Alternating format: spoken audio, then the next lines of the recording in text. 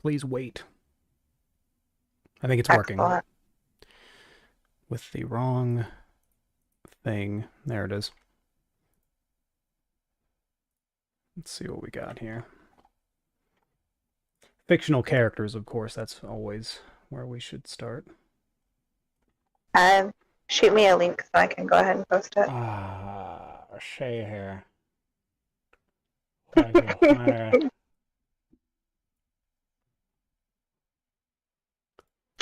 There's like dust or something on my phone. Dust on your phone? Yeah, I don't know how this happened. It wasn't there earlier. I cleaned it. Oh, lightning. Ooh. Sorry. That was out of the corner of my eye. Monetization on, of course. I don't know why it doesn't just automatically turn the monetization on. Now, question of the day. Hmm. Do I sound okay? You found a question of the day? No, I'm asking, do I sound okay? I didn't understand. Like, what about a question of the day? the question of the day is, does my microphone sound okay? It's manageable. Because if not, I need to disconnect and reconnect. You need a computer. And fix it. Let me do that real quick. Familiar with Mask Girl? Some kind of television show?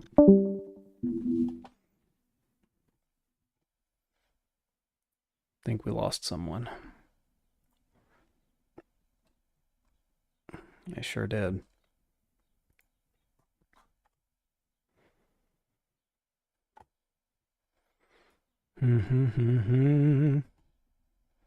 Let's take a look at my stats in the chat, duh.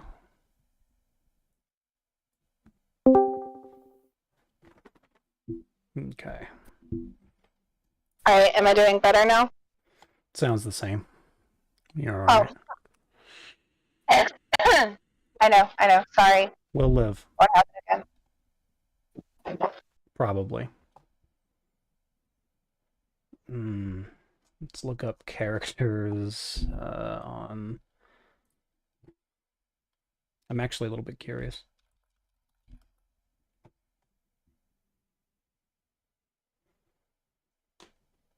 Now we're just going to go here, copy the link again, copy, go to Stirp General Chat, post it there.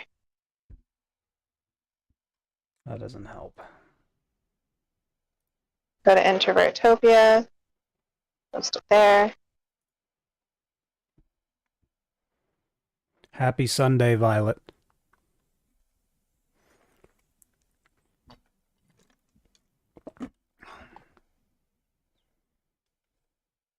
Charlie Brown was an INFP? Yeah, why not?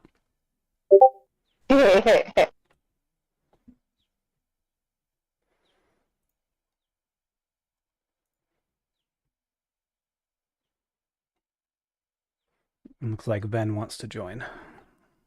Yay! At least for a little bit. I got a little too excited for that. Ben, come on.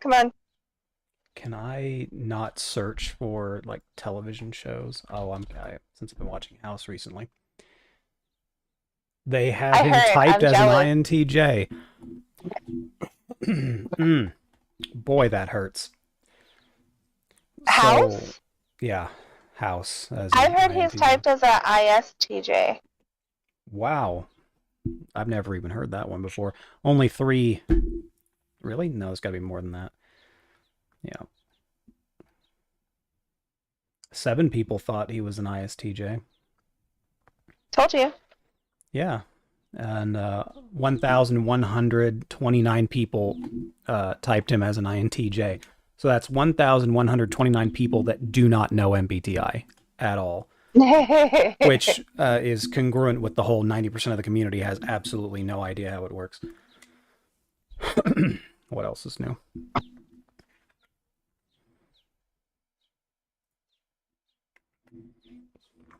Yes, an INTJ that's constantly in other people's business, treats people like puzzles, is accurate about their behaviors.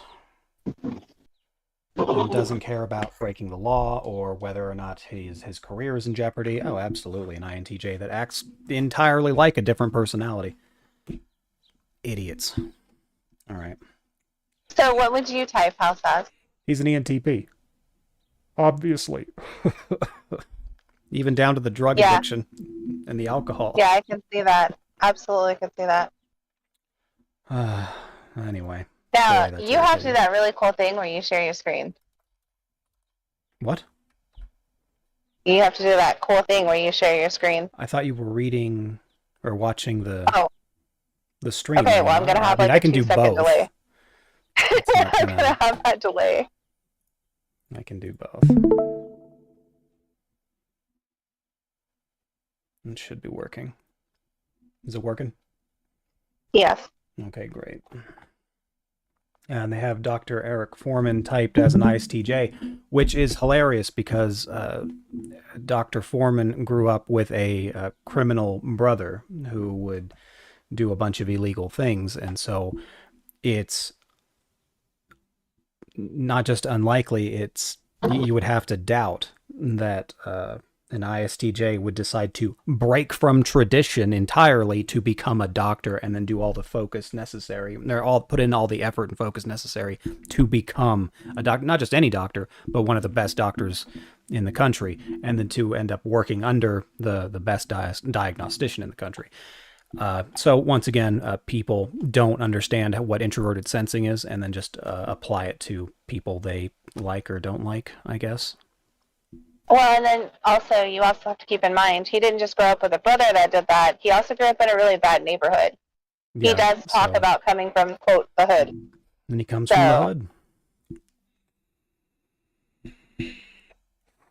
So once again, no, when I first heard of Personality Database, I thought that it was about like it was a website where people who at least thought they understood MBTI were typing all of these people. And then after, of course, looking into it, I found that that's not actually the case. Finding out that it's popular vote determines someone's personality type on Personality Database. So you have a community where at least 90% of them have no idea how MBTI works and are typing people on the website. So, yeah, that's classic. Let's see.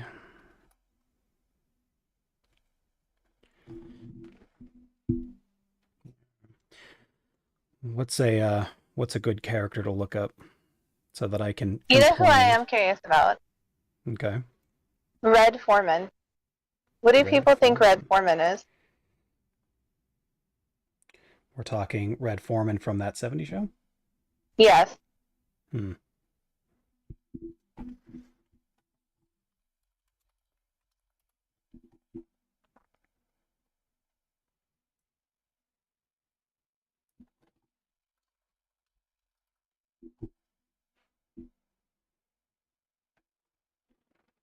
They have the actor, Kurtwood Smith, but oh. So I think Red Foreman doesn't have a type. That's they don't cool. have Red Foreman as far as I can tell. I'm assuming they wouldn't have any of them then. That's quite plausible. Hmm. So I'm trying to pick out like harder ones that I know people have gotten wrong.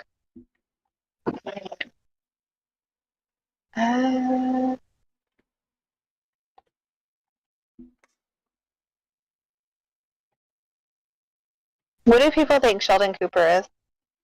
Sheldon Cooper seemed to me, now granted I didn't watch a lot of the show, but Sheldon Cooper appeared to be an ISTJ to me. Yeah, that's what I got too. And most people seem to agree with that.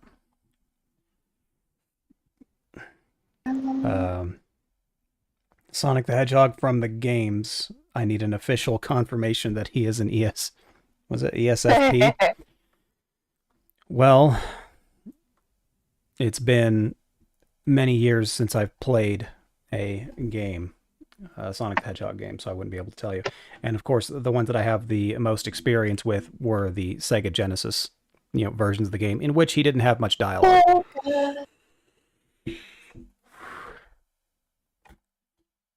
Which are still like the best one. I don't care what people say.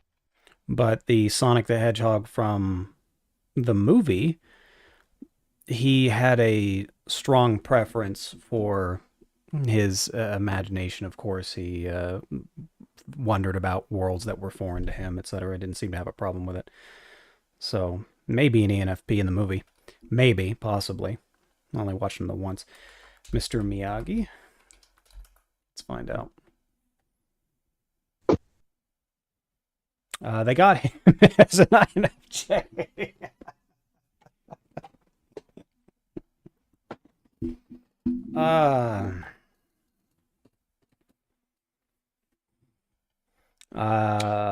So Mr. Miyagi, according to personality database, is an INFJ, because why not? Granted, it's been probably 3 decades since I watched it or something, so anything's possible. I would doubt that, though, for sure. What is your opinion of Tupac Shakur's MBTI?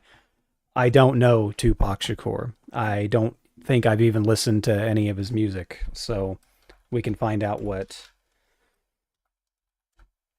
they say he's an ENFJ, which, as far as I know, that could be accurate. But you would think that an ENFJ would be a little more concerned about their future, and would maybe do things that would avoid getting shot over. So very unlikely to be an ENFJ.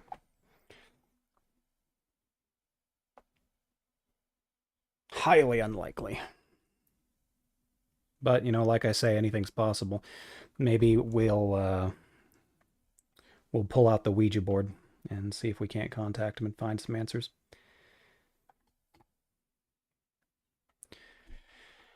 He could be an ENFP. It's possible. As for the Enneagram, I have no idea.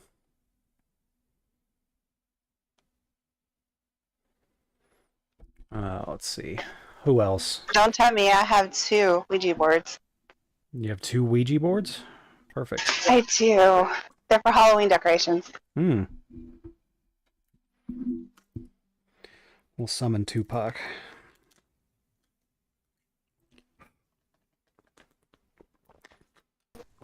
Do I if I'm celebrate summoning anything, I'm pretty sure it's not going to be Tupac. You'd have to define celebrating Halloween. Do I dress up and do stuff?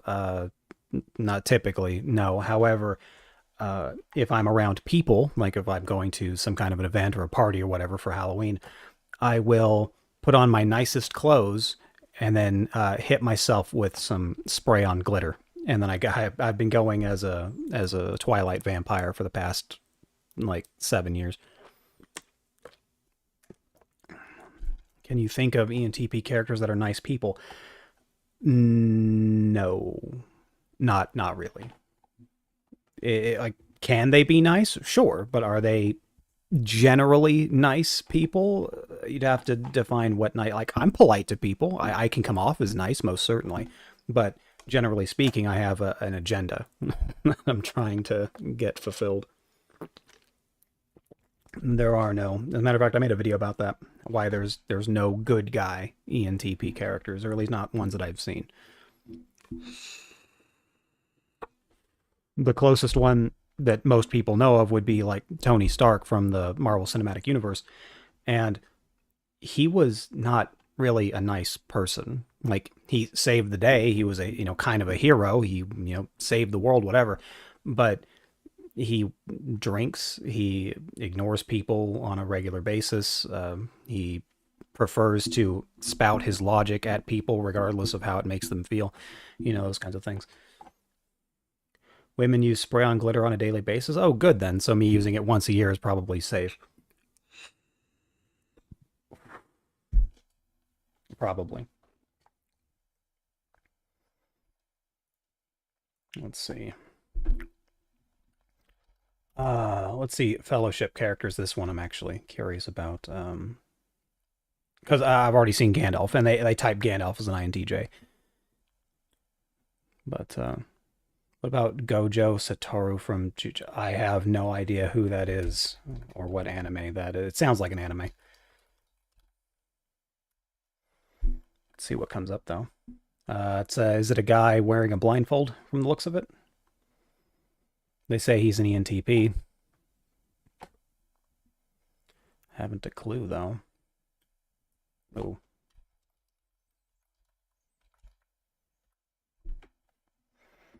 Rias Gremory, they have her typed as an ENFJ, which can make sense. That actually, based on how she does things, that can make a great deal of sense. Although, in the first season, I found her to be caring a little too much about certain efficiencies and things. But that could have just been the English dub. Hard to say. They've got her brother typed as INFJ.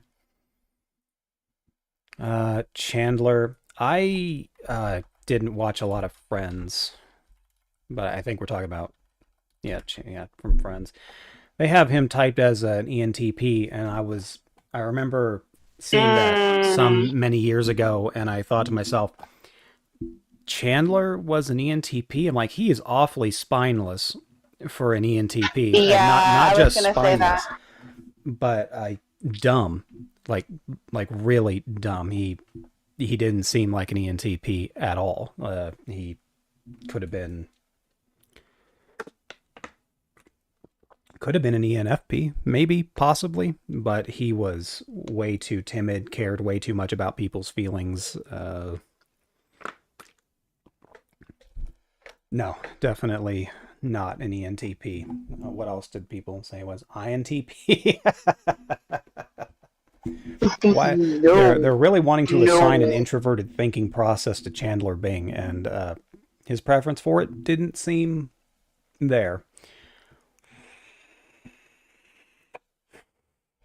Jeez, there's such a fundamental lack of understanding of how the cognitive functions behave, and this is kind of this is most certainly like the culmination of my experience with the MBTI community over the past 10 years. It's this stuff right here. I honestly want to know why they believe this. They're not. They wouldn't be able to give you a reason. They as a matter of fact, if they were to give you a reason, they would just go off of the 4-letter acronym, and they'll say, well, he's extroverted, and I feel like he's intuitive, and I feel like he thinks a lot, and he perceives things, and therefore he must be an ENTP. Now, saying that wouldn't be inherently stupid. It's just inherently stupid to say it because someone chose not to actually research the thing that they're trying to talk about. Even a little bit. They just go off the acronym.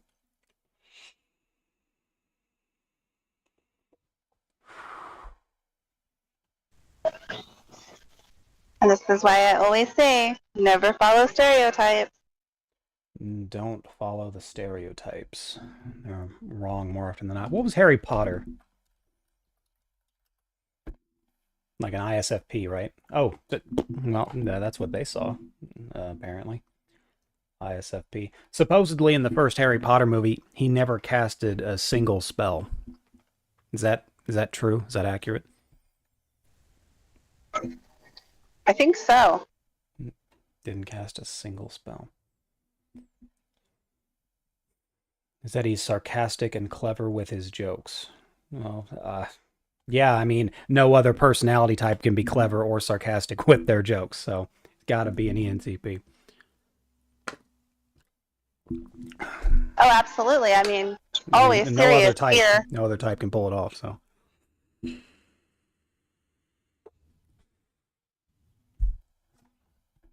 Like, I would almost give him, like, what would it look like? Could you see him as like an like an ESFJ, maybe. All the I don't same remember functions, where. just in different orders. Oh. I don't remember where, but I think at one point I did look it up, and yeah, that was when you mentioned it. That's what I was thinking in my head. But yeah, Yeah, I think might be closer to that. And of course, I assume he was also big into, doing things with his friends, but I assumed they all were pretty big on that. So,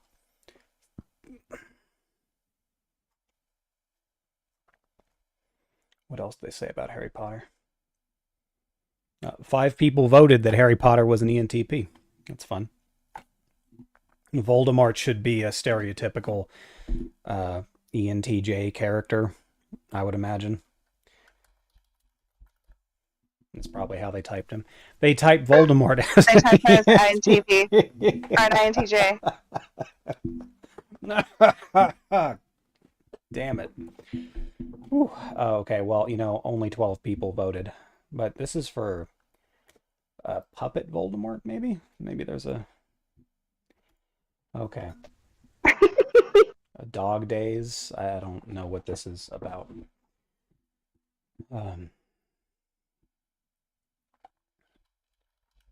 Sirius Black. If I spelled that correctly, I kind of doubt it.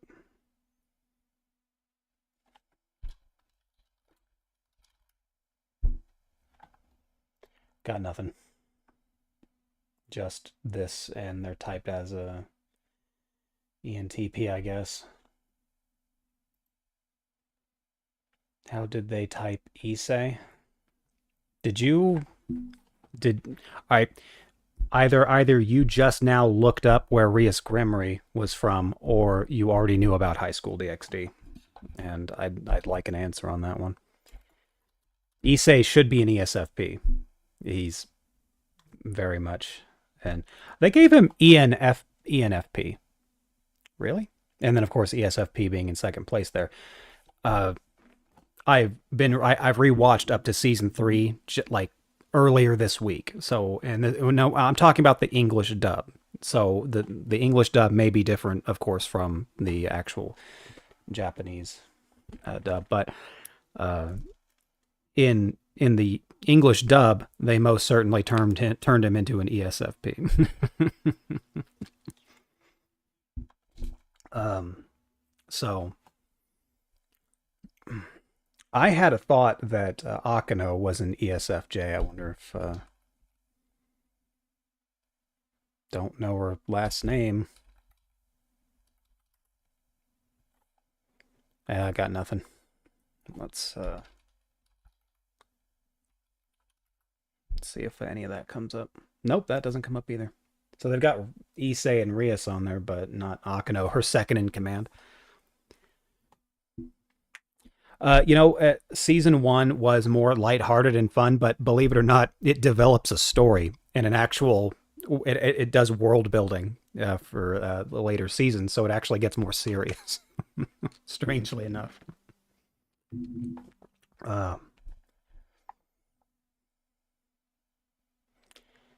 Maybe I spelled Akano wrong. Akano?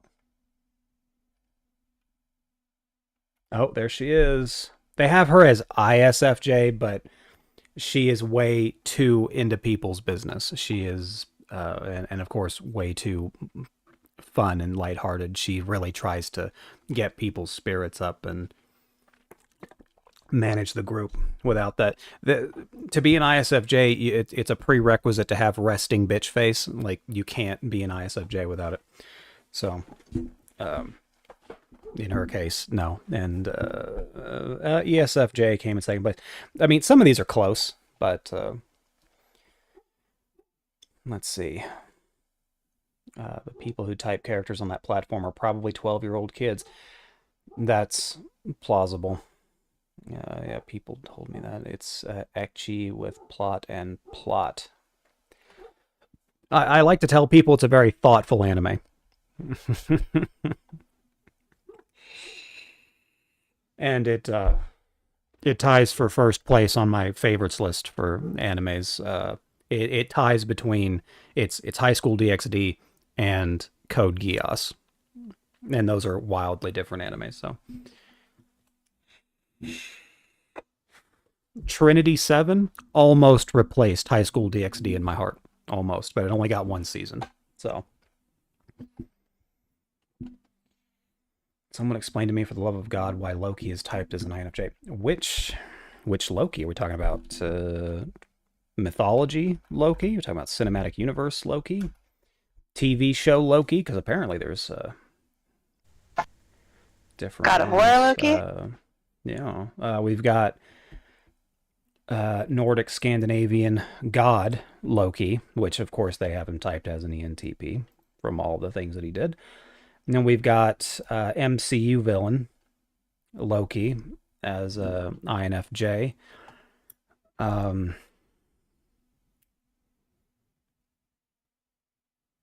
That I don't understand.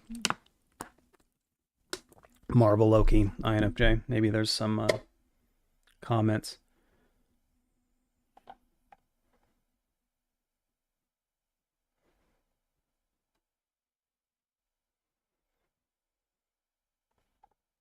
I have no idea what a 1 fix and an 8 fix is.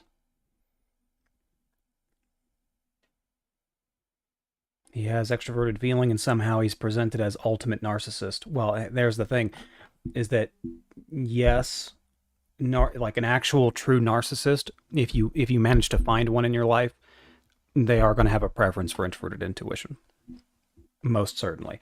But an INFJ who didn't think that far ahead and tried to take over the world and then piss everyone off, that just, I could see an ENTP doing that. I can see an ENTJ doing an INTJ's, especially ones with chips on their shoulder. Maybe, probably not an ENFJ or an INFJ would do that unless something particularly bad happened. And what was his gripe? Like, he just believed that he deserved to be on the throne and didn't articulate why. He just wanted it. So definitely something wrong with him.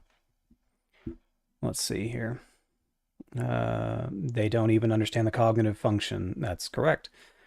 Have you seen High School of the Dead? I have seen it once. I watched the whole season one time, and it started following the same track as High School DxD, but it was a more serious anime for sure. And supposedly it didn't do well in Japan. Like that's what I was told, was that High School of the Dead, the Japanese have their own idea of what zombies are, and most of them don't appreciate, American zombies, which are, mindless, brain-eating humanoids. So.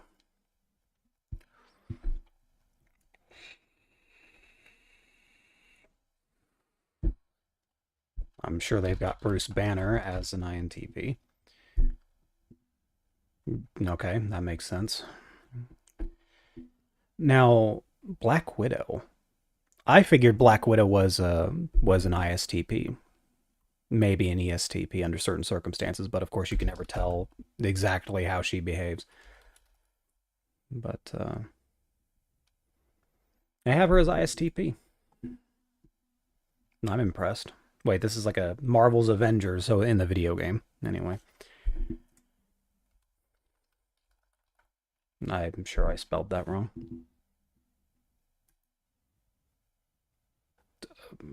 Okay. Have you watched RE0? That the only thing that comes to mind is like Fate. I think it was called Fate. Fate Stay Night or something. I don't remember.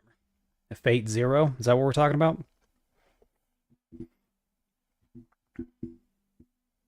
But for one thing, the manga creator passed away while making it. Well, that's sad. Altria Pendragon.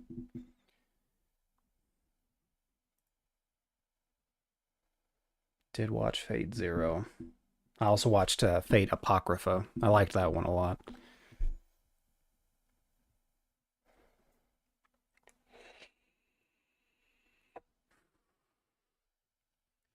Did Ven join in by chance?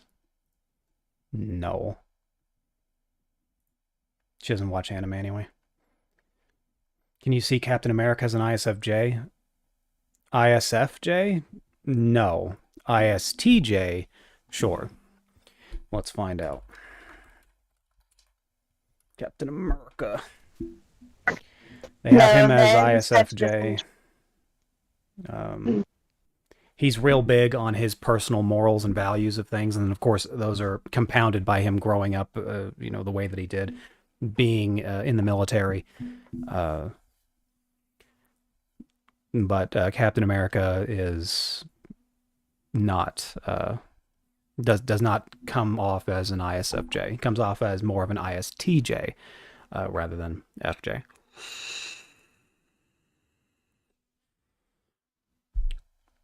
He has very clear morals that he tries to push on to everyone whenever decisions are being made. And those morals seem to be backed up by his time in the military. So he's not really someone that thinks for himself. He is told what he should be doing. He's the foundation for his morals were laid down, and those are what he sticks to. Now, it's a very different ISTJ than what we're familiar with, because most ISTJs we know don't have superpowers, and nor were they, frozen for 70 years in the Arctic. So, a little bit different.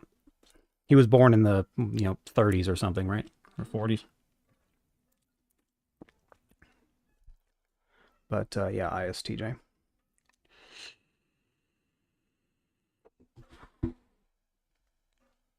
Ram and Amelia, if you were watching anime around 2016, which I would have been, but I don't know about that one specifically. You might have seen some memes flying around, but I can see how you could confuse it with Fate Zero. Yeah. I'm very particular about my anime, generally. Most of the time, I just watch harem animes. So, my first one was Love Hina. I was, I think, like 18 at the time when I first watched it.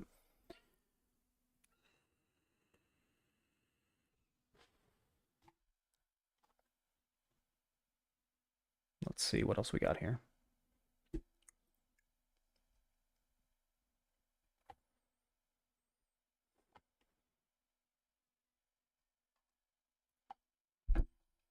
What's another character? Help me, Harley. Harley died. Oh, she's there. No, she didn't.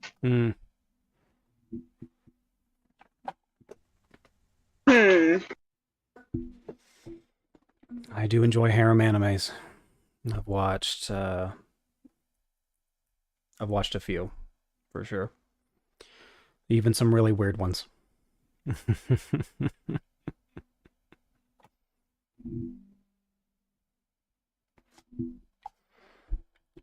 do they have Goku as? Now, since we're on the topic of anime. They have him as ESFP. That's maybe possible.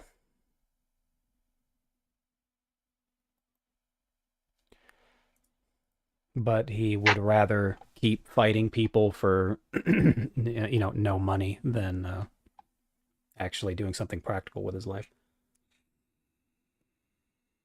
Have you seen The Promised Neverland? Seen the what? The Promised Neverland. Is that like a documentary about the ranch that Michael Jackson had? No, it's an anime. Oh, then no. Have you seen School Days or Conception? I've never heard of that. Is it an English dub? If there's an English dub of it, I'll watch it. I also watched Begata HK in English dub once again. Thought that was interesting. Hello, Rachel. Let's see. I kind of want to watch The Promised Neverland with you. The Promised Neverland it sounds like a chick flick. I'll be honest with you. Monster. It's about children getting sold. So no. Wait. Someone recently, and by recently, probably like 2 months ago, tried to get me to watch an anime where the kids were they would grow up on this kind of ranch kind of style, like That's it. complex. And then the children, once they reached like a certain age, they would essentially get sold to monsters to be eaten. That's the one. Okay, I watched like 3 episodes of that, and I was like, okay, this is not interesting anymore. I threw it away. Let's see, school days or conception. Is that a hentai, or is it?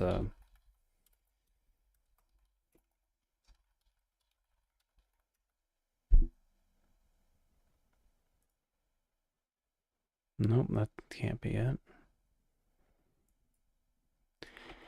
The only reason I asked We've is because watched one of Ghost them. Stories. What? The only reason I asked is because one of them is considered a ENTP, and if you had seen it, you would see why I disagree. They people like to apply their favorite personalities onto characters, so that makes sense. Yeah, as for Ghost Stories, we watched that last month, the English dub. And yeah, it was very funny.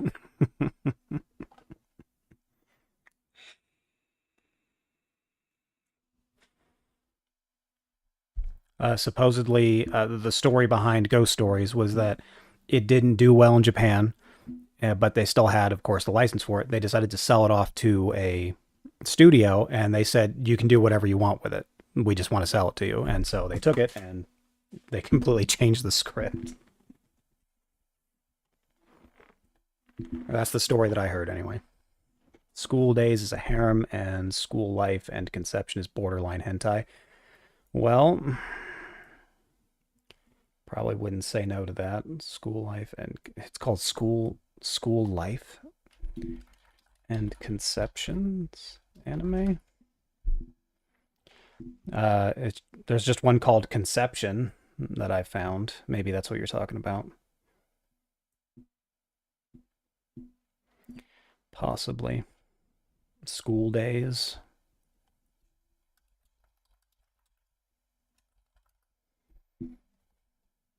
Huh. Original run was in 2007, so it's an older anime, but it probably checks out.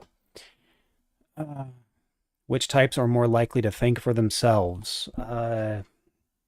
In what capacity? Like, it just in general, like they prefer to understand something before they spout it off as fact.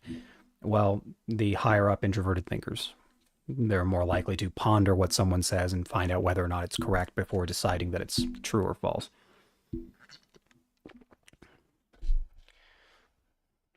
More likely, it's not always the case. Even lead introverted thinkers, if they're branching off into a topic of logic that they may not be that familiar with, they may just decide to go with what most people believe is the pre-established truth. I've seen it happen. Now, me personally, after learning about MBTI, after identifying what extroverted thinking is, and being someone that grew up in a household full of extroverted thinkers, I of course have a very strong distaste for it.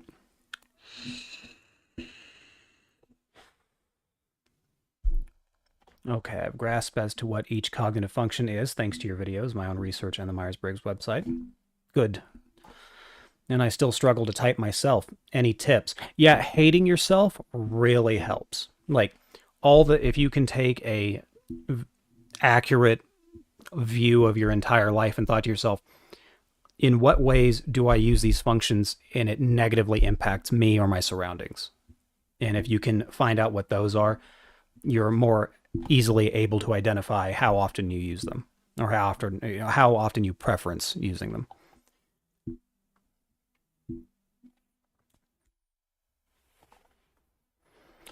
Yeah, as Ben says, introverted thinking is when someone is trying to figure out what is actually correct and accurate on their own. They have to think it through logically, A to B, B to C, C to D, so on and so forth. It doesn't mean they're always going to be right. But based on the information that they have in their personal logic, they'll come up with a decision.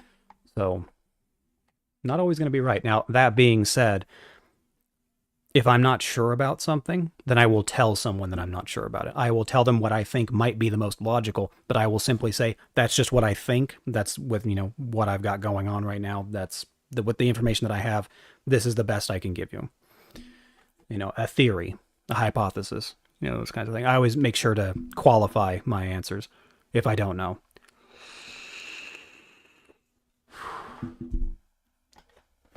My goodness, it is warm, even with all this overcast.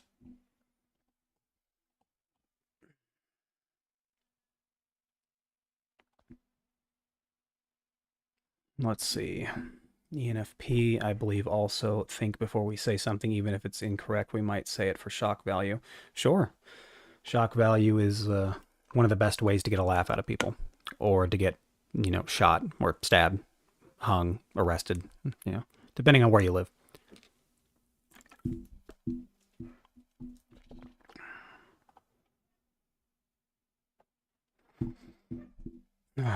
Piccolo. Don't know about this INTJ thing here. Vegeta seemed stereotypically in INTJ. I don't know where ESTJ is coming from. I have no idea. Hi, Ben. Hi, Ben.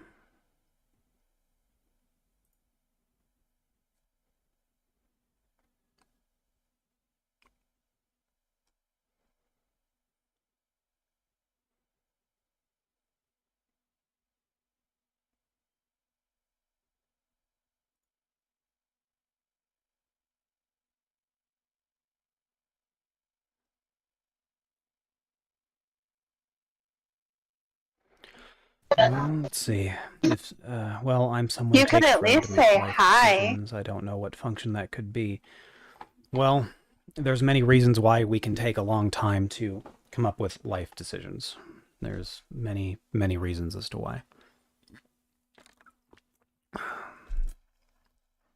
For example, an ISTJ that essentially grows up without parents in a bad part of the country, and all they've been doing is whatever is normal for everyone else in that particular community. When they turn 19, 20 years old, they might say to themselves, I have no idea what I should be doing with my life. Like, I know what this person's doing, I know what that person's doing, but I don't really know. Should I just keep doing what I've always been doing, or should I try something else? So, there's all kinds of reasons why someone might not know. Now, if you're an introverted intuitive preferenced, then you already know what it is that you want to do with your life, and you're already taking steps to make sure that it gets done. So if you're concerned, if you're wondering whether or not you have a preference for introverted intuition, just ask, all you have to do is really take a very basic look at your life and say, do I know where I'm going? And am I doing everything I can to get there? If the answer is yes, then it's quite possible that you're, introverted intuitive. Now, on the other hand, you could also be a preference introverted sensing, because introverted sensors also know most of the time, not all the time, but most of the time they know what they're supposed to be doing with their life, and they take steps to get it done. Although they're not as hardcore about it, they're not as focused on it, because most of them don't shoot really high. Of course, they shoot to where they're supposed to be. So most ISTJs, growing up, let's say they grow up in a normal household and they know what they're supposed to be doing. They'll say, okay, get out of high school, maybe do a little bit of college, get a job, work at that job for a long time, and then retire, hopefully with a house, and some retirement money. They know what they're going to do, and they do it, but it doesn't require a whole lot of extra effort on their part. So...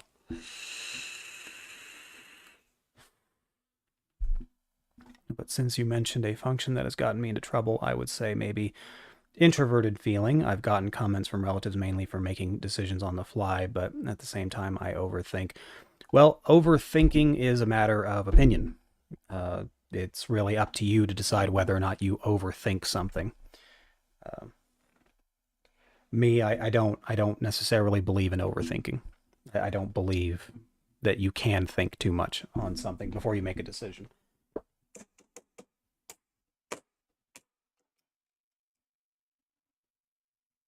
That's just me.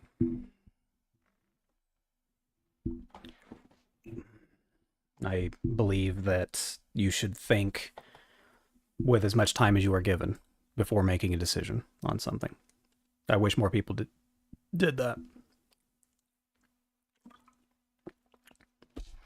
To add to that, I wish more people also thought outside of the box. Thinking outside the box helps sometimes. Now, granted, it's good to think outside of the box sometimes, but if most people thought outside of the box, we wouldn't have a civilization in society. We need people to just do what they're instructed to do and not think too much about it. We do need those people. It doesn't make them bad. And as a matter of fact, in most cases, it makes them very productive. And we have to have productive people to have a functioning society. So,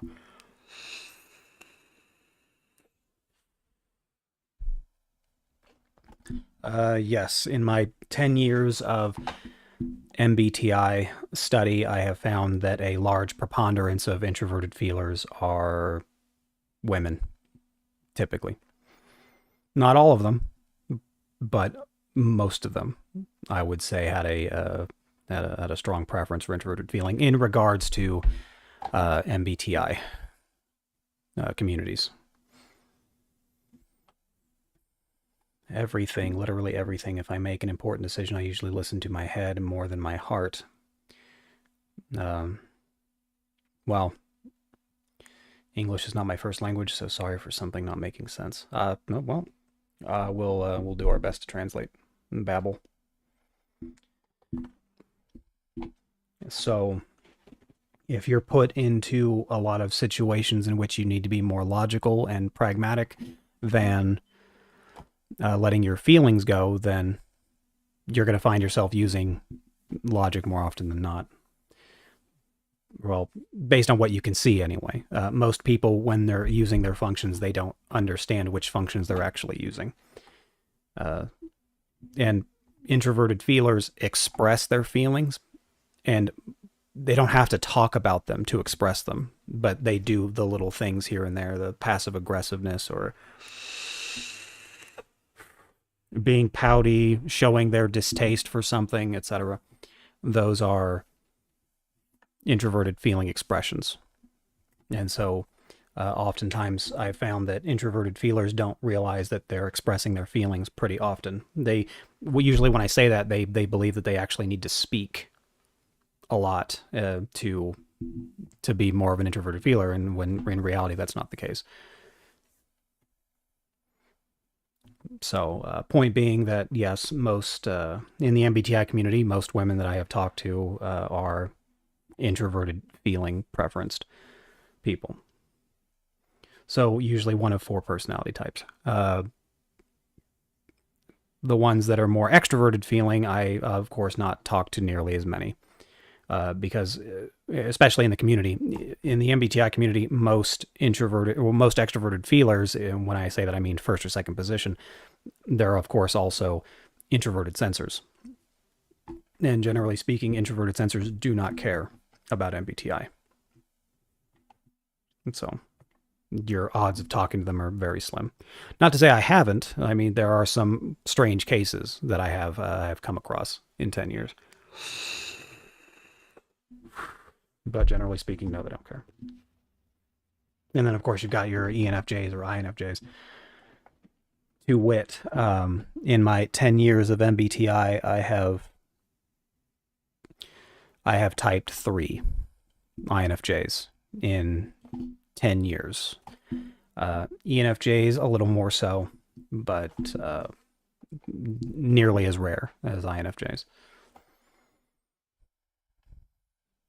I'm very much in my head, and I struggle to live in the now, so I know that extroverted sensing is not high, but I mainly struggle to see if I have introverted feeling or introverted thinking. Well, what's the best way to put it? If you were high up on introverted thinking and, of course, an extroverted intuitive, then you're going to spend a whole lot of time being unproductive in your life, because you're going to be spending a lot of time thinking, and you're going to be spending a lot of time thinking about a lot of different subjects, things that are generally irrelevant to your life.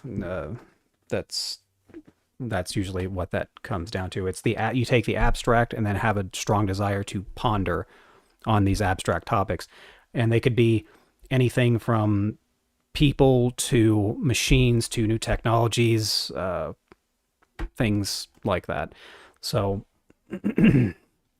there is that. So if you were to let's say if you were an ENTP and you were just sitting there not really doing anything, maybe you're just playing new video games just for the adventure or the fantasy portion of it, and you're not really getting anything done, and you do that primarily throughout your life, like just not moving forward, then I'd be like, okay, yeah, that makes a lot of sense, because that's how having a lead extroverted intuition plus introverted thinking following it tends to behave. It's a lot of procrastination, a lot of not getting anything done, squandering money, things like that. So that would make sense. But that's specifically the combination of lead extroverted intuition and introverted thinking. That's how it tends to manifest. Screwing around, doing whatever you feel like. Learning about something new that has absolutely nothing to do with, getting a career or finding more money or things like that.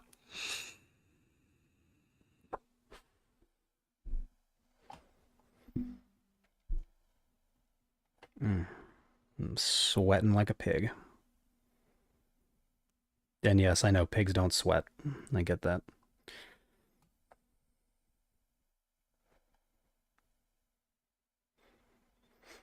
I didn't even have to correct you. No, you wouldn't have to. Just a colloquialism. I was about to, but he said it.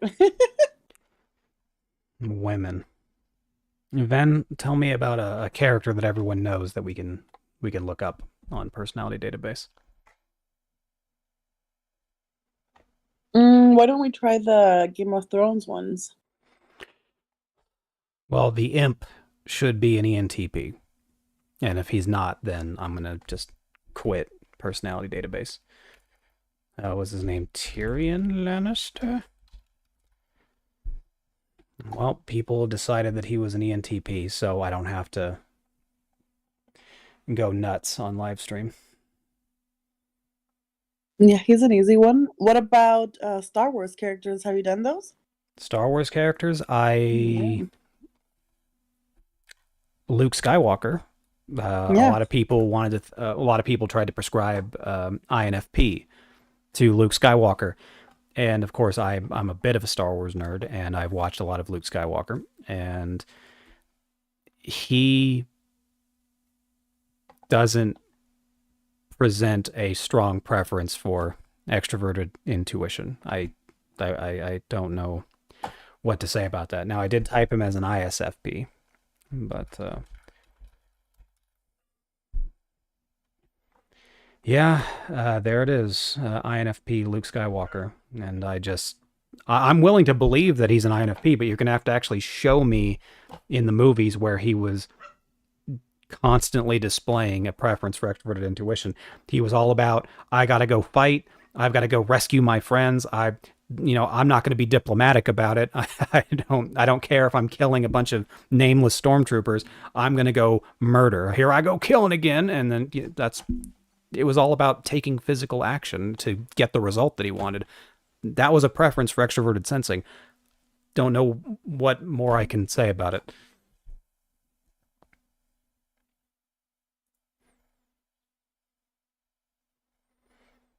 Let's see here. What do you think about Yoda? I know a lot of people love Yoda, so is that how you Yoda's say like it? really old.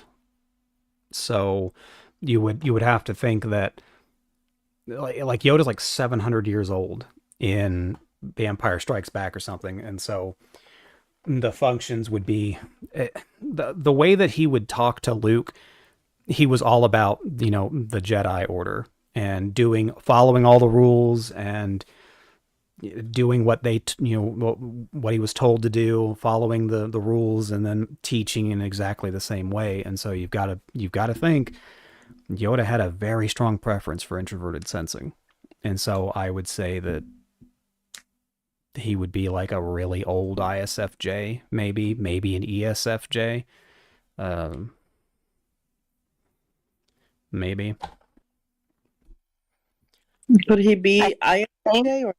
And I'm glad you procrastinate a lot, Babel. You can come procrastinate in my Discord and we can watch terrible animes. That's what I've been doing lately.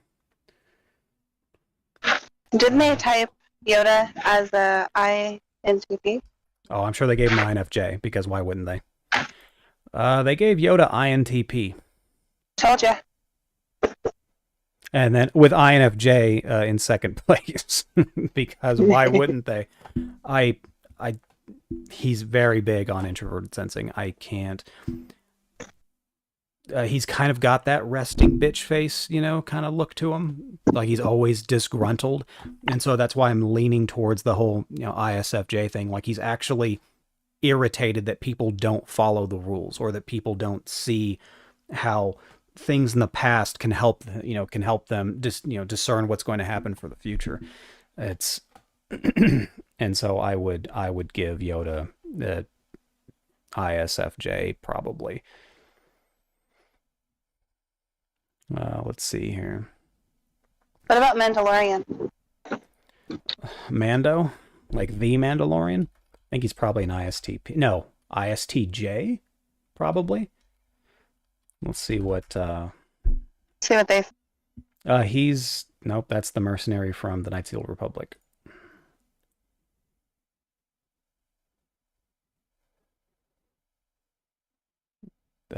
Is that him, Din Djarin? They gave him ISTJ. Look at that. They can. Okay, R2D2 doesn't have any speaking lines, so I couldn't really tell you what his personality. He did seem he had more of a reckless behavior, most certainly, but I can think of a lot of personalities that can be reckless. So there's that. Darth Vader is an ISTJ.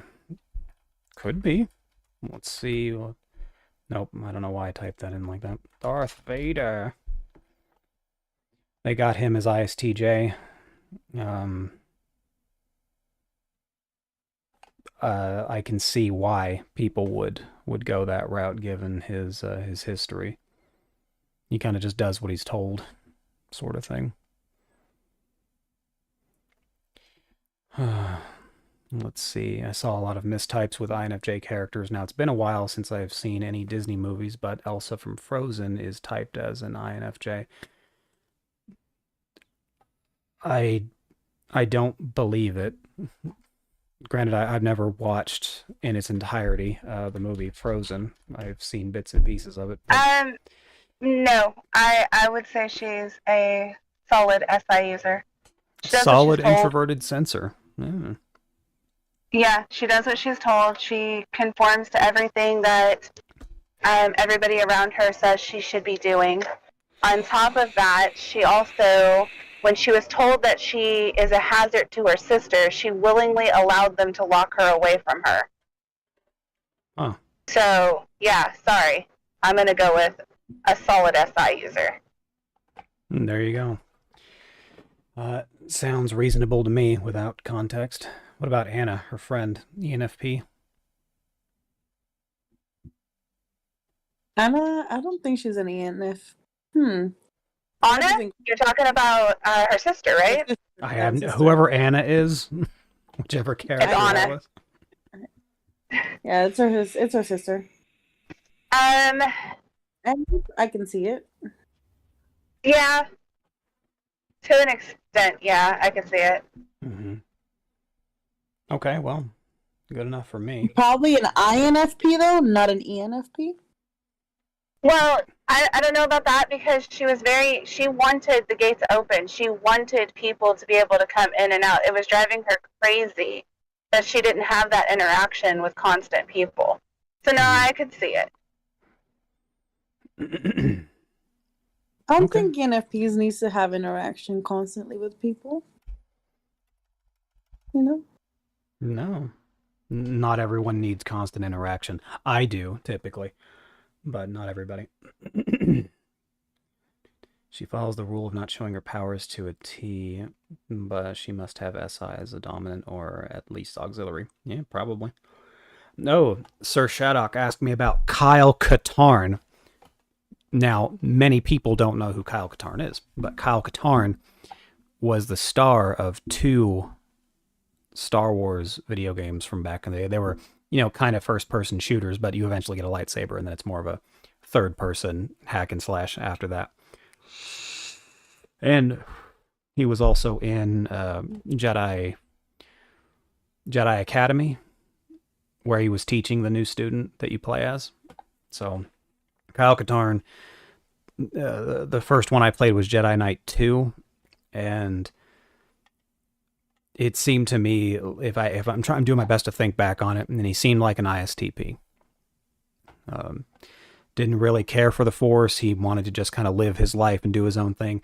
They cast a lot of strong preference to extroverted sensors in the in Star Wars. But I would say, yeah, probably an ISTP. I remember watching BoJack Horseman a long time ago, obviously. I've watched a Big Mouth, you know. Let's see. My son says I'm Olaf. I have Olaf is the snowman. Once again, I didn't really watch Frozen, so wouldn't be able to tell you about that one. I did watch Big Mouth. I mostly watched it for the monsters. I enjoyed the monsters in the show. Yes, Olaf is the snowman. Okay, then. He needs his own show or movie. I thought about who they would cast as Kyle Katarn, and probably 15 years ago, they could have gone with Hugh Jackman. Maybe.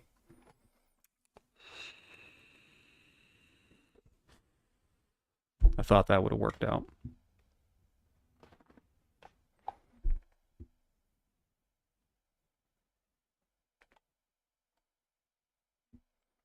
Let's see.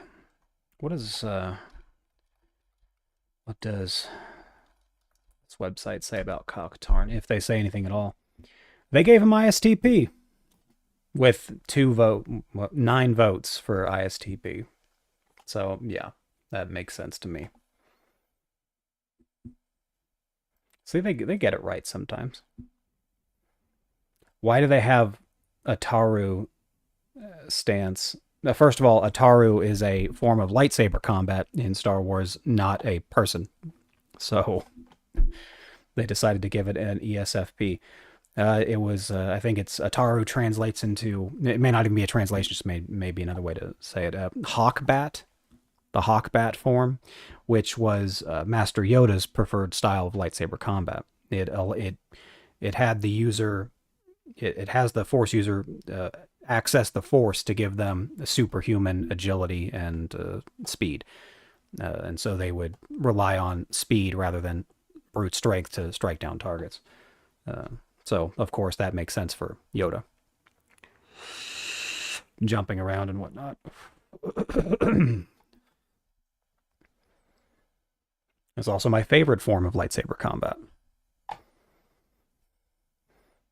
Kelly H from Code Geass is definitely an INTJ.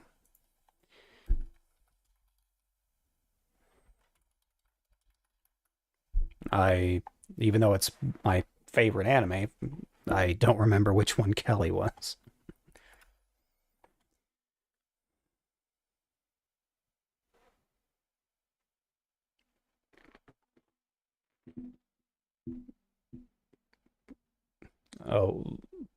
Oh, you believe that Lelouch was an INTJ?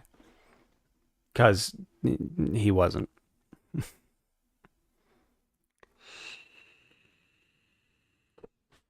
No, I don't play Overwatch. I played it one time on someone else's computer, and I was like, oh, this is neat, I guess, and then stopped playing.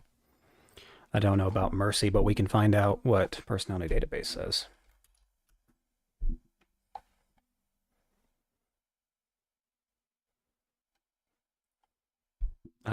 Angela Ziegler, Mercy. They have her as an ENFJ. Couldn't confirm or deny that. What does Personality Database say about Lelouch? They have him as an INTJ. You're not going to find a real life INTJ that is, in fact, that good at understanding people or manipulating them at all. that's not a thing. That requires a preference for extroverted intuition to be able to apply that. And he's really good at it. Oh, and then of course there was the skipping school to do other things, or doing illegal stuff to it was like illegal chess games or something that he was playing. Granted, I'm thinking of the English dub. I don't know. Once again, I mean, he could be a completely different character in the Japanese dub, but in English dub, no, not an INTJ.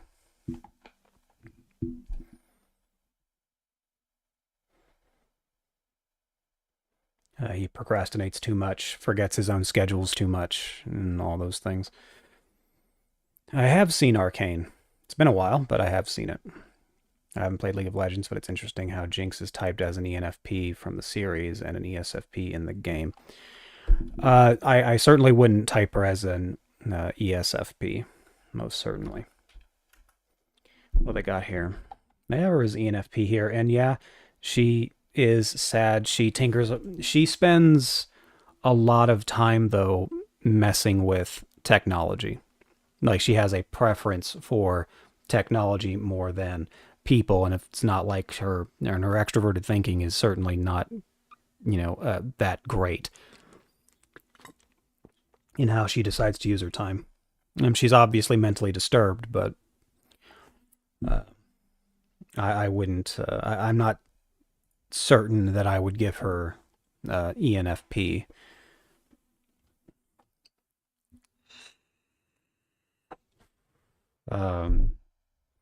What about Lelouch. INFP? Say what now? What about INFP? Well, if she were an INFP, then she would be sulking all the time about the bad memories that she has with her childhood, and then that would be so crippling to her that she wouldn't do anything else other than, cry and be sad about her poor childhood and the loss of her friends, etc. So, probably not an INFP either.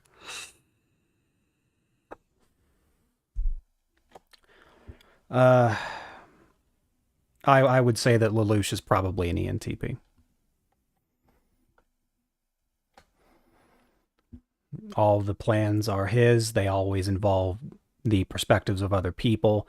He manipulates people pretty hardcore. He procrastinates, in the first season a lot, and in the other seasons as well. He's very forgetful of his schedules. And when it comes down to it, when it comes down to making sure that he didn't have much of a conscience when it came to needing to dispose of certain people. But for the most part, he valued people as a part of his plans. Have you seen Death Note? If so, what do you think of their typings? I did not watch the cartoon. I think I watched like one episode of it, and then I got disinterested. As for the movie, I watched the movie once, and I was barely paying attention to it, so the only thing I remember is that Willem Dafoe was the voice of the Death God. Oh, the movie was so bad. And yeah, that's what I hear, is that the movie was just terrible. Now, I couldn't give you a completely accurate review of it, but Willem Dafoe was in it. That's another one. That's another one you and I are going to watch. Are you sure? Because I was forced to watch Kung Fu Panda the other day. I can't imagine who would have done that. Hey, you liked Kung Fu Panda. Did I? You damn sure didn't have you didn't have any problems with it. And I don't remember him liking it. Yeah. I don't remember him not liking it either. Hey, wait! Now that you've watched Kung Fu Panda, what would you say the turtle is? I vaguely paid attention to it while I was playing Elden Ring, by the way. The turtle was old and wise. You could say that he could have been a ESTJ, maybe an ESFJ. Either, it wouldn't matter either way necessarily, because it's the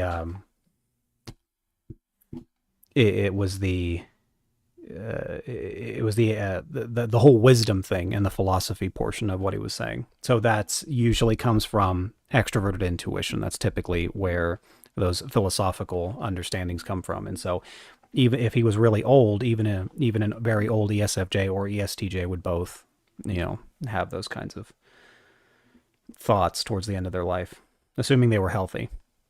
And I mean physically healthy, not, been essentially being on a deathbed for the past, decade and just wondering what the world outside was like. Yes, Michael Fassbender wouldn't be too bad. I don't know if he could be mean looking enough to be Kyle Katarn, because Kyle Katarn was serious, especially if you were to try and cast him in like Jedi Knight 2, where Kyle Katarn was essentially on the warpath to get his wife back, or whoever she was. Was he even trying to rescue someone at the end, or did he thought she died and so he wanted to get revenge? It was one of those. It's been too long. What type would most likely be called as wise and mature, and which type would be perceived as mature for their age? That person being young, by the way. Okay. What type would most likely be called as wise and mature? So I have this idea of wisdom. It's the idea of remembering things that happened in the past and then applying them accurately to current situations. So I would think that old INFPs or INTPs could be very wise and mature. There's always that option. Usually older introverted sensors, they've become too dogmatic, and they tend to have a more difficult time with change, especially if they've been in an environment in which they didn't need change. So that's why we have things like OK Boomer, and it's because they typically they behave in ways that are very locked to a time period that we simply don't live in anymore, because back then they didn't need to change very much.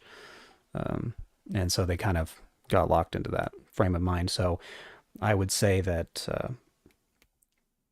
the ones that don't have as strong a preference for introverted sensing could end up being old and wise, assuming they live that long. As for which type would be perceived as mature for their age, probably ISFJs would be considered probably the most mature.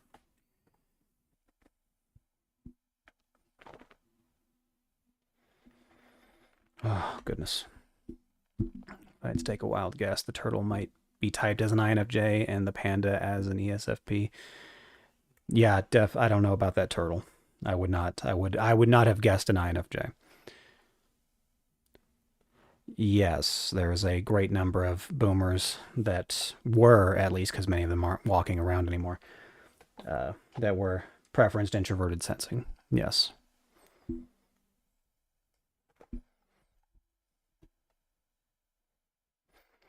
What's another character to look up on personality database? Which ones can we laugh at? What about that new Joker? He should be an INFP. And there it is. Perfect. And then they're going to give Heath Ledger's Joker ENTP.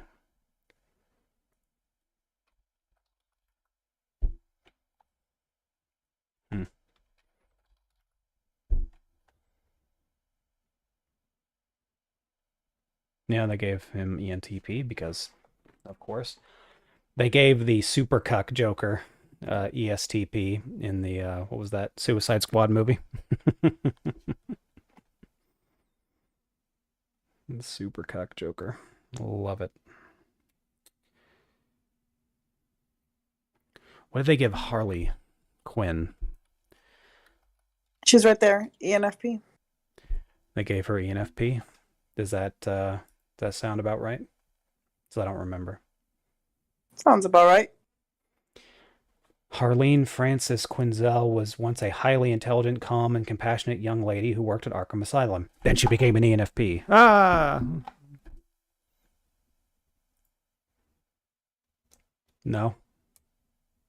Didn't catch that joke, I guess. She was. They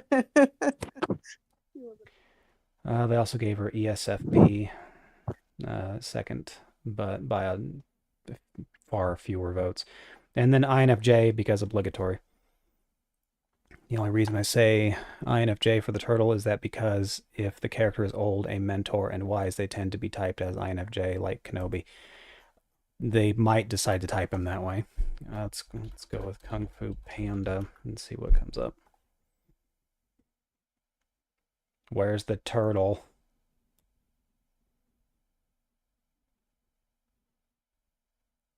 They don't have the turtle on here.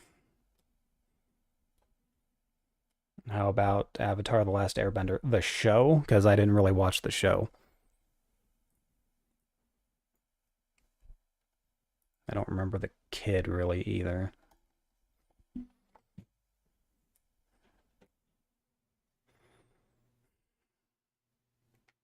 Maybe a... I thought maybe... I remember there was a girl... And I thought maybe she was an ENFP, I remember. But that's as far as that went. Kara? I don't know names. Or, are you talking about the airbender herself? No, she like controlled water or something eventually. Katara. Could be. No, that is her name. It's Katara. Katara. So I thought maybe she was. Granted, once again, I've never really put a lot of time and effort into the show. So, how do you spell Katara? Is it Kotara or Katara? I think it's Ka.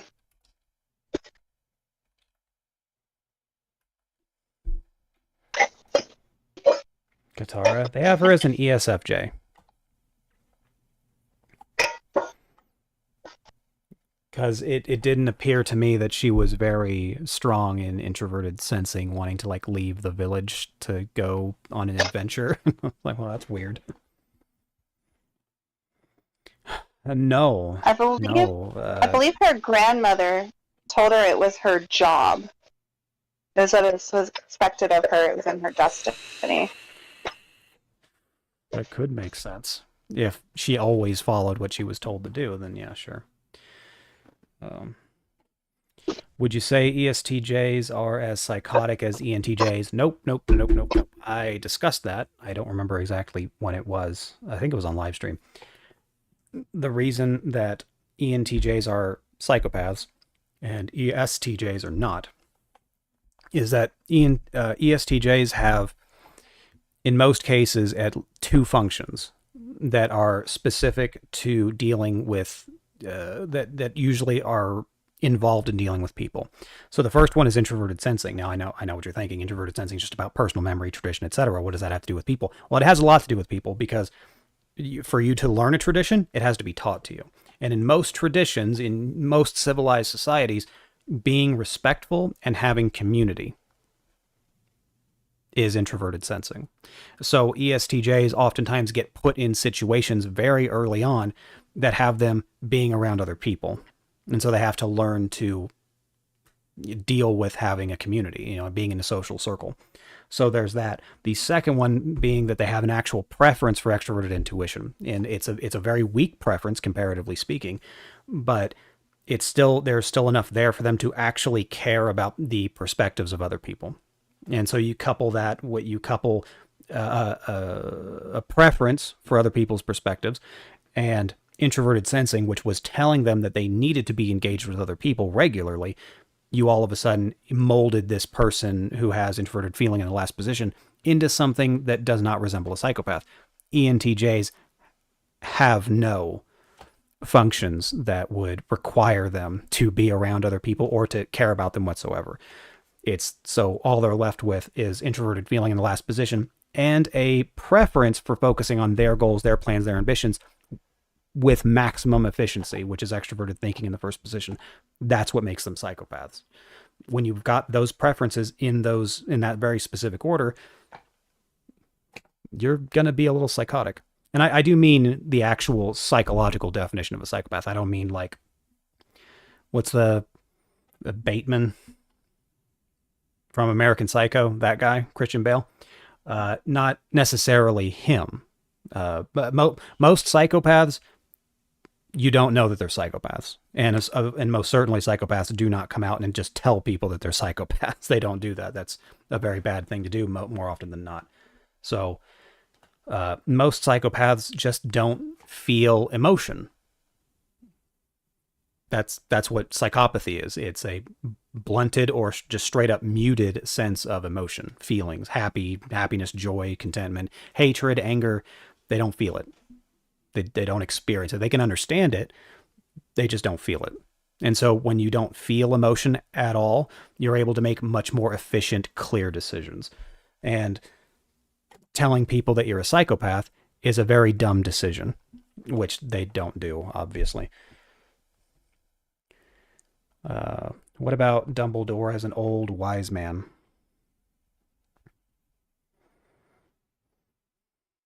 I don't know what personality type Dumbledore is, or was, or whether or not it changed when they changed the actor in the movies. But Dumbledore seems like a typical like old ESFJ kind of character, and I'm going right back to like the first movie. So don't know how he evolved throughout the movies. I'm so tired of so many people coming on to you, telling you that about how they know they're type because of 16 personalities, and the moment I mention them, they have to read the cognitive functions, they log out. Yeah, most people don't want to get that far into it. A lot of people do treat it like horoscopes. It's just you get to pick what you are and then tell people you are that. And then you get to be a part of these little cliques and groups of other people who also haven't typed themselves properly, but believe they are the same personality type that you choose. So for them, it practically is horoscopes. They don't want to get into it any further than that. Do agree with Thanos being an INTJ? Yes. Thanos is very stereotypically INTJ. I'm sure from the comic books he's probably closer to an ENTJ than an INTJ, but in the movie, most certainly, he was an INTJ.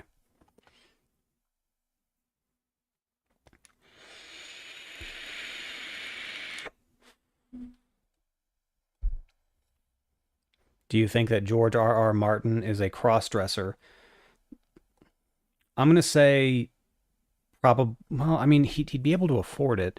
Because I'm sitting here thinking that George R.R. Martin, now he's a rather rotundous individual who writes books, right? Like, are we thinking of the same person? Is George R.R. Martin fat? Ladies? I think I'm alone again. Yes. Okay, so I'm thinking to myself, if you're going to be a cross-dresser, then you're going to have to special order a lot of your clothes if you're going to be heavy. And it just seems like that would be a pain. It would make more sense if he had always been a cross-dresser, but he always made sure to keep a figure that was easier for him to slip into women's clothes. So just based on his physical size, I'm just going to go with probably not a cross-dresser. I am new. Well, it's nice to meet you, T-Rex933. I am new. What is your view on Gandalf's type? Gandalf is an ISFJ. ISFJ. Ta-da! No, he's not an INTJ. No, he's not an INFJ. No, he's not an ENFJ. I have seen him be typed as all kinds of things, but he's very clearly an ISFJ, as with all the decisions. Now, we're talking about the movie Gandalf, talking about from the Lord of the Rings movies. Very ISFJ behavior.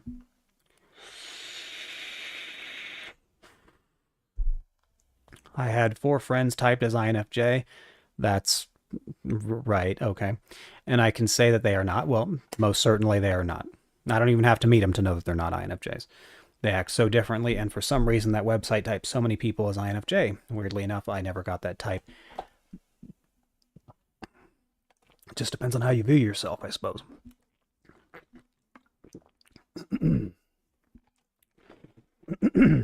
How you answer the questions, of course.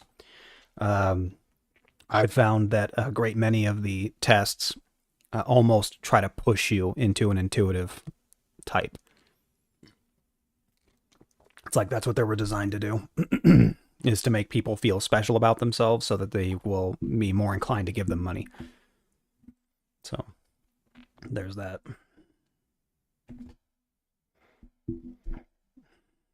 When I did the online test, the types I've had were INFP, ENFP, and ENTP. Well, for one, I've said this way too many times. The tests are bad for multiple reasons. And so I never recommend that. I always recommend finding out how the cognitive functions work and then spending a long, great deal of time doing your best to remember how you behaved most of your life. And then taking that into account. Try to determine which cognitive functions you actually do preference. That's the best you can do. Otherwise, you can, of course, get typed by me.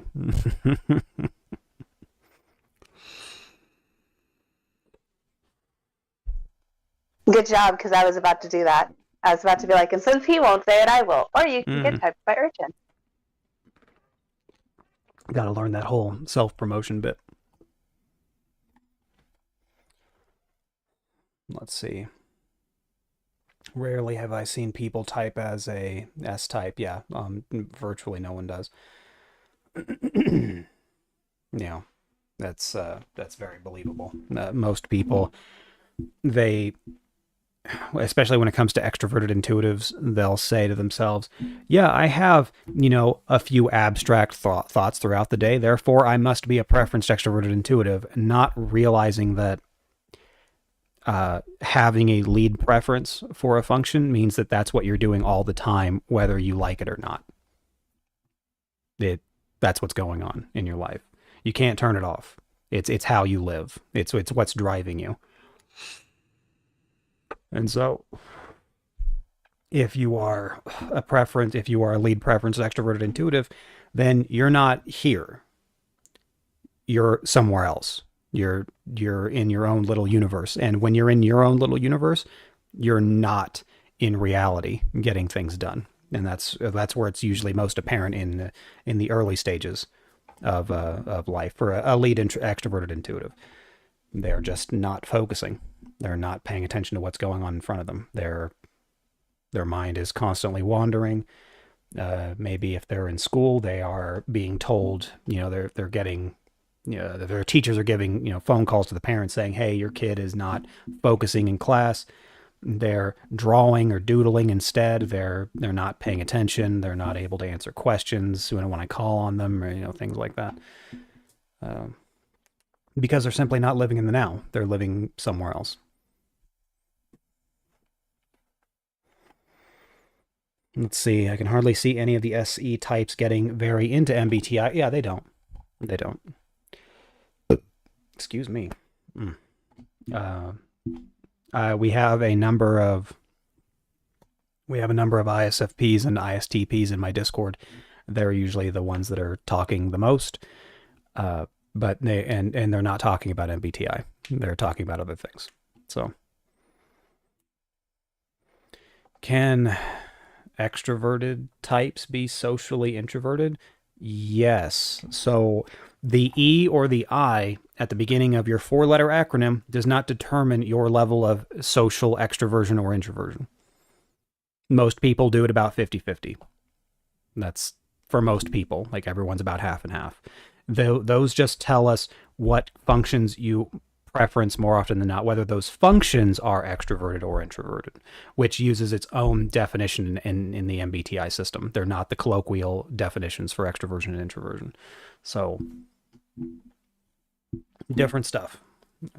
So if someone's a ESTP, for example, don't assume that there's these party guys that are always going to be out there just having a good time and wanting to talk to people and doing all this stuff. That is not real life for ESTPs. ESTPs are logical in their extroversion, most certainly. So if it's something that's going to, if it's benefiting them, if it's getting that thing done, whatever it is that they're trying to accomplish, if it's going to help them, then sure, they'll do it. But I have an ESTP cousin who is just as likely to go out and spend time with, his family than he is to just stay at home and play Baldur's Gate 3 by himself. Because he wants to try and min-max the system and, do that. So it's that whether it's an I or an E, don't assume that that's someone's level of extroversion or introversion.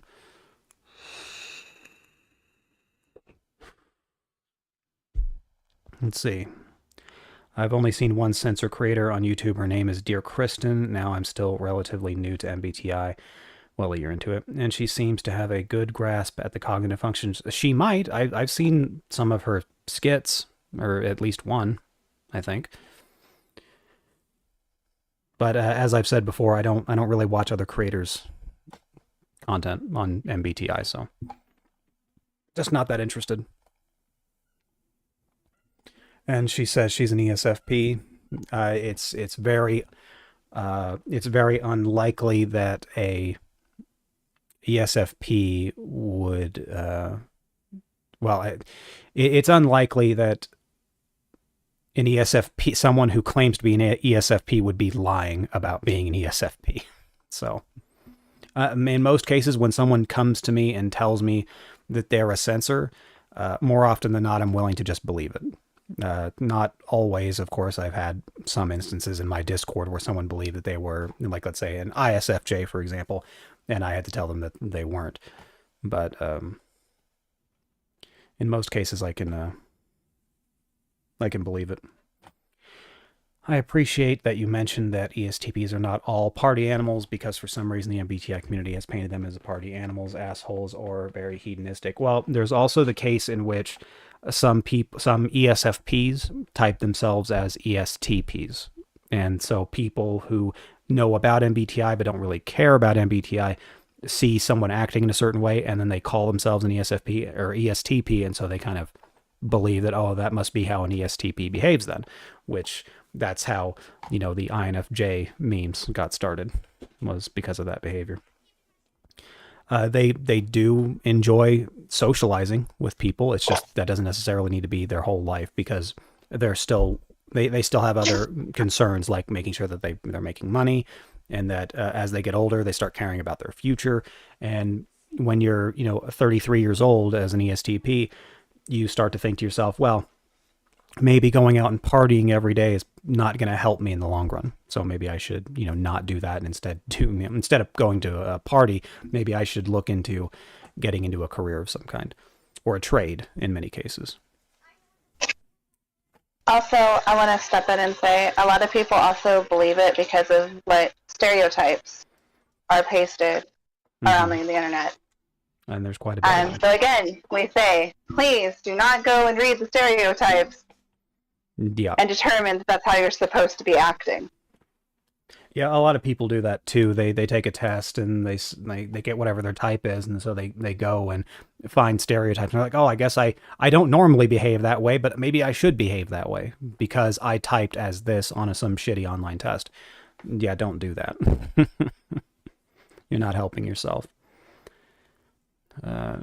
Assuming he is ESTP friend, like spending hours playing with an old PlayStation 3 in a basement. Yeah, ESTPs are like ENTPs, except that they prefer practical, concrete, immediate results for whatever it is that they're choosing to do. They want practicality. For an ESTP, it's about min-maxing life, putting in the minimal amount of effort to get the maximum reward. And so ESTPs kind of live their life in that regard.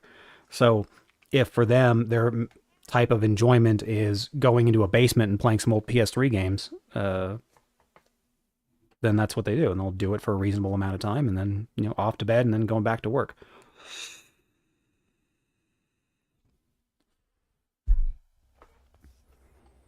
Rarely have I seen good guy ESTPs on that website. Yeah. Yeah, I'm not sure I can think of at the moment anyway, nothing comes off the top of my head for a good guy ESTP. I mean, some people have typed some of the James Bonds as ESTP, and they're not necessarily good guys. They're the good guy of the story, but they're womanizers, and then of course they do some drinking, and then they kill people. So whether or not they're good, it's a matter for debate, I guess. Have you seen Chainsaw Man? Yeah, I watched like episode 1, and I was already not into the whole chainsaws coming out of the arms thing. I'm like, that is tacky and ridiculous, and it's seemingly very uninspired. And I was going to stick with it, and then I watched the chainsaw come out of his forehead, and I was like, and we're done. we're done. I'm done. And then we pushed that away. Don't know who Flynn Rider is. He is the best Disney character ever. Are you sure it's not Hercules? Disney's Hercules. I would go to the drag travaganza if George would dress up. I'm starting to think that he just likes watching others dress up. Flynn Rider's is from Tangled. Oh, another Disney movie, I guess. Don't know about what drag travaganza is. I have some ideas of what that is, but... And it says, I guess Personality Database says that George R.R. Martin is an INTP. Seems very unlikely. But, so I would not type him as an INTP as my first guess. What is the MBTI type that you seem to like the least in real life?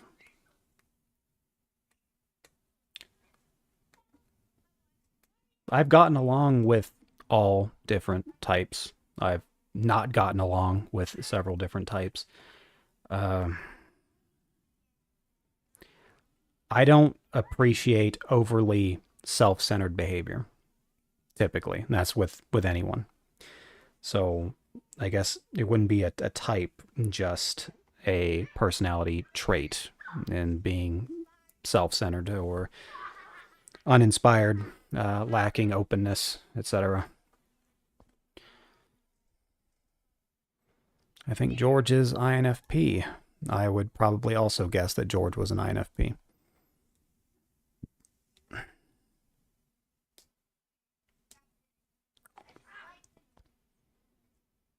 Yeah, I'm not sure I could forget that a chainsaw comes out of the main character's forehead. I just, oof, that threw me off. I was willing to tolerate the chainsaws for hands, but not coming out the forehead. That was too much. It's like, oh, that's ridiculous.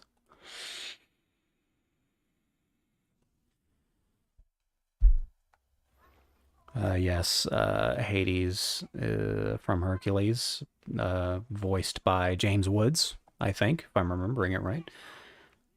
James Woods being a fantastic actor.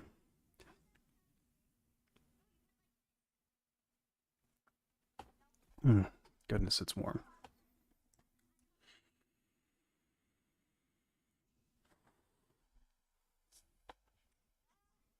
What else we got here? What do they type Hades as? They type him as ENTP. Maybe he was. I don't know. Hercules as an ESFJ? That doesn't seem right. What do they think about ESFJs exactly?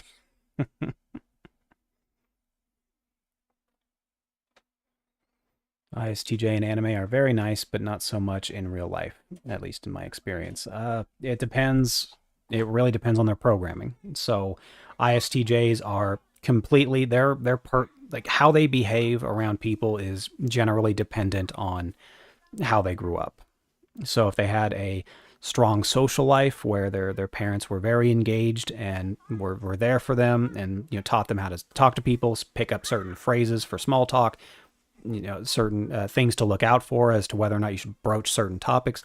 If they can teach them those things, then they can be perfectly fine people. I mean, they're still going to be a little bit reclusive. They're still going to care more about, their memorabilia and the things that they normally do, for fun.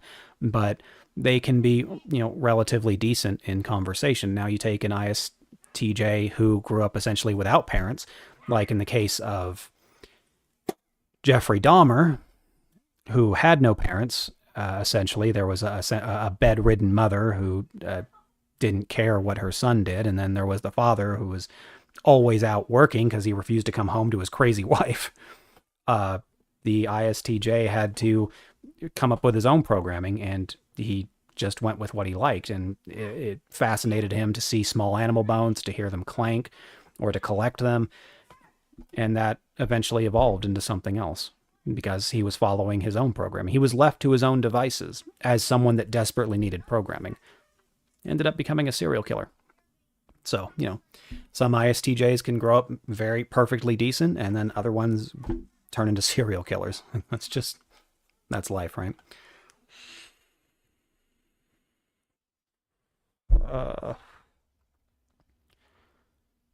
Let's see. Cuzco is also typed as an ENTP. I don't know who that is.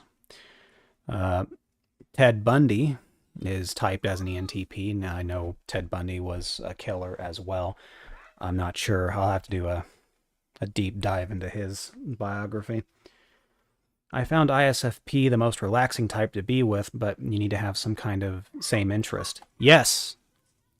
Always look for people with the same interests. Don't look for the same cognitive functions. I believe that Dahmer was typed as an INTP because he would sometimes experiment with the bodies. Like what he killed a guy that he picked, a hitchhiker who was following a band or something. And after Jeffrey found out that the guy was not going to have sex with him, he bludgeoned him over the head with something. I think it was like a dumbbell or something that he had. And he ended up cutting up the body, melting it in whatever acid can cut. Now, by the way, his father was a chemist. His father had all of these chemicals around, and then of course taught Jeffrey some things about, cleaning, like cleaning animal skeletons and whatnot with it. And so it stands to reason that he would have learned some things from his father. Jeffrey did not go out of his way to learn about, chemical reactions of things like that. That was not his preference in life. Like he was not some great scientist or anything. He picked up a book that his father had because his father was a chemist. And then he combined, what he would read with what his father would teach him. And that's the knowledge that he had about, disposing of bodies. So I believe that people give him INTP because he did that a few times. And in one instance, after he killed his second killing, which was a man in a hotel room, he stuffed the body in a suitcase. It's a very ridiculous story. He took the suitcase back to his grandmother's house, and then waited a week to dispose of the body. He had a whole week to come up with all kinds of ideas for disposing of this body. He chose to chop it up a little bit and throw it into the trash can to go out with the trash. He had a whole week to go find barrels, acid, anything that he needed to get rid of this body. He chose to throw it in the trash can. Yeah, real INTP behavior, right? He was very foolish in the things that he did. Not necessarily his fault. Once again, he didn't have any parents. So.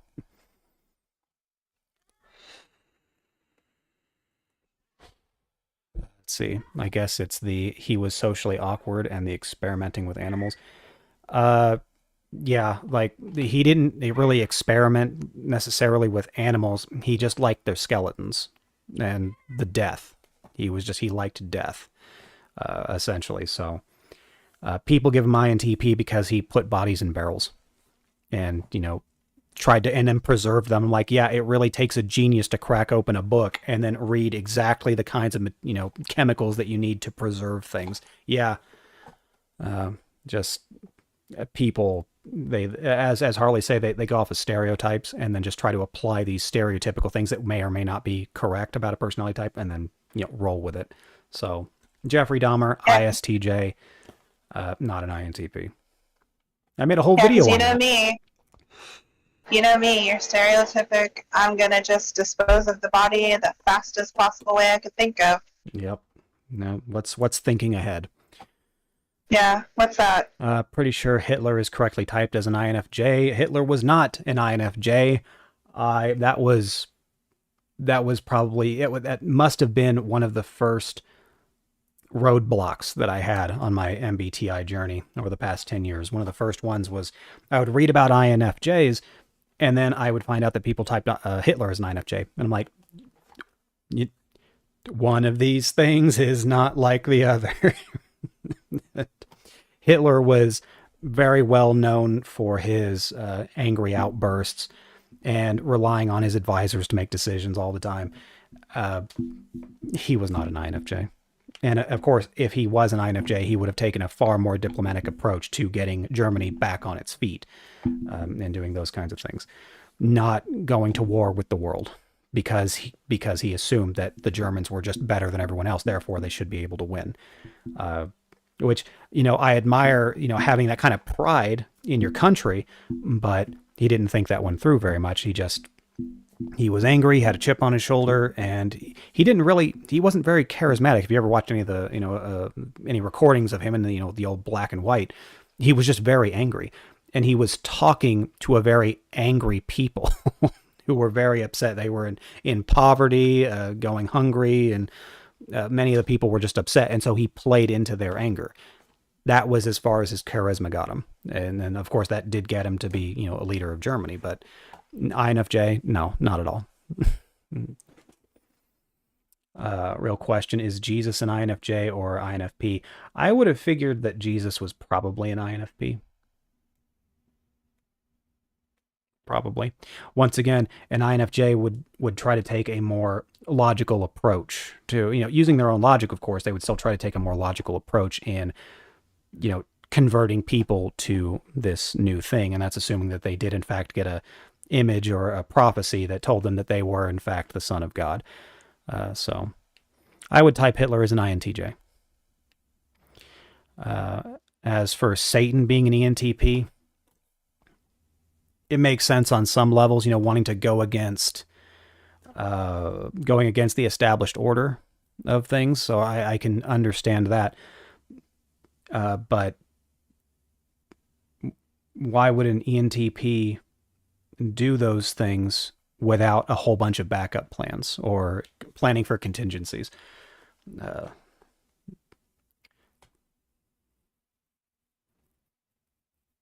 and I'm not talking about his angry speeches as well. I mean, yeah, the angry speeches most certainly, but it was, the reports you get about him blowing up in anger whenever a plan failed to go through, and then him blaming his advisors because he lost the war. So I know that he liked dogs a great deal. That's kind of what I know. He liked dogs, and he was good with, he tried to be like I've seen the videos of him being, putting on a smile and, talking to kids or whatever, or the public. But no, he failed and then blamed everybody else all the time and had no real rational understanding of what it was he was trying to do. So that the point is that not an INFJ.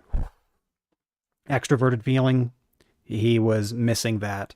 And then introverted thinking, he did not preference his own logic. He preferenced what his advisors told him. And of course, his advisors ended up leading him to making terrible decisions. So, not an INFJ. No.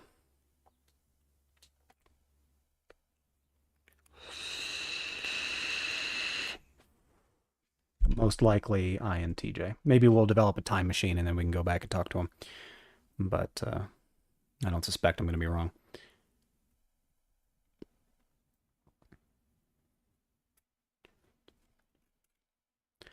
Stalin is typed as an ENTJ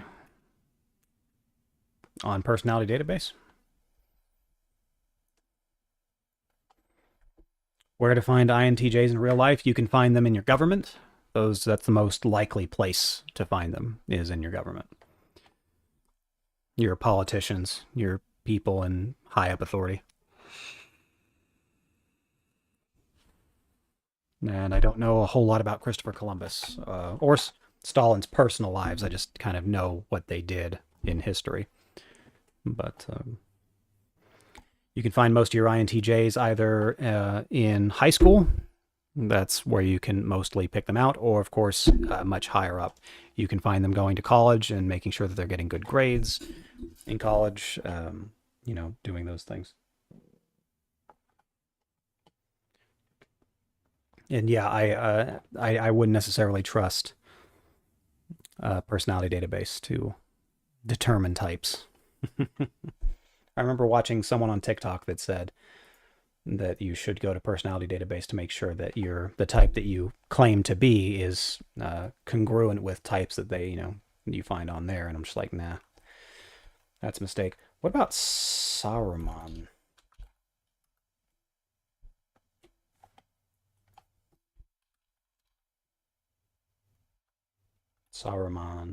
Saruman. Yeah, they have him typed as an INTJ. That made sense.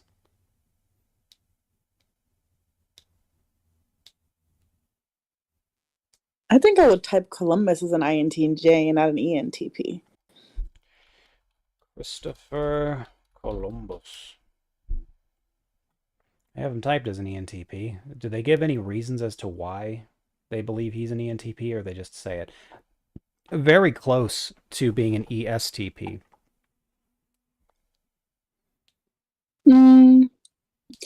Apparently. On the website, anyway. I wouldn't say he was TI, but more a TE user. I mean, he taught himself most of what he knew. Like, he preferenced, actually, reading, and everything he knew was, from the books. There was nothing that he really had that it was more of, his internal logic on it. Mm-hmm. And then when he did get to a country that he discovered and he was so excited about it, his first thing was, I am a god to you. You have to treat me like a god. Build me a monument, stuff like that. So, which we actually did. There's a monument for Columbus in our country. So yeah, and then his remains are also, buried there. He has his house. His whole family also moved back there. Oh. So it's I don't think an ENTP would care that much about that. No, I would think not.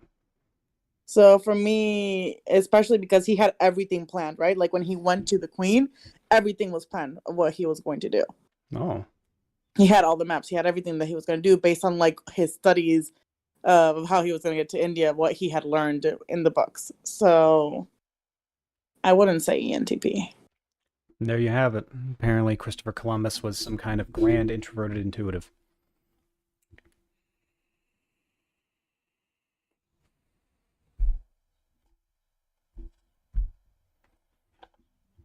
Let's see, the site reeks of mistypes, most certainly. Difficult to see that in the beginning because it is held as the holy grail of correct types. Yes, and I of course made this channel to dispel a lot of those preconceptions in the MBTI community.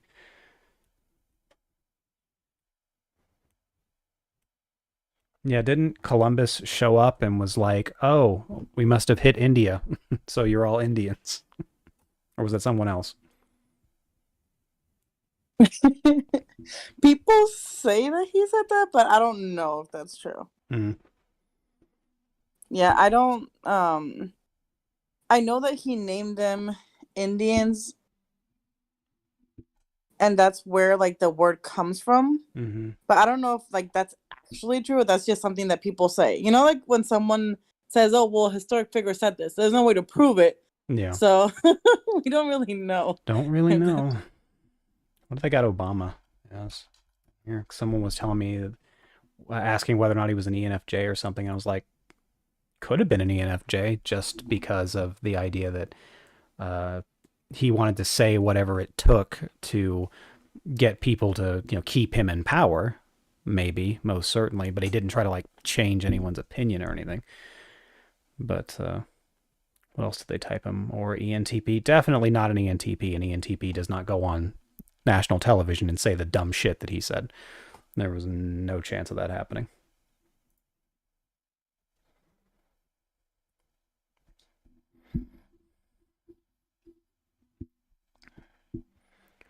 Worst type of country to live in as an ENTP.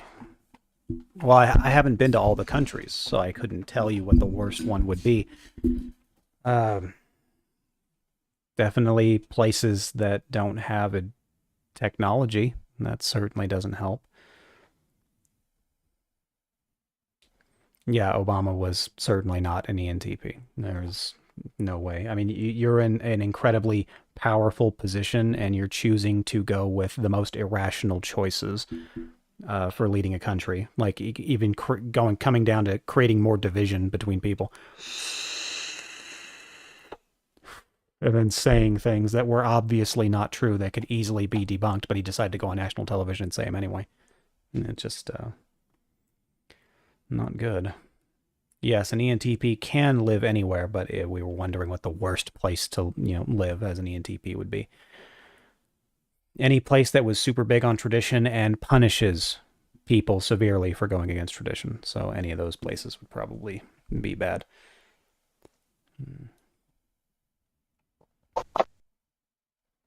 I'm going to be bluntly honest. Anywhere in the Middle East would be really hard for an ENTP. Possibly anywhere in the Middle East.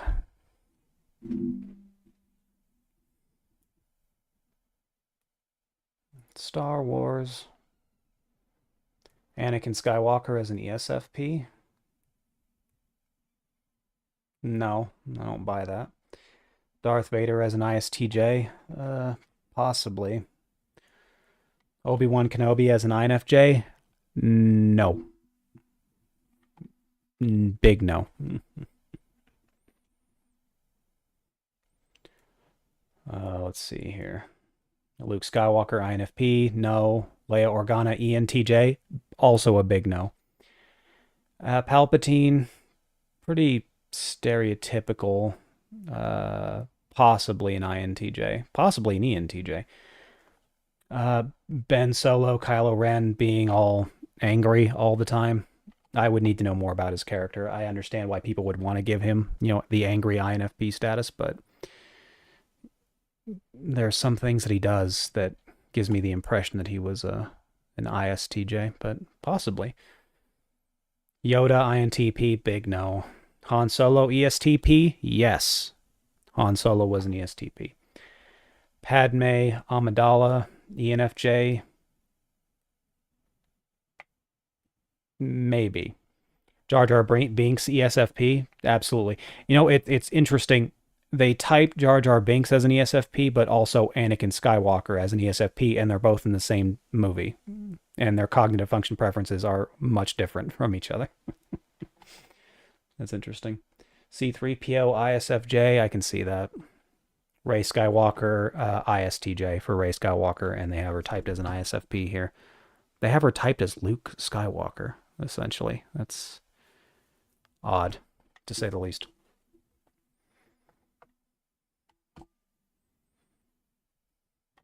I remember you mentioned that drinking alcohol is a big stereotype for ENTP. Why is that? Well, not all ENTPs just jump into the, alcoholic thing immediately in life. Not all of them. I have met one that, did, unfortunately for him. But when you have thoughts all day that range from slightly entertaining to mostly horrifying, you tend to find ways to calm those thoughts down. So at one point, I was chemically addicted to lorazepam or any of its, off brands of that, Xanax, or there was another Ativan. So lorazepam, Ativan, Xanax. I was taking those for about maybe 4 years, nearly every day. So point being that an ENTP will look for ways to calm those down or to get them under control. And alcohol is usually the easiest way to go about doing that. You don't obviously need a prescription to get it. As soon as you hit 21, you can go down to the store and you can go pick yourself up a 12-pack. And then you can determine how much or how strong you want those thoughts pushed down. So alcohol makes that much easier. ENTPs can easily suffer anxiety from the number of thoughts going through their head at all times. And so when you're consistently suffering from that condition, you will look for things you can do to, remedy that. So alcohol, usually the easiest one to get to. So you're going to find that as a stereotype. What else we got? What do I think Leia's type is? That's actually a good question. I never... not an ENTJ, for certain.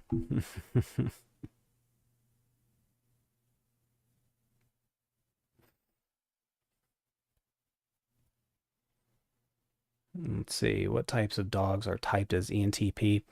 No dogs are typed as ENTP. As an ENTP, do you struggle to be vulnerable with people close to you? I don't struggle. It's not much of a struggle. It's very easy to not be vulnerable to people. It's choosing to say or not say things. Have you ever thought that you might be a different type that was an ENTP? And if so, which type did you think you were? I never gave any serious consideration of being a different type. Like, I thought about it, like, well, okay, what if I were an ISTJ? Well, then I would have a preference for certain activities and behaviors that I grew up with, or that my family, preferred to do. I would, of course, be closer to my mother, and my mother being an INTJ, I would want to try to emulate her behavior. So I was, work hard and, get some nice job somewhere. It didn't really matter where, as long as it made a lot of money, and then, live my life alone and sad and, retire in a house by myself, like if I were an ISTJ. If I were an ENFP, I would have by now had a better idea of what I wanted to do with my life and would be doing it currently. My brother, for example, he's 28 or 29, and he works with people as his main job, like the criminally insane. So he is there to help essentially control them and, make sure that they're not losing their marbles and hurting people, kind of a thing. And he makes a good amount of money doing it. So I would be, like a therapist or something by now. A point is that when I try to imagine what I would be, how I should be behaving if I were any of these other types, I of course think, well, I would be living a much different life than I am now. You cannot look at my life in its entirety and assume that I was just another personality. That type, based on MBTI.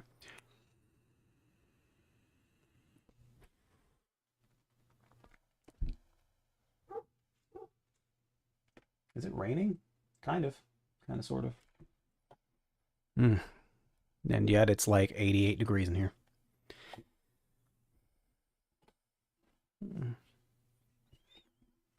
Street Urchin, please catch up with your PMs.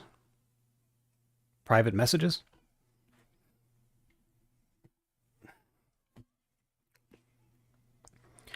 As an ENTP, I find that bad things happening, like someone dying, not really affecting my mood that much for that long. I find that me failing in the things that I want to do, way more depressing. Well, I mean, the fun part, if you are an ENTP, the fun part about failing in something is that you can figure out why you failed, and then you'd be able to just go back and try it again, using a different approach perhaps. Or you can just switch or jump subjects altogether. So it shouldn't really bother you all that much. Now, as for when people die, like, watch this. Someone in Africa just died. And again. And again. Obviously, it's not going to affect people all that much, unless, of course, you were there when it happened, or you have some vested interest in the people in Africa. As far as from what I remember, tuberculosis is still a thing out there in Africa, and people are dying from that every day. So you're probably not going to care about it all that much unless you have a vested interest, or you are there when it happens. Then you might get that reaction. Let's see. I'm right on the edge of T and F, if it makes sense. Well, what? Harley, did you say something? No? Okay. I am right on the edge of T and F if it... I did. I had to go outside. It makes total Go ahead. sense. Well, if you are an ESFP or an ENFP, as an example, then you're going to have extroverted thinking and introverted feeling right next to each other. And you can end up, if you, in either case, you're still going to express to someone that's paying attention to it, you'll still express more introverted feeling, but when you're speaking, you may choose, depending on the topic, you may choose to speak in a more extroverted thinking fashion, more logically. Okay. So on the death thing. The what? I don't know if it's for you, but for me, if it is somebody that I do have an interest in, or somebody that is close to me, or, something like that, I only cry, if I do at all. I only cry for maybe 30 minutes to an hour, and then I'm over it. And like I said, that's if I do at all. Now, I don't know if that's because of my cognitive functions that, It's because you're a woman. I guess in a way. What? But no, like I said, that's if I cry at all. For the most part, I genuinely am just like, oh, that sucks. Yes, it's really context heavy. You're not going to care if people you don't know die. That's most human beings. But if someone's dying and you know them very, very well, and you would miss them if they were gone, yeah, you're gonna care about it. You of course may cry. If my brother were to pass away unexpectedly, my whole life would stop. I would most certainly cry at some point, and then drink myself to death, and then that would be the end of old street urchin. Yeah, you both are very attached to people. I can't say the same. I know. Would female ENTPs be more emotional? They would be just as emotional as the standard ENTP, which is to say, not particularly. Because if someone's being more emotional than they are, more often than not, then you're seeing a preference here.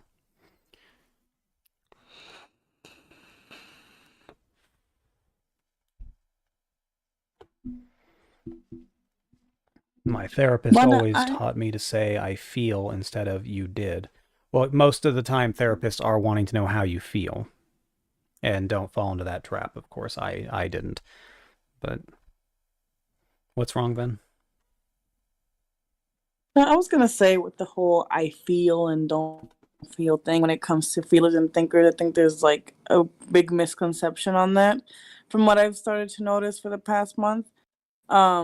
So yes, you might be TI, but that doesn't mean that you're not going to show more emotional than someone that maybe uses a FI.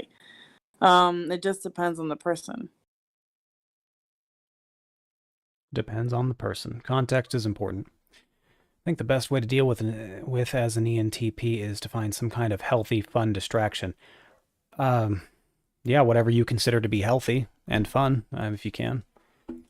Just earlier today, I was playing Diablo 3. It was healthy in a sense that I was enjoying what I was doing, but realistically, I could have been out exercising or researching what foods I should be eating to get a more well-rounded diet, I suppose. But no, I did something else. So, it's a matter of opinion as to what's healthy and what isn't. And ENTPs do not deal in opinions. We deal in logical deductions. Oh, I also watched Shuffle. And I was having a great deal of fun with it until the end.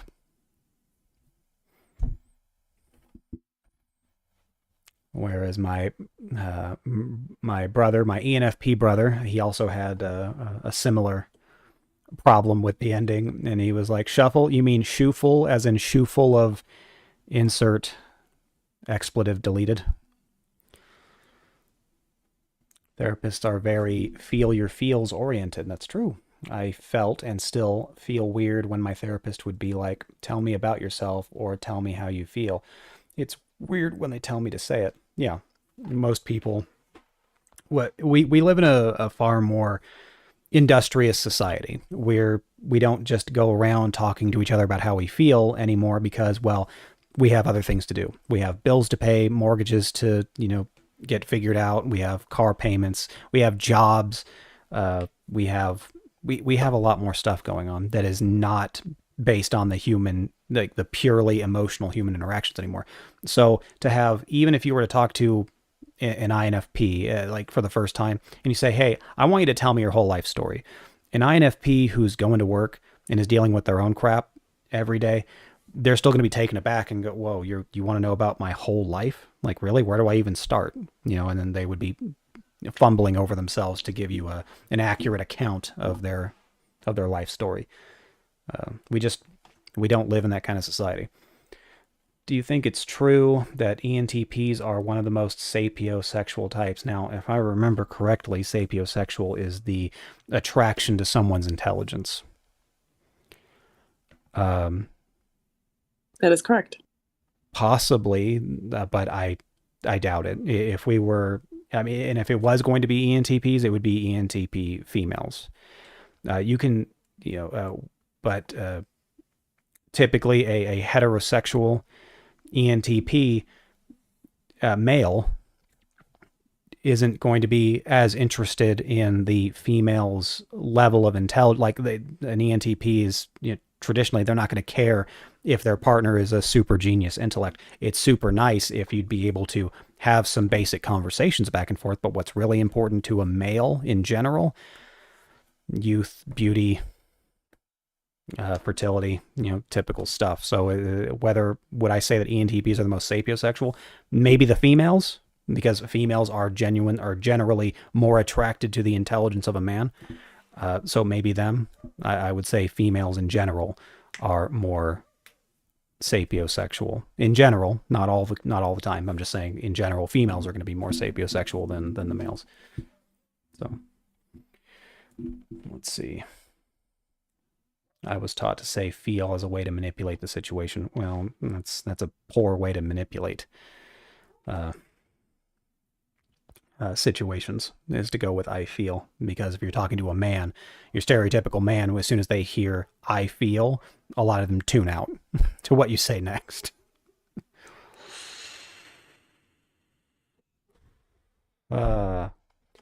I noticed that I was way more comfortable talking about my feelings when I was young, but now not so much, which means you're maturing, you're becoming an adult, because I just don't talk about it, no reason, or it's because I think that nobody cares. Nobody cares, typically, about the feelings of other people. Most people simply do not care. Yes, your typical INFP cares more than the average person, but it's not going to be all the time, and it's not going to be to some amazing degree. We just don't live in those kinds of times anymore. Feelings are kind of looked down upon, because if you're experiencing feelings, you're probably not being productive. And if you're not being productive, then you're going to end up in the poorhouse. And if you're in the poorhouse, well, then you die. Usually miserable. So feelings they're not as important in today's society for living and having the nice things and whatnot. Having what they would consider to be a successful life. Feelings have a much more difficult place than they used to.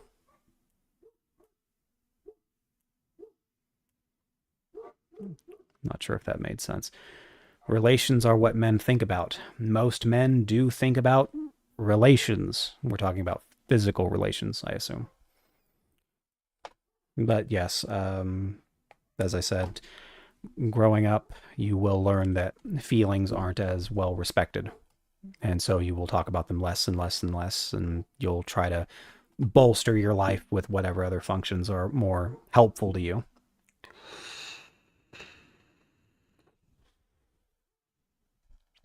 Yeah, INFPs, especially the males. Male INFPs have a very difficult time in today's society.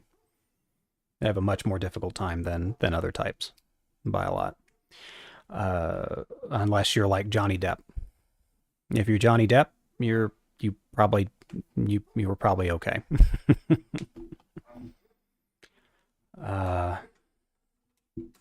Age doesn't matter. To who? Age doesn't matter to who, because age matters to a lot of people, for a lot of different reasons. Crazy high number of ENFPs. Matt, have ADHD, and a crazy number of autists are INTP. Well, I don't know what a crazy high number is, and I also don't know how many ENFPs you have met. If you have met a strangely large number of ENFPs, like let's say you've met 50 INFPs in the past, or ENFPs, if you've met 50 ENFPs in the past, let's say 2 years, I'm guaranteeing that many of them were mistypes. And then, of course, same goes with INTPs. As for the crazy high number, I don't know what you mean by crazy high. If you're going to like Discords or Facebook groups or Reddits and people are just claiming that they're ENFPs or INTPs, yeah, you can assume that many of them are not. As a matter of fact, I would go so far as to say that 90% of them are not those types that they claim to be. ENFPs, when they're young, they can look like they have ADHD, but so do ESFPs when they're young. And usually, even when they get older, they can look like they have ADHD. So there's that. INTPs can be autistic. So can ISTJs. So can INTJs be autistic or show those signs of autism. So there's that. Intelligence or interesting conversations are very important to me, which makes sense if you're female. Looks are fine, but if they are not interesting, I just don't have any interest in them to begin with. Makes sense.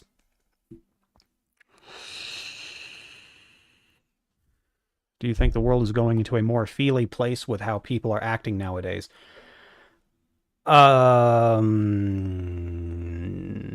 Yes. As a matter of fact, I think it was like a month ago, I was talking to one of my INFPs. Druid is his name. And he asked me if INFPs would eventually get bred out, or introverted feeling would get bred out of society. And I said, absolutely not. It will never go away. Unless someone goes out of their way to perform some mass wide-scale eugenics, there's no way that introverted feeling is going away. It's never going away. As a matter of fact, we're going to see a lot more of it as we go on. Do you see some types as being worse or better than others? Context. Context is important. So, do you want a INTJ doctor, or do you want an ESFP doctor? One of them, you know for sure, took many hours, a huge percentage of their life focusing on becoming the best doctor they could possibly be, which is the INTJ. They put in the extra hours. They did the residencies. They would stay in to get the extra credit. They would do everything they could to be the best and to, move their way up in the department. Or an ESFP who grew up in a vaguely rich family and they just decided on a whim that they wanted to become a doctor. They got middle of the road, grades, and then became somewhat of a doctor who, they're the best thing that they can do is go onto the computer, type in the symptoms you tell them, and then they, it punches out a result and they tell you what meds to go get. You're going to want the INTJ doctor, not the ESFP doctor. So one is going to be possibly you could make an argument that one's going to be objectively better than the other. Although the INTJ may not have the best bedside manner, whereas an ESFP is going to be far more positive and want to make you hope that you feel good at the end of the appointment. One of them would have studied very, very hard, whereas the other one and was successful versus the other one who didn't probably study very hard at all and kind of just gets through it. So it's whether or not one is better than the other. It's completely contextual. Just the same. Do you want an INTJ belly dancer or do you want an ESFP belly dancer? One is going to be much more preferenced in that kind of work. So let's see here. How are INFPs more empathetic than an ISFP if both of these types have introverted feeling dominant and extroverted thinking in the fourth position? So INFPs are, well, let's first start with my definition of empathetic. Feeling what someone else feels. Now, however you slice it, it's somebody imagining how someone feels based on context clues, and then they experience what they believe that other person is feeling. That requires introverted feeling and extroverted intuition. Those are the functions that make that happen. Now, INFPs, of course, have that. Do ISFPs have that? Well, they don't have that same preference. They have a preference for introverted feeling, yes, their personal feelings, but extroverted sensing, the concrete, the here, the now, the things that can be, the tangible things that you know for sure exist and are real. So when it comes to somebody's feelings, you can't always tangibly know what someone's feeling, obviously. So are ISFPs empathetic? Not naturally, I wouldn't say. And of course, I don't necessarily believe that INFPs have some magical superpower to be able to feel what other people are feeling. I believe it's their preference for the perspectives of other people and wondering about how people feel based on whatever context clues they were given. So INFPs come off with having a sense of empathy, whereas ISFPs may have a greater degree of sympathy for people, possibly. But empathy, no, they're missing the preference in extroverted intuition. So I think people should not be so afraid to give honest criticism. It is usually meant to stop someone from failing again in the future. I wouldn't say that it's always meant to do that. I imagine that it is meant for that sometimes. Here's the thing about giving someone honest criticism. If you criticize what someone did as wrong and or bad, or is, well, context is important. If you criticize what someone did as wrong and dumb, there's a good chance that person already knows it. And so therefore you giving the criticism was a waste of time. And most people would take that as you were saying it to be mean. That's how they take it. Now, if you're criticizing what someone's going to do, that might be a little more constructive. You can say, hey, don't put that knife in the electrical socket. It's going to possibly kill you. And at the very least, you're going to be very, very hurt afterwards. You're criticizing their future decisions, their plans. In which case that can be helpful, but criticizing someone after the fact, usually not. I want to see an INTJ belly dancer. I haven't seen one yet, but if I do, I'll let you know. It's because of the extroverted intuition babble. It allows them to see all those possibilities and they know how they felt in that situation. Yeah. So I'm not trying to be mean with this. ISFPs are slightly more selfish. Contextually speaking, I would, if we're talking about overall, they have maybe some selfish tendencies, but I wouldn't overall call them a selfish person, especially with their romantic partner. They're usually very giving because they want that other person to feel good. And they're going to try and make them feel good in whatever ways make them feel good as well, whatever they know will work. And so they want to see those tangible results, of course, that being from extroverted sensing. So ISFPs, typically, I don't see them as selfish people overall. Anyway. INTJ belly dancer with all the university degree. Yeah, that would be funny. Although maybe in private sessions, I have some stories about an INTJ woman that I know. I've been telling my ENTP ex that it's not going to happen again for over 10 years, but he keeps coming back begging for relations. Yeah, that's how you know he's not an ENTP. When he's coming back to beg for an ENTP has no problem getting new relations, different relations. As a matter of fact, being in a relationship and sticking with one person for the rest of their life is something that ENTPs have a struggle dealing with. And so if you give them an excuse to not be in a relationship and instead to go out to find different relations with different people, they're going to go that route. So most likely the person you're talking to is not an ENTP. And most certainly there is a pride level for the ENTP. Like ENTPs have an inherent amount of pride, and to go back begging for relations, that's a no. That's not going to happen. More likely to be on OnlyFans. I'm more likely to be on OnlyFans. Do you agree that Morty is an ISFJ? It would make sense if Morty was an ISFJ. An ISFJ male with the things that he does. It does make sense. I believe that you're probably a pretty good belly dancer. Vonda, aren't you an ESFP? I don't remember. I thought I would have swore that you talked to me about it at one point. What do you think about the objective personality typing systems? I don't know what to think about the objective personality typing system. However, I would say at least this one thing. They're probably around to make money. So never discount that they might give you a result that makes you feel good so that you'll come back to give them more money later. Don't discount that. I know a few ISFP guys and they lack a lot of assertiveness. Yes, ISFP males can also have a more difficult time, much like the INFP males. However, the ISFP males, they're more grounded in reality, and so they pay more attention to their surroundings, what's working, what's not working, and so they tend to have ever so slightly better results in society than your INFP males nowadays. Not by some super high amount either, but matter of fact, the one that I do know, he's a truck driver, and he is alone, completely out of shape, and he lost all of his hair. And I don't imagine that he's currently, a king of the social circle, as one would imagine. Commitment issues. Yep, ENTPs have commitment issues. Vonda, you believe you're an ENTP? Well, what do you think of people paying to be typed by MBTI professionals? I think that I hope that they're getting good results. Otherwise, I've heard some horror stories. There's supposed to be one MBTI YouTuber that charges people $150 for 15-minute sessions for typing.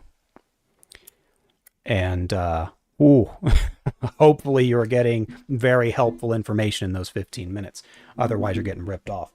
Otherwise, you can come to me and donate $20, and I will spend an hour with you. We will thoroughly go through how you decide to how you make decisions in life, and then we will describe how those work for you.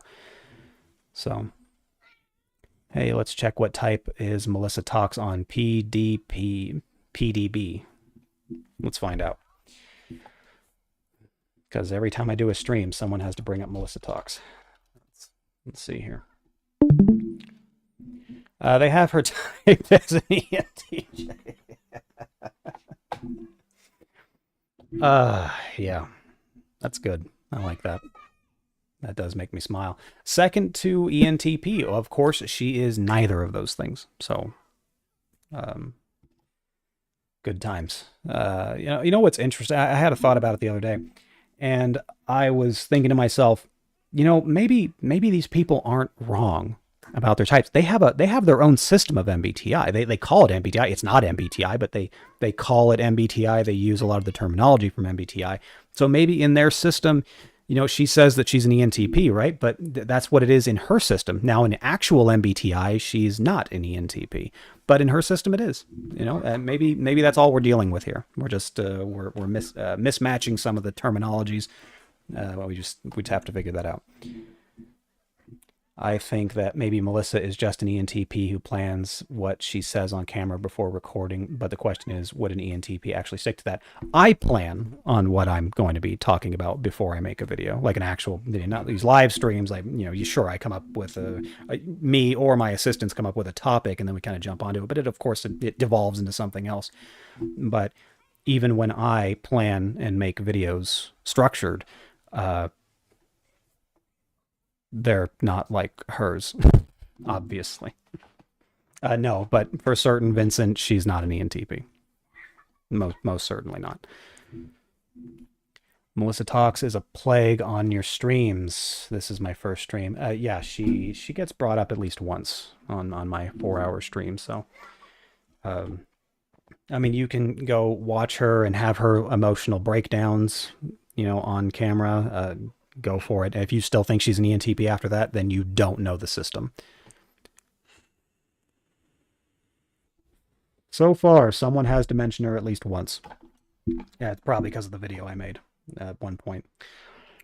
Like an 8-minute long video about her not being an ENTP. Although I thought maybe she could be an ENFP or an INFP. We could, we'd have to have a talk, of course, sit down, talk for an hour and, see what type she actually is. My friend Cal thought that she might be like an ESTJ or an ESFJ, which I'm not certain about either one of those, but it's a thought. It's a possibility. Anything's possible. I also think she's an ESFJ. Yeah, ESFJ. I've also heard ESFP. Also possible. There was the one woman who was doing MBTI. As a matter of fact, I think she still does the MBTI stuff. It's like Amy or something. She's Asian.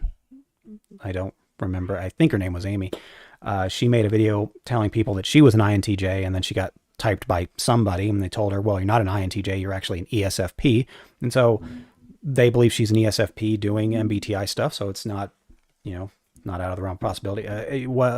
Hello, Kristen, I think someone mentioned was an ESFP. There you go. Another ESFP doing MBTI stuff. It's about being part of a group and a community, for them. I would just find it very weird that she was an ENFP. I don't see how I see how it's possible. However, she's just too irrational sometimes. So that is a little weird. Yeah, especially the whole check yourself part of the video. I was like, yeah, it's not necessarily something that I would expect to hear from an ENFP. But once again, where you grew up, how you grew up, how much, if you grew up rich, you grew up poor, you grew up having to hustle to stay alive, or if you just, were handed everything in life, you may have some different outlooks on things. Clearly she's an INFJ. She is clearly not an INFJ. Do you think Frank James is typed right? I don't know what type Frank James is. He just has the same monotone look and voice for all of his skits. So most of what he says about the types are wrong, but am I supposed to expect something different out of the MBTI community? Let's see. Someone pinged me, and I don't know from where. Oh well. But I struggle to see her as an ENFP or an INFP, maybe ESTJ, but I don't know how prone to emotional outbursts they are.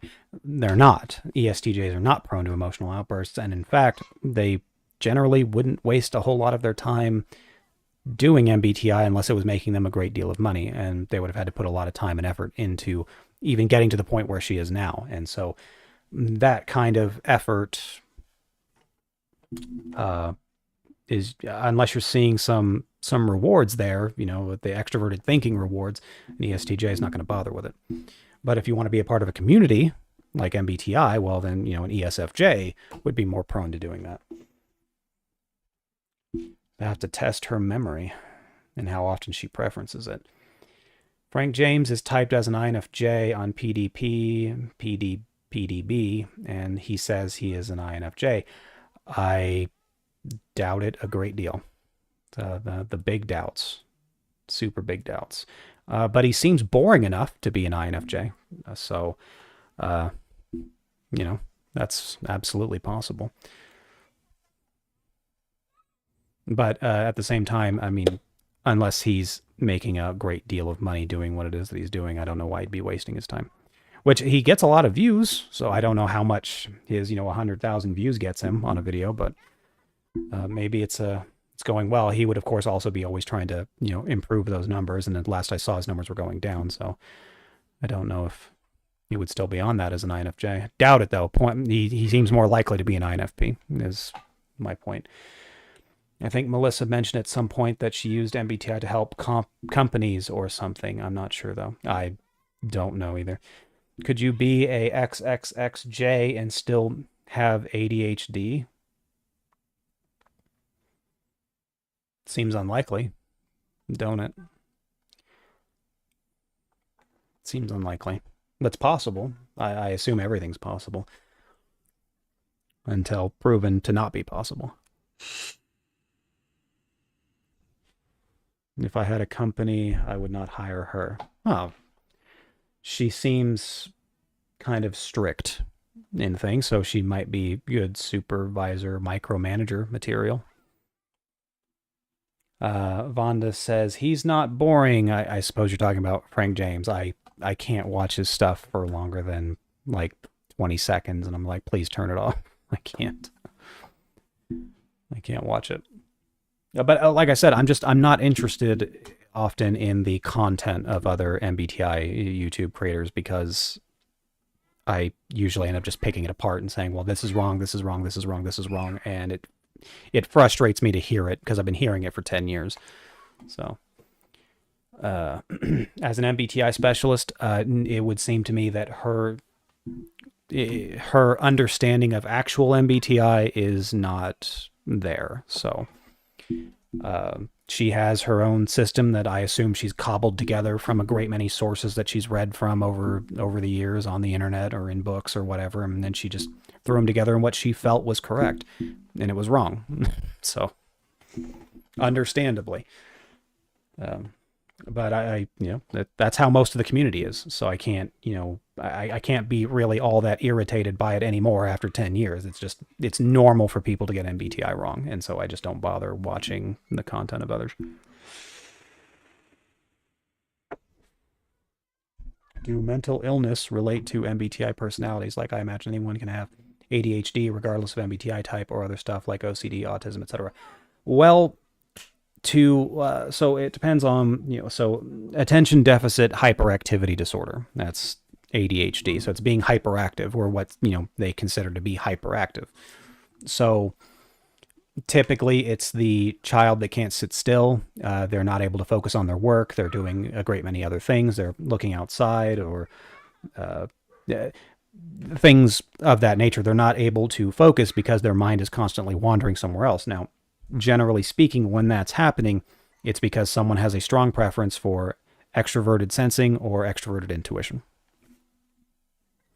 Which, if you have extroverted intuition or extroverted sensing in the first or second position, you are in fact a P, not a J, based on the Myers-Briggs type theory.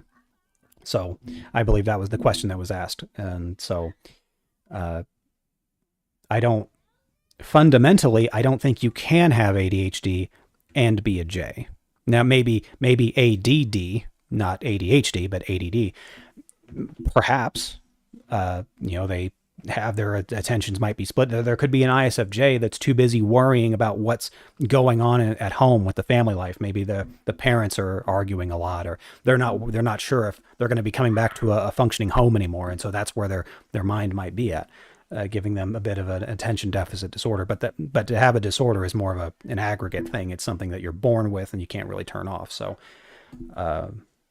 it would be strange to see a J that had, as a matter of fact, I wouldn't type them as a J. It would be a P if I saw someone with ADHD.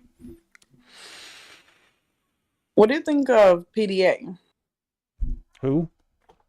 PDA, because I had Who's that? some people, it's it's a pathological demand avoidance.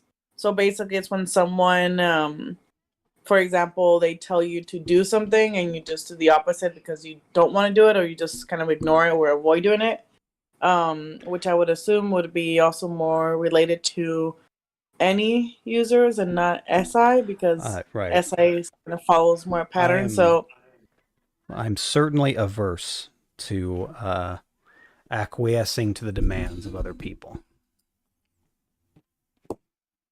Most certainly. Yeah, so I would say PDA might be something as well that could be included with the NE possibly patterns. Okay, cool. I believe that me having dyspraxia, which I'm not sure I know what that is, definitely had some effects on me being typed in ENTP. What's dyspraxia? Let's find out.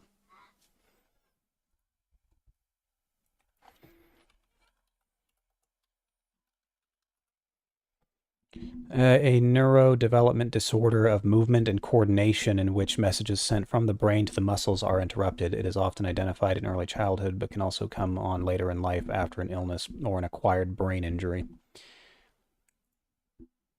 There's verbal, constructional.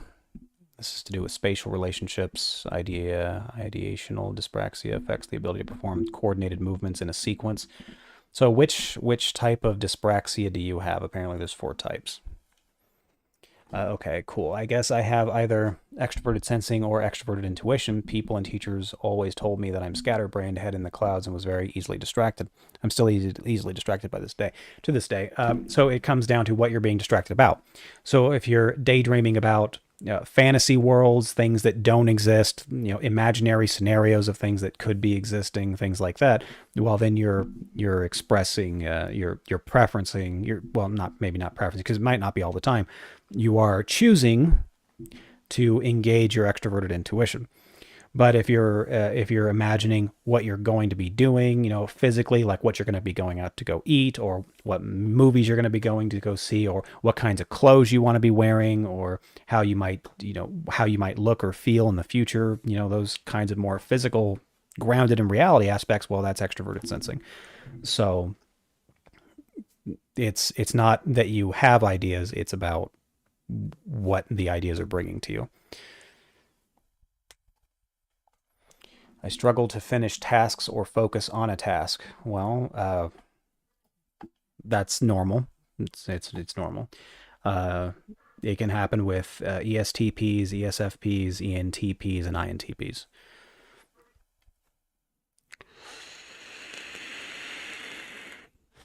ENFPs as well, of course. And INFPs. There's 8 personality types that can easily have a struggle with focusing on tasks, especially if the tasks are very boring. That's usually why people have struggle focusing on a task, because they're not interested in it. So if you're doing something that's not interesting to you, you're going to have difficulties focusing on it. If you're an extroverted sensor and I'm trying to talk to you about quantum mechanics or black holes or new types of technology and the ways that they work, you might be interested for a moment, but it's not going to be exciting enough for you. So you're going to be kind of bored. You'll try to change subjects, or maybe you'll just walk away. If you're an extroverted intuitive, and then we talk about, what kinds of coffee are your favorite coffees, the flavors, what kinds of, makeups do you prefer wearing more often than not, or how was your day in general, the basic everyday normal questions. Well, once again, you're going to start losing interest very quickly, and you're going to want to move on, change the subject, or just walk away. So let's see. I was actually about to say that. When you said INTP, I was going to be like, it's not because I can't do it, it's because I don't want to. I'm bored. That's what real life is. You're either going to be interested in things, or you're not going to be interested in some things, and it's just how it works. Let's see. I'm 70% daydreaming about fantasy worlds. Well, that's cool. I don't know if you're on my Discord or not, but of course you can join the Discord and tell us about the fantasy worlds, so that someone can steal your ideas and then write them into a book. Sometimes I would be disappointed how reality didn't align with my fantasies. Well, prepare to be disappointed a lot, because that's going to be life in general. I struggle with things like writing and having a steady routine because of my dyspraxia. Well, you say dyspraxia, but apparently there's 4 types of dyspraxia. So which dyspraxia do you have? People with it usually have big imagination. Well, I don't know if that's true or not. I'm just reading this supposed definition of dyspraxia, and it has nothing to do with imagination. But possibly people that have those issues may have an imagination because they're having such a difficult time dealing with the real world, and so they escape somewhere else. But typically, people that have brain damage also have issues with things like imagination. I would just need more information before I'd be able to comment on that. Daydreaming is extrovert. Well, no, daydreaming, it depends on what you're daydreaming about. That's imaginary stuff or real life stuff. What are you daydreaming about? That's because you're going to be daydreaming because what you're supposed to be doing is very boring. So typically daydreaming is seen in school, especially, in grade school, the very young ones. They daydream about all kinds of stuff. It's just, what are they daydreaming about? Imaginary and abstract, or concrete and tangible? What are they daydreaming about? And both can be very hyperactive. You usually see hyperactivity in children because they're still new to the world. They're new to this existence and reality, and so they want to learn more about it more often than not. I can be interested in both abstract stuff, but also like the coffee thing and whatnot. I remember I spent an hour with my friend talking about the possibilities, what people with addiction withdrawal can experience. Yeah. Yeah, and most people can be interested in both. It's just the question for what period of time.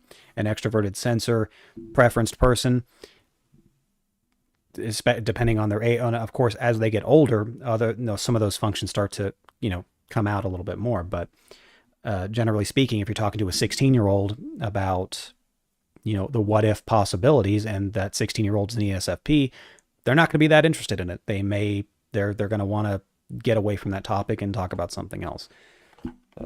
As we mature, we start, we don't necessarily have more of a preference, but we may have more experience using those functions that we generally wouldn't prefer. And so we'd be able to better handle conversations about things that we don't care about. For example, I'm 35, and yeah, I can talk about some really basic stuff. I don't want to, and if I don't think I can get something out of the conversation, then I'm absolutely going to call it quits, or I'm going to, do something else on my machine while talking to someone. But yeah, most people can talk about abstract stuff and talk about concrete stuff. It's just, to what degree do they really preference it? Are they more engaged in abstract, or are they more engaged in other topics of conversation? Is it common for you to have awkward situations from the past coming back in your minder? When I go to sleep. Yeah, typically. That's usually when they come at me, as I'm laying down. But I'm an old man now, and so I have a lot to look back on. And most of it was unpleasant.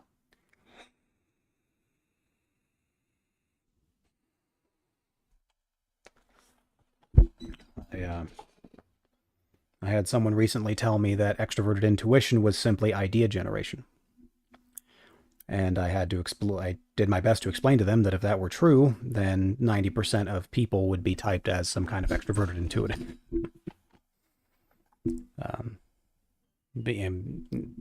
It's just, people have ideas all the time. Just about what? I hate to correct you on that, but it hasn't just been one person. It's been multiple people that have told us that. Well, but it's true that I had at least one person tell me that.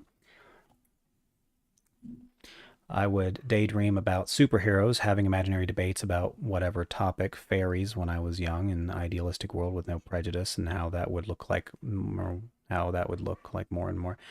Well, that sounds like, ENFP or INFP, kinds of thoughts to be having, especially with the whole idealistic world with no prejudice kind of thing. So there's a reason that we have things like prejudice in the world. It's a survival mechanism. And apparently it's something that must have worked, because we kept prejudice as part of the human condition for thousands of years. Someone once said that extroverted intuition is Google autocomplete, but with ideas and thoughts. I have too many interpretations for that. And so I'm going to just say, in some ways that makes sense, and in other ways that doesn't make sense.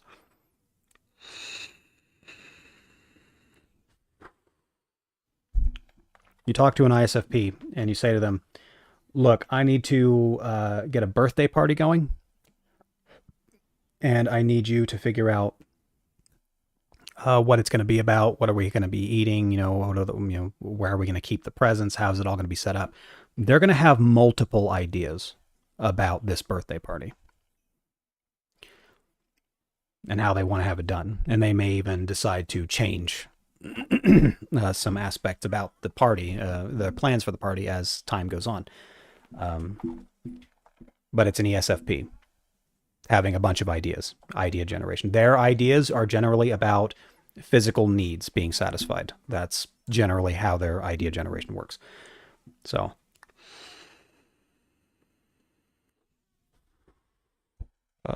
not many musicians are typed as an ENTP or INTP. My theory about that is that the most of you see a musician do is X ESFP behavior, I believe there are a lot more or XNTP musicians than PDP says. Well, I wouldn't trust personality database to give you accurate information. I would not trust that whatsoever. And there are some, intuitive, introverted thinking types that have created art. They try to make it more. They try to categorize what's good, what's bad. Yeah, they want to take a more mathematical approach to creating this art of sorts. Assigning objective values to what are otherwise subjective forms of entertainment. What gets you the most benefits, etc. What gives people the most excitement when hearing certain sounds or seeing certain colors, and so on and so forth, based on their own observations and understandings. Like PewDiePie read from Good Mythical Morning, but then again, I do think some of them are mistypes. Most people are mistyped. Most of them are. So, take that into consideration. I see more YouTubers typed as ENTPs or INTPs. They could be, maybe. I once, to my regret, talked to somebody on Reddit about MBTI, and they sent me a link to someone whom they thought was an ENTP, and it was seemingly kind of obvious that they were an ESFP. They mostly just giggled and came up with childish kinds of jokes about things, and they were just giggling to themselves incessantly, and I'm just like, well, you for some reason think this person's an ENTP. Good for you. You're wrong, but I'm glad that you can spread all that MBTI misinformation so that maybe it'll drive more people to my channel to get correct information, I suppose. I would have also typed Albert Einstein as an INTP.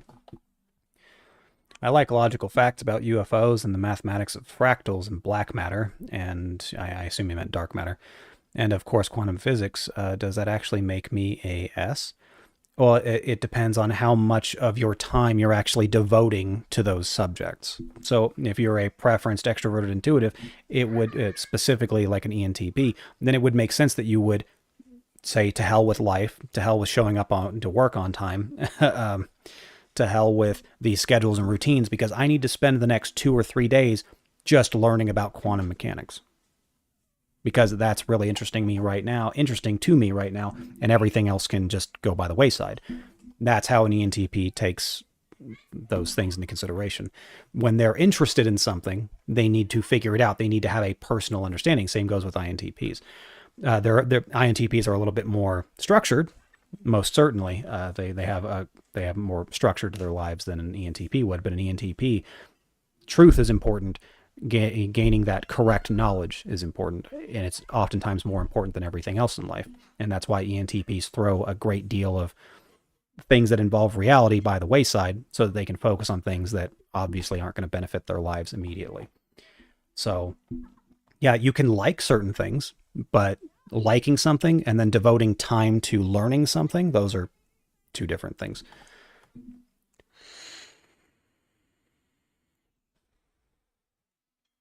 And yeah, figuring things out is great. Super good.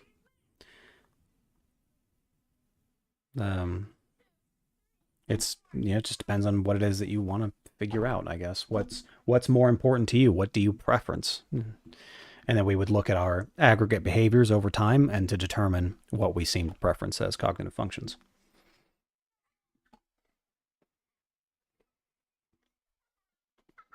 I think PewDiePie is an INTP who's very comfortable in front of a camera. Now, in the very few instances that I've seen PewDiePie, I would say that he's not an INTP.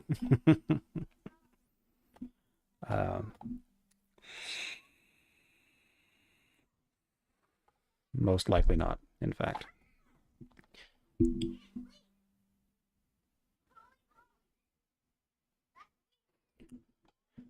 Let's see, what else? What's next, gals? Ran out of questions, I think. Well, I was say, because earlier I missed the whole Flynn Rider best character on Disney, that I agree. Flynn Rider is one of the best characters that Disney ever produced. It actually gave him an arc and a storyline and not just some dumb prince. Like he goes through and like his struggles and how to become better during the movie, and it's not just some, oh yeah, I'm a prince and I have to go and find my princess and I'm just handsome and that's all I have. Like no, he's a thief that has struggled in life and is trying to and just does shitty things. Like, well, just does bad things. He just does bad things. Would agree. Yeah, I would agree that Flynn Rider is a great Disney character. One of my Disney favorites. character. And don't worry, guys. There you have it. Objective, great Disney character. Urchin is definitely going to watch the movie. I'm not going to say much so I don't spoil it. Am I definitely going to watch the movie? Is that definitely going to happen? Definitely watching the movie. So I like how he just argues it always. Am I? Am I really? Yeah, they kind of are. Happening. Yeah, I mean, this one we're watching for sure. Okay. Oh, wait, what's the movie called? Tangled. Yeah. Okay. If I like the movie, you know it's not that. Come on. Oh, okay. As an ENFP, I also like to place an importance on the truth of the matter, at least in what I'm interested in before anything else. Is this due to our TE usage, except ENFP uses it less often? So in ENFP's primary way of finding the truth in logical matters, just objective types of logic, ones that can be, empirical logic, they will go with what is the most accredited information. So if you're in college and you believe that, that the college is a good college that you're going to, then, for example, the books that you read, what the teachers are saying, truth, and truth. Now, unless, of course, they say something that's radically different from what you believe to be correct, then otherwise you're just going to go ahead and go with it.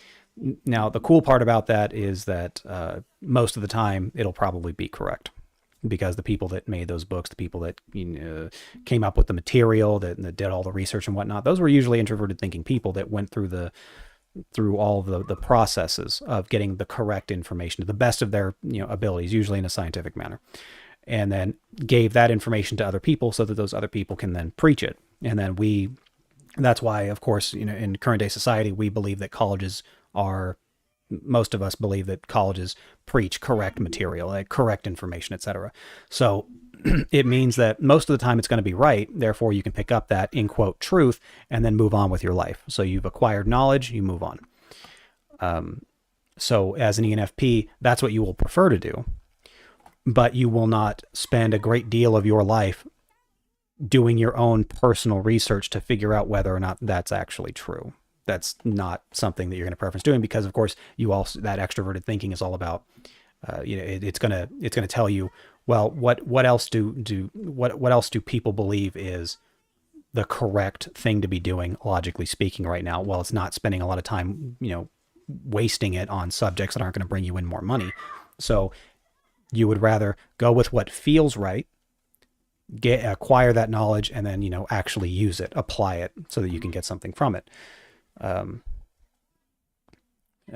So in terms of, and it's good to find the truth, but unless you're willing to actually do all the research yourself, how are you supposed to know what you're learning is actually true? You just have to believe. You have faith in what you're believing is correct. Let's see. Caught near the end, though. I'd say we got about another hour, I think.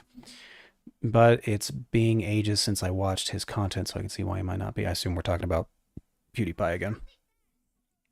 What would you type someone who is very money/future focused? That could be introverted intuitives. I mean, either one. I mean, whether it's extroverted thinking or introverted thinking or feeling or whatever.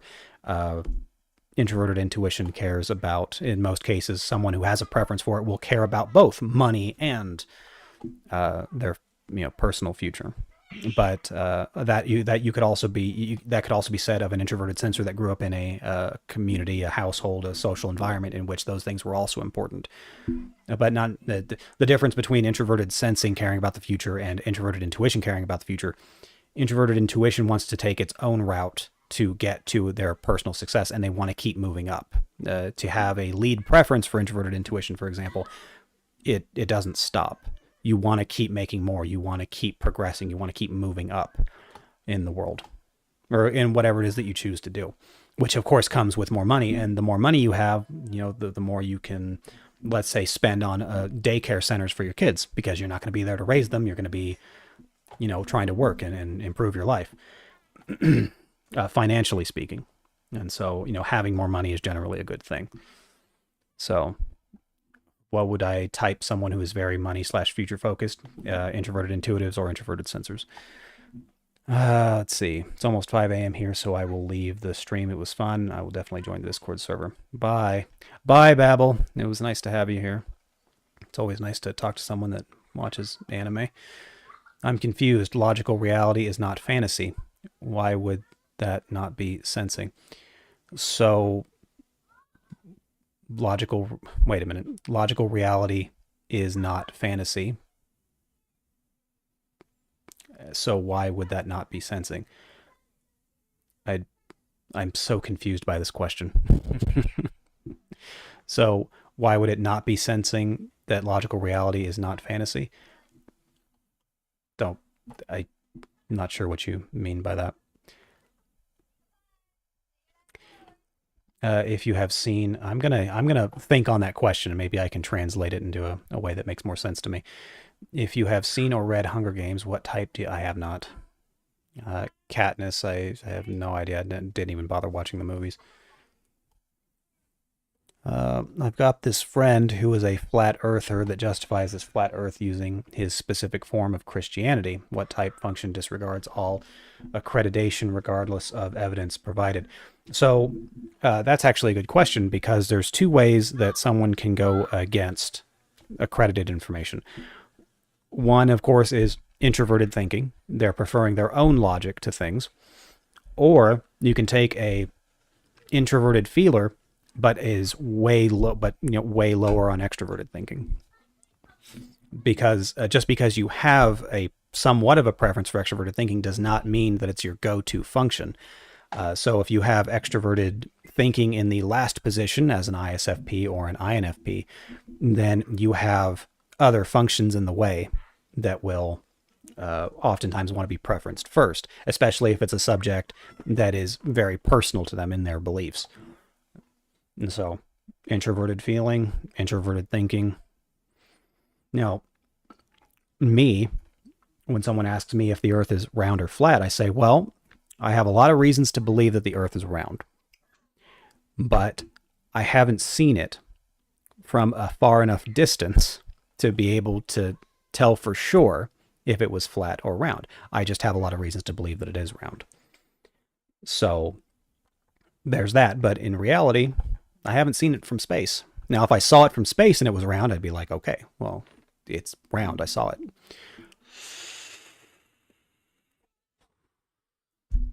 Hello, Seagoyle.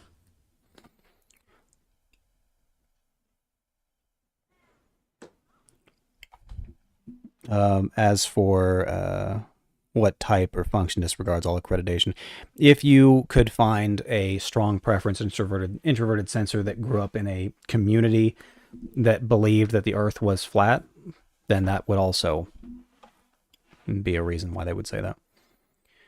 You said that sensors I said they like concrete, in reality, tangible, yes. And intuitives enjoy fantasy, but deep thought on reality is introverted thinking, if they're interested. But see, when we're talking about deep thoughts in theoretical realities, well, now we're talking about the abstract. We're talking about things that don't exist in a way that we understand them. And so you have to use your imagination. That's why, astrophysicists or theoretical physicists, like, many scientists that we have nowadays, Neil deGrasse Tyson, for example, might be one of those. They're going to be INTPs, because they're trying to they're trying to gain a logical understanding of theoretical parts of reality. To an extroverted sensor, it requires a great deal for them it would require a great deal of physical evidence for them to truly believe that those things could be possible. So, what do you think is the most relaxed / chill / least likely to get stressed MBTI type? Well, that would be the ENTPs, and then followed by INTPs. They seem to be rather chill people. Unfortunately, ENFPs more often than not are too busy focusing on very stressful things, whether that's people or their jobs that involve people or things like that. So they tend to get more stressed out. But ENTPs, INTPs, chill factors set on high. I'm rarely stressed, even if I'm in a stressful situation. And she's rarely stressed. I'm never stressed out. I'm just going to be honest. Okay, yeah. Last question, and I'm actually leaving. How would you type some who has anger issues, but they tend to be emotional anger? I'm trying to type my mom. She gets angry at people not being efficient. ISFJ? That's not sure about your mom, I'm afraid. Someone wasting their time or someone being jealous. There's many personality types that could behave in such a manner. INTJs don't like their time being wasted, and they tend to get very frustrated, irritated, angered with people who waste their time. So there's that. ENTJs wouldn't necessarily get angry, but you might be able to interpret what they're doing as angry motivations, behaving in a similar fashion. INTJs will get impatient if you're wasting their time. Yeah, other people, that's a tough one with such a basic description. I would say that you could probably throw certain personality types out. You could start, process of elimination kind of a thing.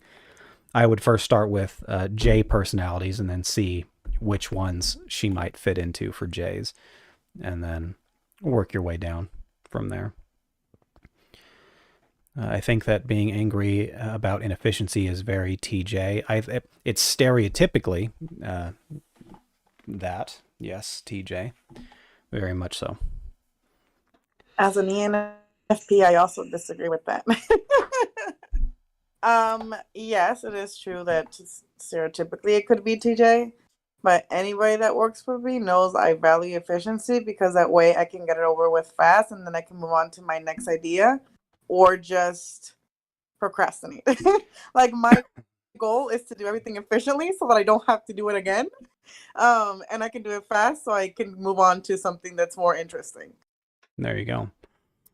She is very ambitious, very into fitness, and likes luxury and feeling rich. So if she's very ambitious in a sense that she's always moving up in the workplace and she's always trying to gain more control in her workplace and whatnot, or, to gain, have more money, and she's into her physical fitness, that usually is an introverted intuitive thing. But I don't know what you mean by very ambitious and very into fitness, because you can't be constantly moving up in your job and while putting that same level of energy into being very fit. So if you mean she stays slim and, kind of toned up a little bit here and there, or she's on a diet, then she's kind of into fitness for sure, but she's not, going to the gym, 5 days a week and exercising or whatever, because that would be very into fitness. Same goes with, very ambitious, unless she is at the workplace, 10, 12 hours a day, 4 to 5 days a week, then I'm not sure what you mean by very ambitious, because that, for sure, that is very ambitious. But point is that you wouldn't be able to put that kind of energy into both, because you can't be in two places at once, kind of a thing. So, and of course, as far as I know, yoga instructors aren't running 10 miles a day, with their class. Usually yoga instructors are in class many hours a day teaching people to stretch. So there's that. Can a extroverted, intuitive, dominant person, so ENTPs or ENFPs, can spend the whole day just watching stuff on the internet? I mean, could this be typical? That can be normal, although eventually, they're going to want to do stuff. Eventually. It may not be every day, but for example, my brother, ENFP brother, although he was doing some other things, he was primarily learning how to put tattoos on people so that he could try his hand at tattoo artistry. And so he did spend a great deal of time, but he was also doing other things. But it can be normal. She always wants to upgrade her status and step up. She has her own business. Well, that's cool. Good for her. You guys make me question my knowledge about MBTI, so I guess that is mission succeeded for an ENTP. Yes, Vincent, you have, I don't know if you were trolling or not, but you said certain people were certain types that I was very certain were not those types. So you may have different knowledge of MBTI. It could be from places like Melissa Talks or C.S. Joseph or Objective Personality or some other crackpot place in which you may have learned MBTI information. If you would like correct, relatable MBTI information, of course, I have a YouTube channel and you can check out my videos. Then we can get on the same page if you'd like.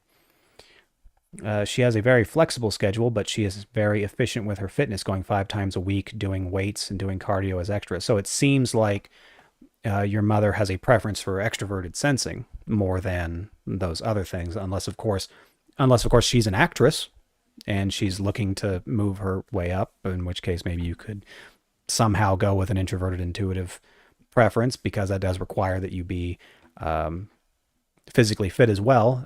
So that combination could be found in, let's say, an ENFJ. But of course, there's other things that come along with being an ENFJ. And so maybe if she was an actress or something, then that would make sense. And she works from morning till afternoon, and then she tones down by being on her phone or reading a book. It's usually self-help or horoscopes or about money. I'm starting to think that your mom might be an ESFP or something. Now, granted, I have known ESFPs that did manage their own businesses. However, they usually had a lot of help with managing things. Usually, I'm not sure what business she's in, so we would need more context on that.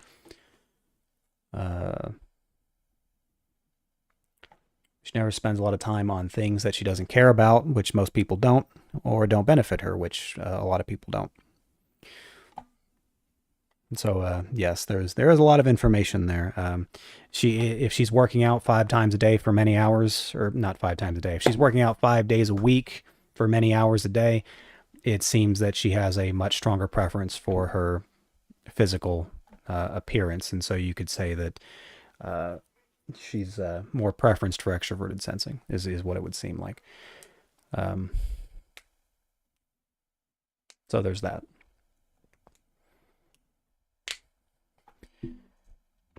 And then granted, mutations do happen, but generally speaking, with genetics, the apple doesn't fall that far from the tree. And so you might be able to take a look at yourself and the cognitive functions you preference and see if there's any similarities between you and her. She owns a real estate business. Oh, people would always describe her as a good businesswoman and at managing her time. Yeah, real estate. I don't know how it is wherever you're from, but here in the United States, it's not difficult to become a real estate agent as comparing it to, let's say, becoming a doctor. I've known a number of women in my life, strangely, a large number of women that ended up taking real estate agent classes and trying to do their own business and agency. So don't know how much time and effort it requires in where you're from, but here in the United States, it's not something that requires a master's degree.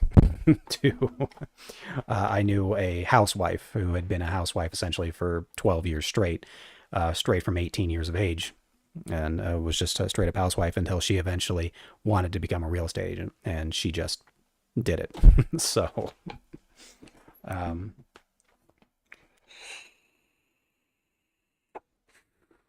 I wouldn't say that being a real estate agent is a primarily introverted, intuitive thing to do.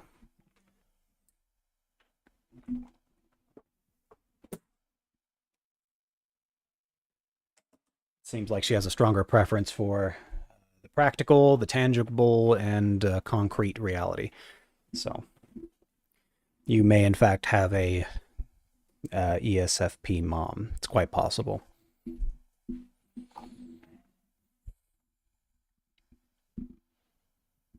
Going to chase a balloon with the Fractal Society and watch the total eclipse of the sun while having a balloon glow. Fun, I think. I mean, that's cool.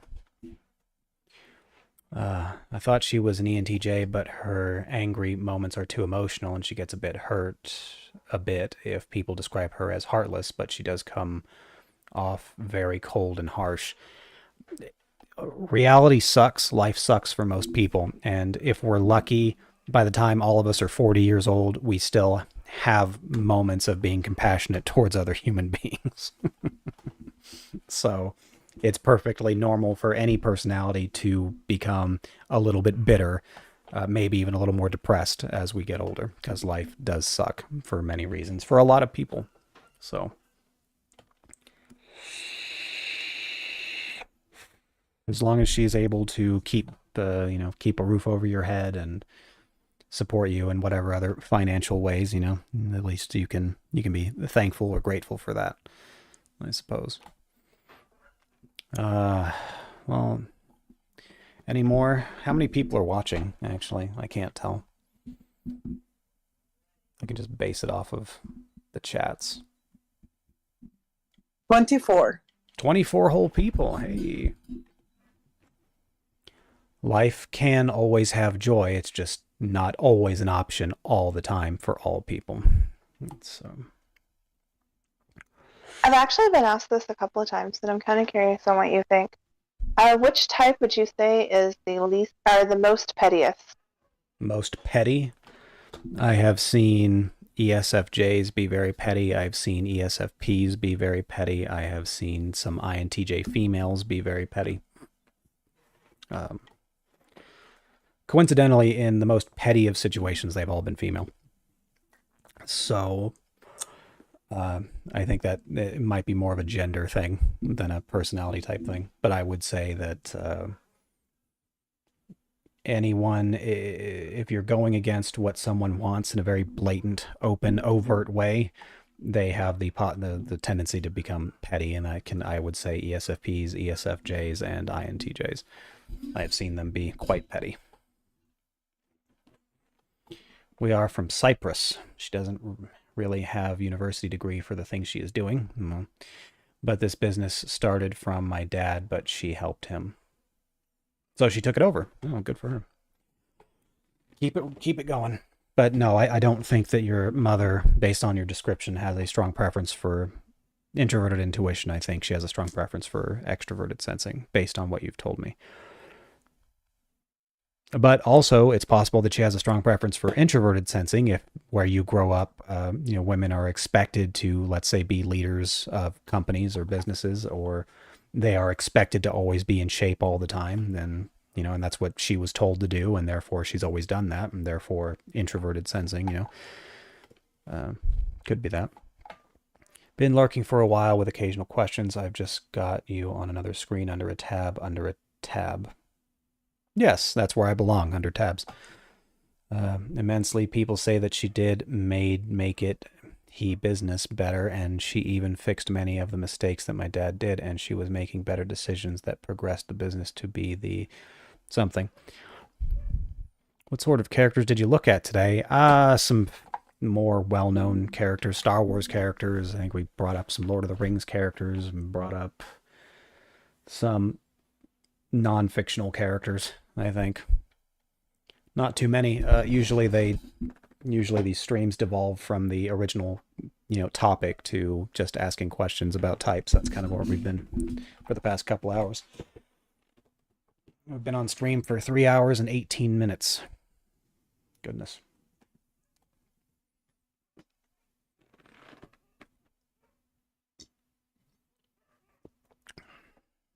My dad was definitely more of a feeler, and even after he passed away, she still manages to keep the business going. In fact, it got better. That's great. I'm glad to hear that. So you're rich?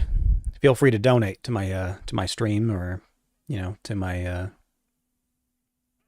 Patreon as well. So also type your entire family for $20 donation. Yep, type your entire family for money. Oh, goodness. Did you look into the philosophy section by chance? I did not, but we can. Just for funsies. Is there a philosophy section?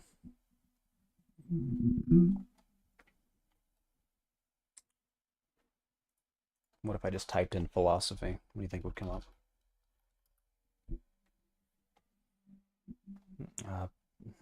Okay.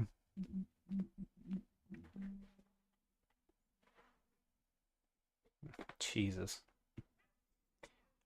It's funny that I type in philosophy and it brings up a great many of these, these characters at least, and only one of them's supposed to be. One of them's an ENTP, even though that's like their bread and butter for living. In ENTP, it's philosophy, what's right, what's wrong, etc. Spending way too much time thinking about it. Yet only one of them pops up. It makes you wonder if maybe some of these people were mistyped.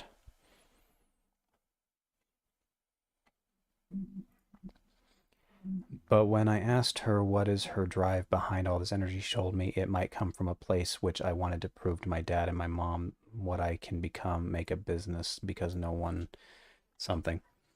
Let's see. Jess Semby says, would you answer questions about compatibility or is that dumb? I will answer questions about compatibility to the best of my ability. I can give you some broad strokes based on, it helps if you tell me male or female of the personalities. Needed me or showed me my support, any support. Well, still, I haven't, your mom could be an ESFJ as well. There's that possibility. Apparently a spoon is an ISFJ. Let's see. It's quiet, useful, and doesn't complain about its function, and its function is to help you as a person stay alive. So yeah, why not ISFJ? I can make an argument for that.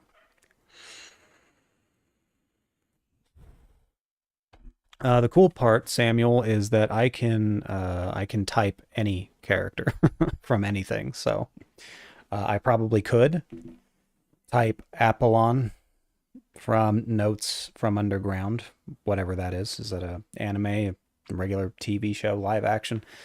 I'm not sure. I was a stripper for 11 years, so I always had to look perfect if I wanted to be the one making the money. Now I have a hard time leaving the house because I rarely even brush my hair anymore. 11 years? That's a lot of effort, for sure.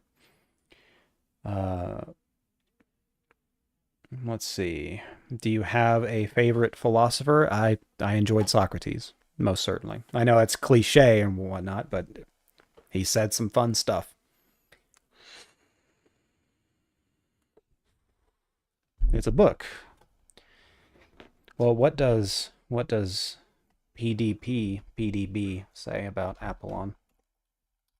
Maybe he'll come up. She'll come up.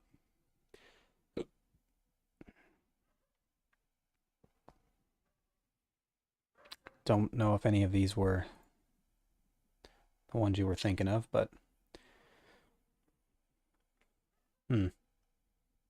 apparently a lot of characters named Apollon or some variation thereof. What's up, nerd dude? How's it going? Dostoevsky.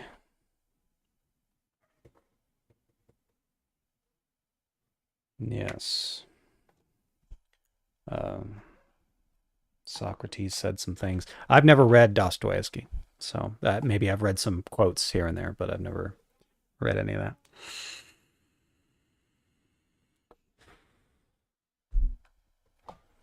Yes, I just don't see her as been a cooperative and keeping harmony person. She is far more likely to ruin the harmony if she sees that people are not being efficient, but maybe I'm confusing. Like I said originally, it's based on your description, it seemed like your mom was probably an ESFP. So there's that. And of course, your mother would be presumably older than you by a great deal. I'd say at least 15 years. So maybe she's in her mid-30s now, maybe mid-40s. I don't know how old you are. But we evolve. Even ESFPs change over time, you know, from their life experiences. They pick up things that are helpful for their life, like being more efficient. INFP, me, 20-year-old female, and my two options, oh, that sounds heartless, but you get it, are both male, ENTJ and an ENTP. Well,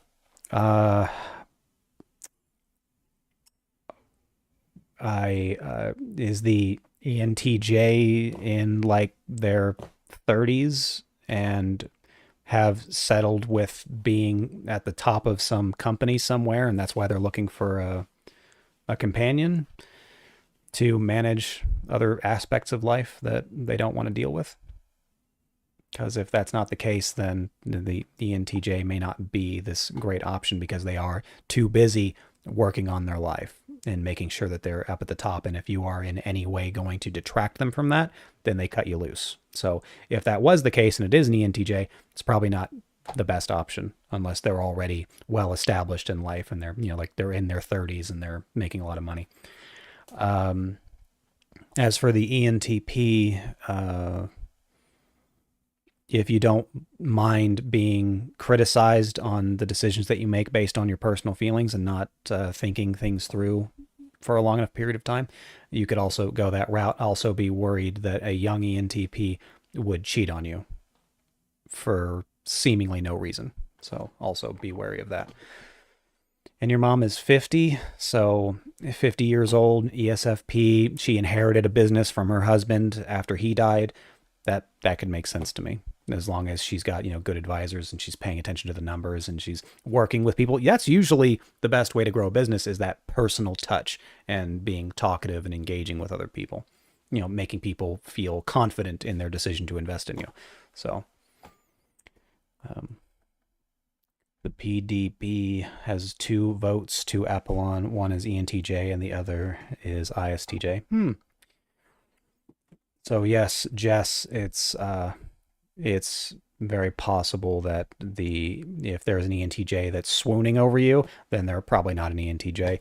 And if it's an ENTP, be wary, because they may decide to act in a certain way to get your attention, get what they want from you, which I'm sure you know what that is, and then, you know, leave some months later.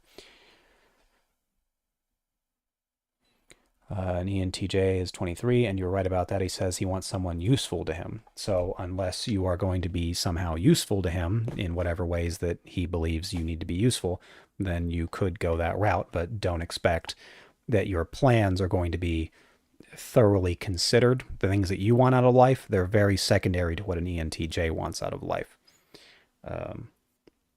You will come second to whatever his plans are, which, you know, that's, you know, there's a lot of women that don't mind that. You know, usually they want to catch a ride with whatever high quality man they can get a hold of. So that's normal.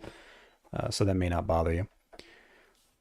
They definitely both cheat on me, so I guess I'll just flip a coin. Well, the ENTJ would be significantly less likely to cheat because they're busy. They have other things to do. They don't have time to be dealing with possible loose ends that are other women in the relationship. So that's very unlikely to cheat unless you were, for whatever reason, withholding certain aspects of the relationship from him that he, you know, absolutely wanted, which I don't suspect that you would just do for no reason.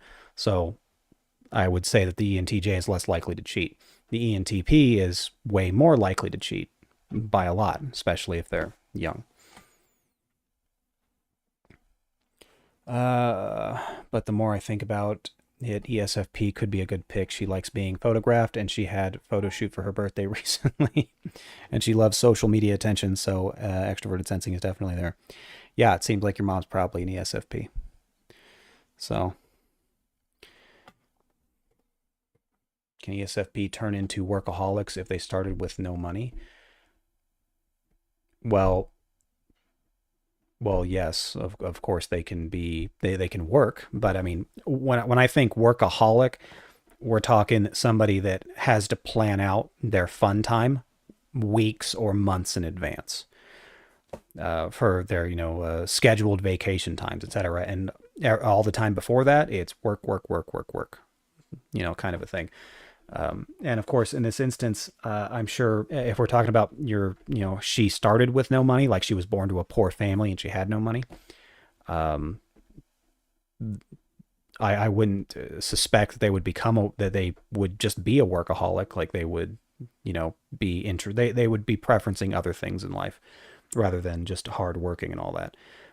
But she inherited a company from her husband, her late husband. So she didn't start off with no money. She started with money and then continued to build onto that company. So she may have gotten addicted to of course, the money, the lifestyle, and being who she is and doing the things that she's doing. So that's quite possible. Can you search some of your favorite anime to see if you agree with the personality types? I did do that a little bit earlier, and one of them, they were close, but not there. They said Lelouch was an INTJ, and I vehemently disagree with that. Point is, yes, ESFPs can, if they're addicted to something, if they're truly enjoying what they're doing and it just happens to be work, then absolutely, why not? I am a Christian, so I probably wouldn't like his philosophy. No, possibly. It's getting dark in here.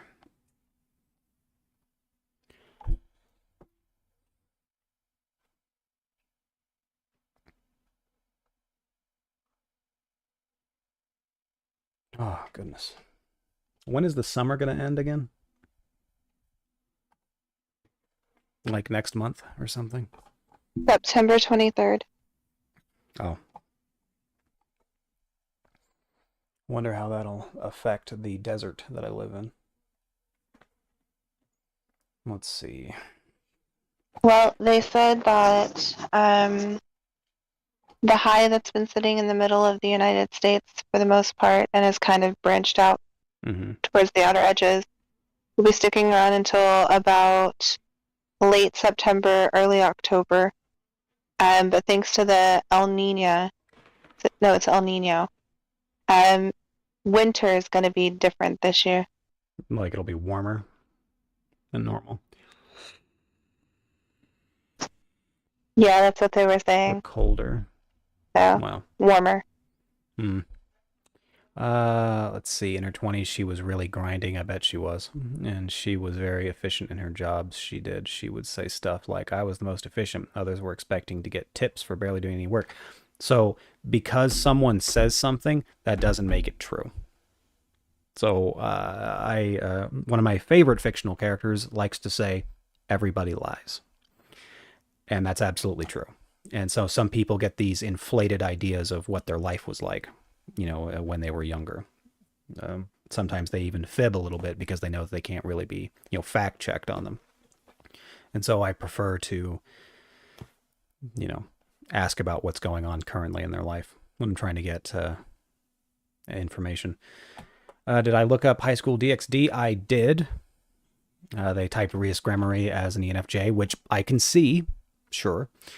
Issei they typed as an ENFP, but Ven has watched High School DxD with me, and she would confirm that Issei is not an ENFP. He's an ESFP, and he's retarded. So,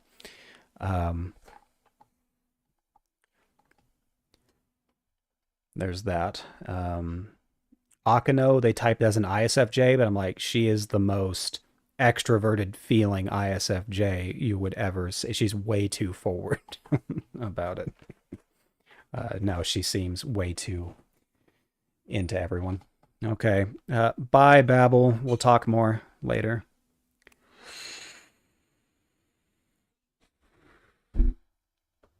So,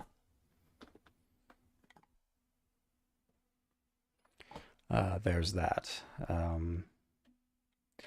But then again, I'm thinking of Issei in the English dub, so that we're going off of the English dub for what their personality types are, and so it could be wildly different from the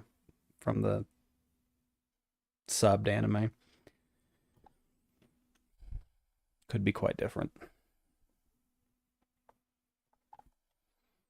Let's see. What part of the world is Cyprus in?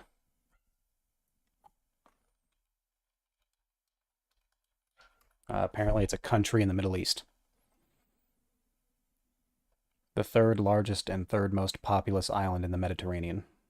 It is located north of Egypt, so she's kind of like Egyptian, sort of. I tried to watch the show. It was with English dub, and I couldn't watch past the first 5 minutes. You quit before you even got to see any fan service, or what? You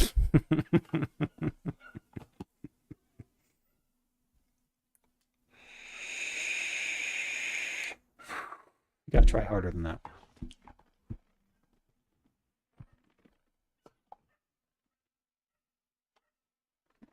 Goodness. All right. This was the second, or I guess this would be the first stream of the week. It is Sunday, technically.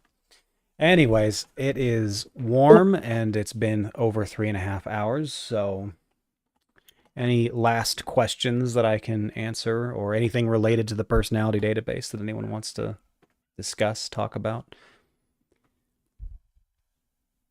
Any of those things?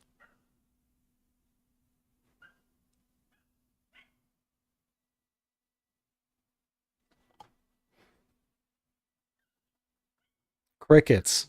Just crickets from you people. I guess there's probably not that many people watching anyway, so that makes sense. When I checked, you at 22. Yeah, not filling up stadiums yet.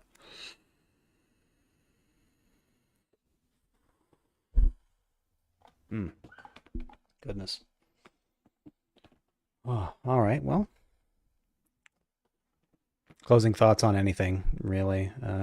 Oh, you mean for me? Closing thoughts on personality database.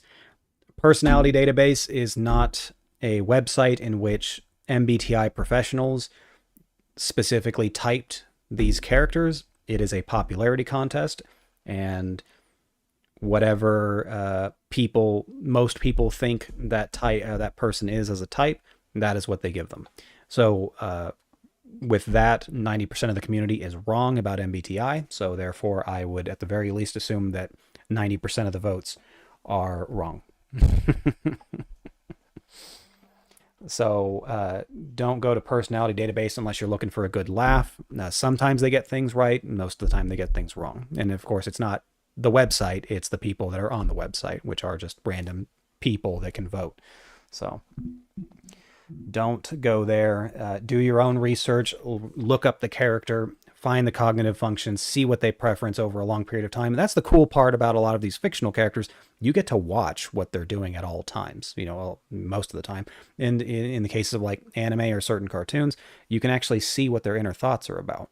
So you really shouldn't have a whole lot of issue being able to type these people yourself. So, pick apart the INFP list. Is there an INFP list? Is there a thing? We'll look that up while I answer some other questions. Let's see, tomato or tomato? Tomato. Tomato. That is how I've always pronounced it. What juice are we vaping? Well, I'm sure there was a flavor to it, but seeing as how the coil has been used for over a week now, it mostly just tastes like burnt something. It was originally Blue Nomenon Ice. So yeah, that. I think Naruto is an ENFP, although you don't really get to see a lot of that ENFP behavior until he gets way older.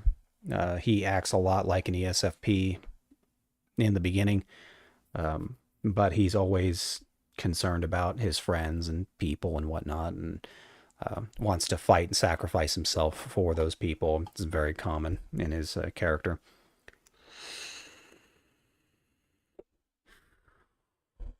Yeah, burnt coil doesn't taste great. I wouldn't think using personality database should be used to fact check. It's like the equivalent to Wikipedia, and Wikipedia doesn't always get things right, does it? Yeah, you're welcome, Ollie. Naruto is most likely an ENFP. They tried to type Sasuke as like a INFP or something for some reason. Sasuke is very obviously an INTJ, and it was very apparent in the early parts of his life. So there shouldn't have been any misconceptions about him, and yet there were, because reasons. The issue is in movies, it is show, don't tell, so they all move away from showing the thought process. Yes, in our live action movies, they don't normally do that. Let's see, Johnny Depp's an INFP, Scarlet Witch, INFP, Kurt Cobain was probably an INFP, Kylo Ren is possibly an INFP. I don't know about Audrey Hepburn as a person.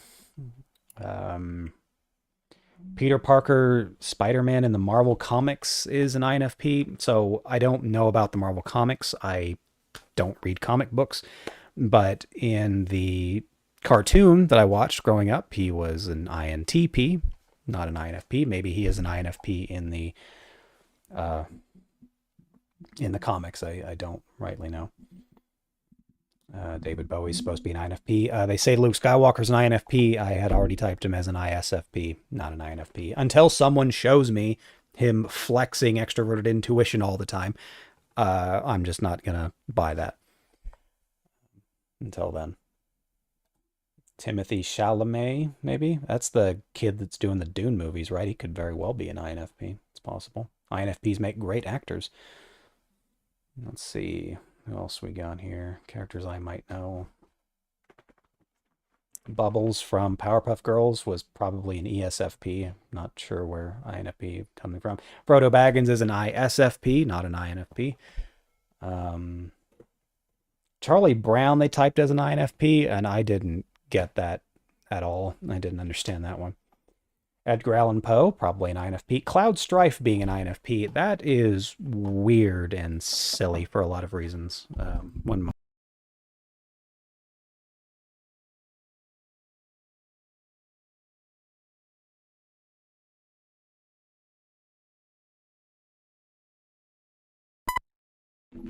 Someone brought food in for me.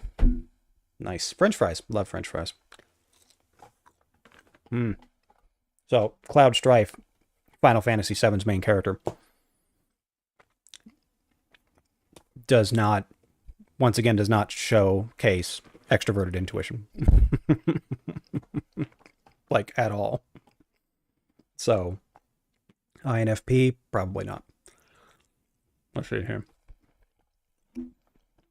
I think Sasuke on PBD is INTJ.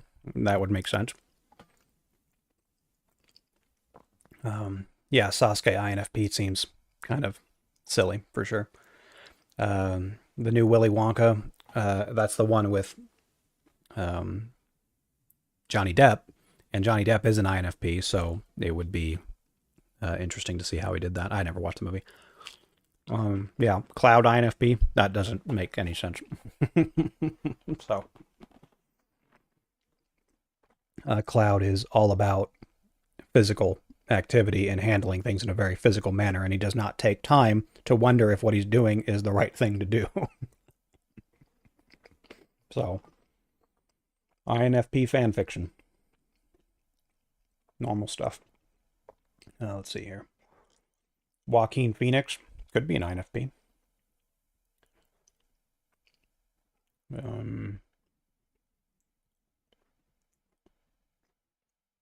They say Heath Ledger was an INFP, God rest his soul. And if he was an INFP, fantastic job on the Joker.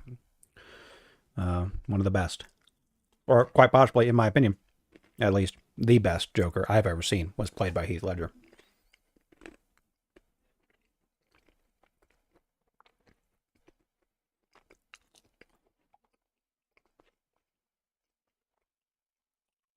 Jim Morrison was apparently an INFP. That I don't know the man personally. And of course he died early from, get this, drugs.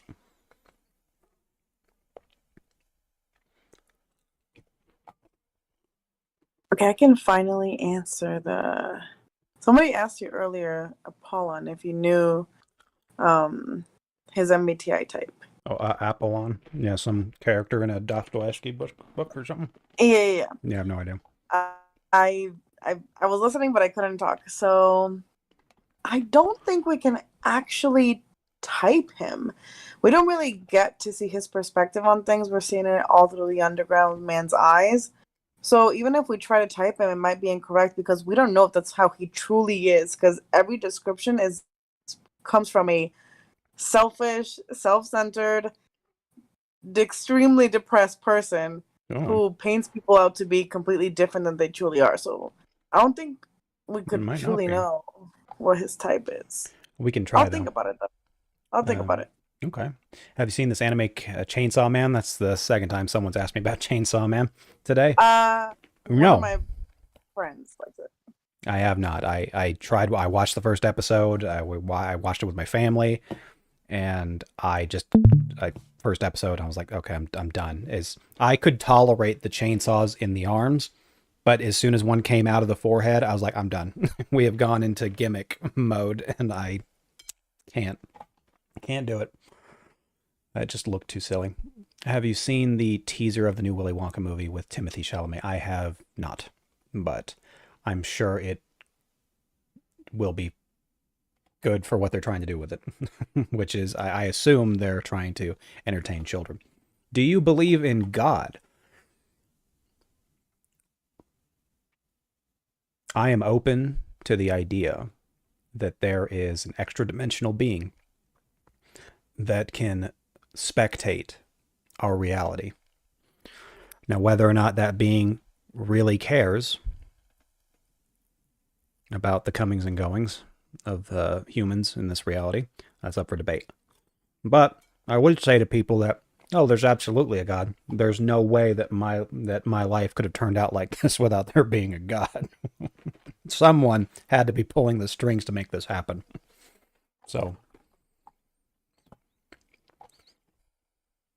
there is that. But yes, extra dimensional creatures, most certainly. Just like I like the idea of the book Flatland, where it was what it would look like to have a three-dimensional object fall into a two-dimensional world, and what that would look like. Well, as a third-dimensional creature, we can see things that the two-dimensional creatures can't. So why can't there be extra-dimensional creatures outside of the third dimension that could be observing us? I mean, why not? As a matter of fact, some people say this is all just one big simulation anyway. So, possibilities abound. Let's see. Is Emma Watson an ESTJ or an INFP? Well, the last time I saw Emma Watson, she was being a bit of an activist on a stage somewhere. So it would seem like she kind of has a stronger preference for introverted feeling. To what degree, I don't really know. What about the ENTP list? Oh, God. My blood pressure, Druid. My goodness. Let's see what comes up. I watched Lucifer, by the way. He's not an ENTP, so good one. Rex Sanchez, of course. Duh. I will look at that. I think that Heath Ledger's best role was in The Lords of Dogtown. I never watched it, but maybe it was. Angel says, still debating if I'm in ENTP or ENFP. It's hard to tell depending where I'm at and with whom. Any good tips on this? If you are experiencing feelings enough in your life to give you the impression that you might be an ENFP, then you're most likely an ENFP. For ENTPs, feelings from a very early age get rationalized away and they get suppressed and pushed someplace else. Not to say that they don't experience feelings, but they're not someone to just express, personal opinions and things like, things that are related to feelings, the little expressions, the passive aggressiveness or showing distaste or, not enjoying something. It's all about, for an ENTP, especially early on in life, it's about being fake and being, what's the word? acquiescing to the requests of other people. It's a large deal of fakeness so that you can have greater control over social situations, that, by suppressing your own personal feelings on things. So if you're wondering if you're an ENFP or an ENTP, matter of fact, it's incredibly likely. I would say nearly 10 out of 10 times you're probably just you're probably an ENFP, if you're wondering about that. Most likely. However, you wouldn't be able to, I wouldn't be able to tell you completely. You'd have to, of course, schedule a typing session on my Discord and, donate. And then I'd be able to tell you for sure. Let's see. I have ADHD. A lot of people have ADHD, including extroverted sensors and extroverted intuitives. A lot of them do have ADHD. Especially if you're male. I found that being male is a great predictor of whether or not you'll have ADHD. Let's see. Exactly how I think. I'm not sure how I think. I'm not sure what we were talking about. We're talking about the God thing. I'm not sure. He is outside of our time domain. I love Flatland. It totally helped me understand dimensionality. Yeah. Gojo, ENTP. That's wild. Who's Gojo? No idea who Gojo is. Did I? Oh, Sataru Gojo? Is that who we're talking about? Yeah, I haven't watched whatever this show is, so I couldn't tell you. Lucifer is which MBTI then, if not ENTP? Well, see, this Lucifer Morningstar in the show Lucifer 2016, he seemed to be more of an ENFJ than an ENTP in terms of his general behavior in the show. Not an ENTP.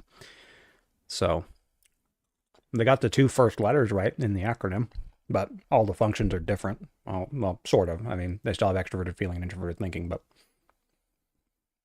not extroverted intuition. Not really big on that. He was, of course, really big on physical delights, which an ENFJ would be, but he was more concerned about being the most popular, being the most loved, getting the most attention from people, etc. Now, biblical Lucifer, I would actually have to, read the story, again, and with as much detail as possible. But if we take the base stuff, biblically speaking, God makes man. Lucifer doesn't like that. It says they're imperfect and objectively bad or whatever, which they are, sure. But God wanted to make something that was fallible and imperfect. And Lucifer didn't enjoy that. And then Lucifer wanted to take over and decide that he wanted to do his own creation, which of course kind of makes sense from an ENTP standpoint. But there would have been other ways to try to supplant your leader than just full-on war. So, and you would think that a perfect being like Lucifer, or a near perfect being, would have better ideas than trying to fight God head on.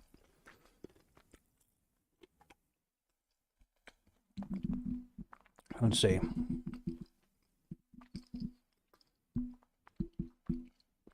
How can you tell if you're an ENFP or ENTP if you, as an ENFP, also have also rationalized that your emotions aren't particularly useful for your logic?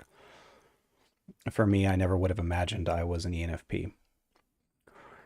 People have these wrong impressions about introverted feeling, it seems. It doesn't necessarily mean that you're emotional all the time. As a matter of fact, I have never met a primarily emotional ENFP. I have seen them have emotional outbursts because bad things happen to people. And of course, if a bad thing happens to an ENFP, they can have negative emotional outbursts. That makes perfect sense. Are they generally emotional people? No.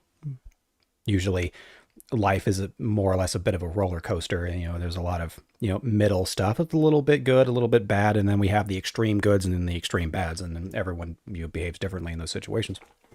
But for an ENFP, you're not drowning in your feelings. You express your feelings. You express them all the time. It's just people pick up on them, and what you believe is not expressing your feelings would actually be expressing feelings. So when for example, when someone tells you, I don't care, they are telling you, they're expressing their feelings about something when they say, I don't care. So as an ENTP, there's a lot of things I don't care about. Most of the time, people come up to me with, topics of conversation that I really don't give a rat's ass about. Do I say that I don't care? No, I don't say that I don't care. I instead engage in conversation with them and then look at it from different perspectives, try to change how the topic's playing out, maybe to try and come up with a solution. Because a lot of the times people come and complain to me just to complain. They don't want answers. But if you're going to talk to me, I will be polite, I will be respectful, and I will be engaging. And I will try to give you an answer to your problem. And that's usually, of course, where people end up calling me some kind of a monster, because I'm focusing on getting a result from the complaining that's being given to me. But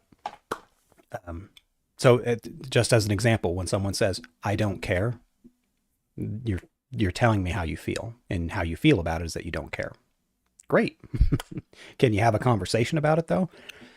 Are you able to flex your extroverted feeling? How often do you flex it? Those kinds of things. All kind of stuff. So it's not being an ENFP doesn't mean that you're hyper emotional. It just means that you have your own values, you have your own morals, and you roll with it. It also means that you're going to have a preference for understanding how other people feel about certain things. Doesn't necessarily mean you want to talk about it all the time, but it means that you know of them. You are aware of them. You may even bend some of your behaviors to accommodate how someone feels about something without needing to say anything.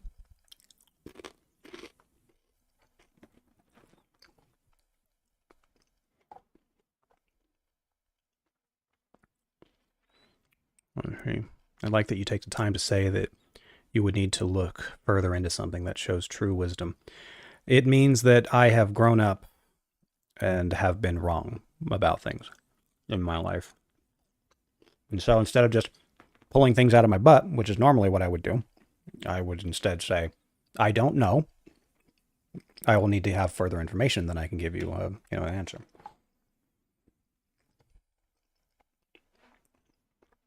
Let's see, I'm an ENFP with high introverted feeling. I'm not sure what you mean by that.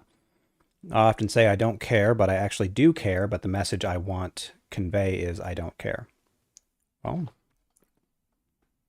it's a very introverted feeling thing to say, which granted, I could sit here and say that these are the best French fries I've ever, that has ever been made ever. That is me stating an opinion and expressing it into the world. Which, by the way, these are not the best French fries I've ever had. But I could say that they were the best. And that's my personal feeling on whether or not these French fries were, good or bad. But that's not normally something that I do. Because if I were to say that these are the best French fries that have ever been made ever, then someone could easily tell me, oh, no, those can't be, because they're not the French fries that my mom used to make back in, the 90s or something. Now you have just opened up a line of confrontation that has to be dealt with. So instead, I just don't comment. Whether something's good, bad, whatever, I just don't.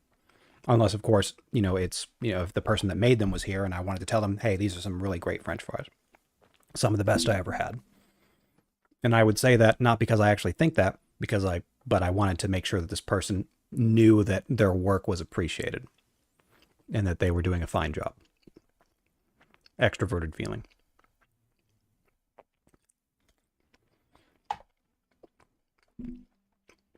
Do you think an ENTP and ENFP would a chaotic in a world that can't punish them for their actions?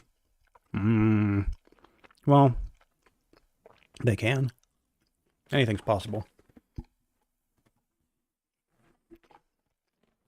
Chaos takes a lot of different forms, though. And even in that chaos, I imagine that there's some level of congruent planning going on.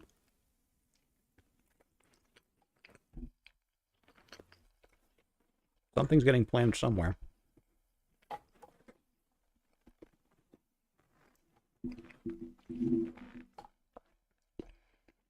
Have you ever tried In-N-Out Burger? Yeah, I used to live in a town called Turlock, California. Lived there for a long time. And that was like the big thing, was to go to In-N-Out Burger. Like all the kids wanted to go to the In-N-Out Burger. I liked their burgers more often than I didn't. Their fries sucked. Bad. They're like cardboard boxes. Yeah. That's describe them every time. They're cardboard. Yeah. It was terrible. Awful fries. And the burgers were very greasy, very compact looking, which they tasted fine to me. They really, they did not skimp on the cheese. For sure. But In-N-Out was fine. Like if you're, if you're freshly hungover, for example, and you want something greasy to eat, absolutely. I actually prefer Sonic.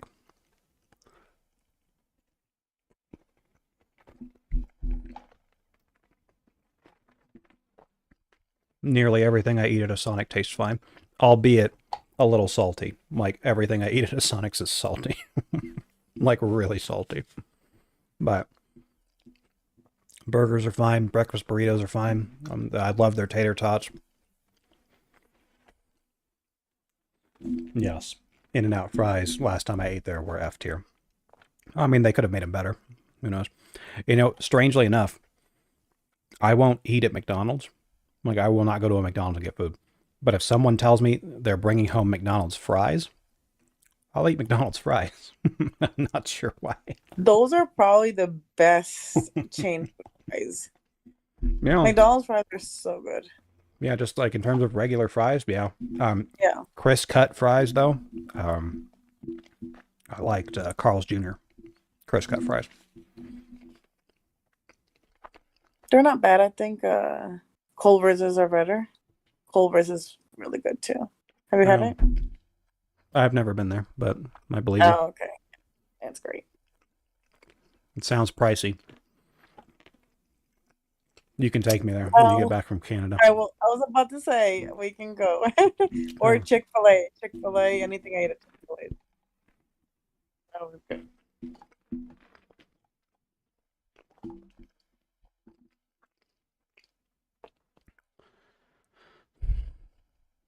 Yeah, crisp cut fries. I do. That's my favorite kind of fry is crisp cut fries.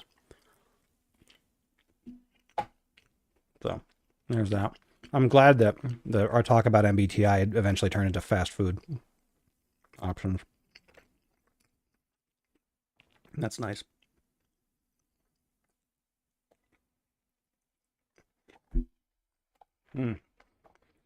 Any other MBTI related questions?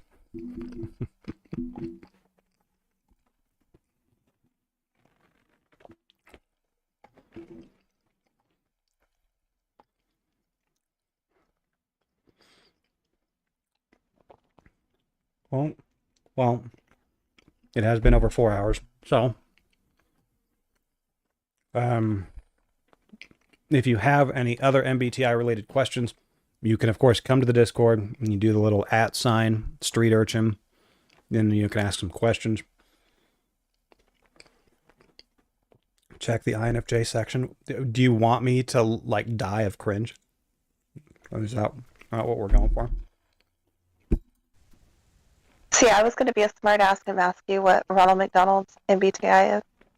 McDonald MBTI? No. Ronald McDonald. Oh, Ronald McDonald. He's a clown. whatever personality type clown is. All right.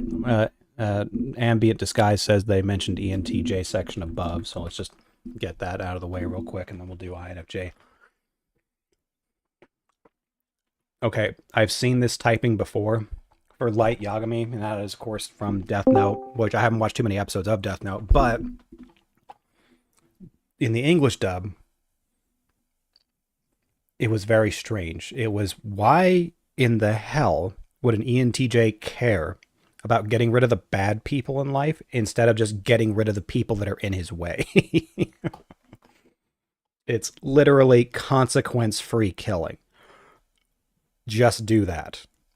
And that's as far as the ENTJ would have taken it. I don't see why an ENTJ would make it their personal mission to take care of all the bad people.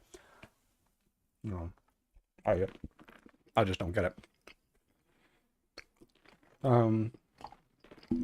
Andrew Tate is not an ENTJ. Eric Cartman is not an ENTJ. Stewie Griffin is not an ENTJ. Patrick Bateman was an ENTJ. So, I Steve unfortunately Jobs? have to go. So, Okay. bye, guys. Bye, Harley. It was nice having you here. Griffith is an ENTJ. I haven't made a video about that. Lord Voldemort, maybe if I saw more, but he gets kind of emotional at times. So, yeah, it's hard to tell. I would say that Voldemort's probably an INTJ. Leia Organa is not an ENTJ. I have no idea where they're getting that from. Madara Uchiha certainly behaved like a psychopath. I would have to rewatch his stuff to see if he was. All right, let's move on to INFJ. So for the ENTJ section, it's probably almost entirely crap. So there's that. They keep saying that Loki is an INFJ, and I just don't see it. Zendaya, I love the actress. I don't think she's an INFJ.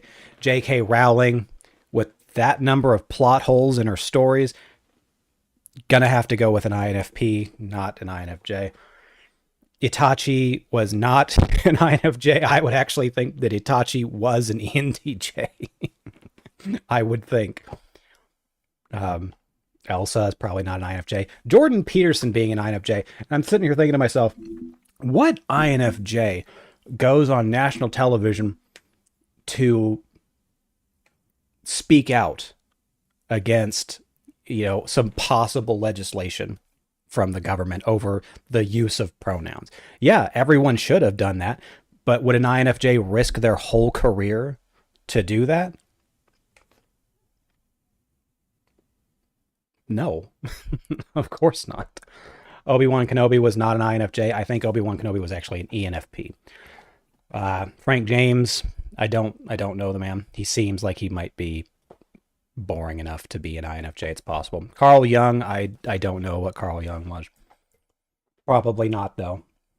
I mean, that requires a lot of giving a crap about other people to become a psychologist. Daenerys Targaryen, I haven't watched enough of it, but I got the impression that she was an ENFJ, not an INFJ. Close, though. So there's that. So for the INFJ section, so far, it's crap. Crap. It's like people don't actually, like, these people have never met one before, so they don't know how they behave. Oh, there's your favorite INFJ on the second column. 3 down.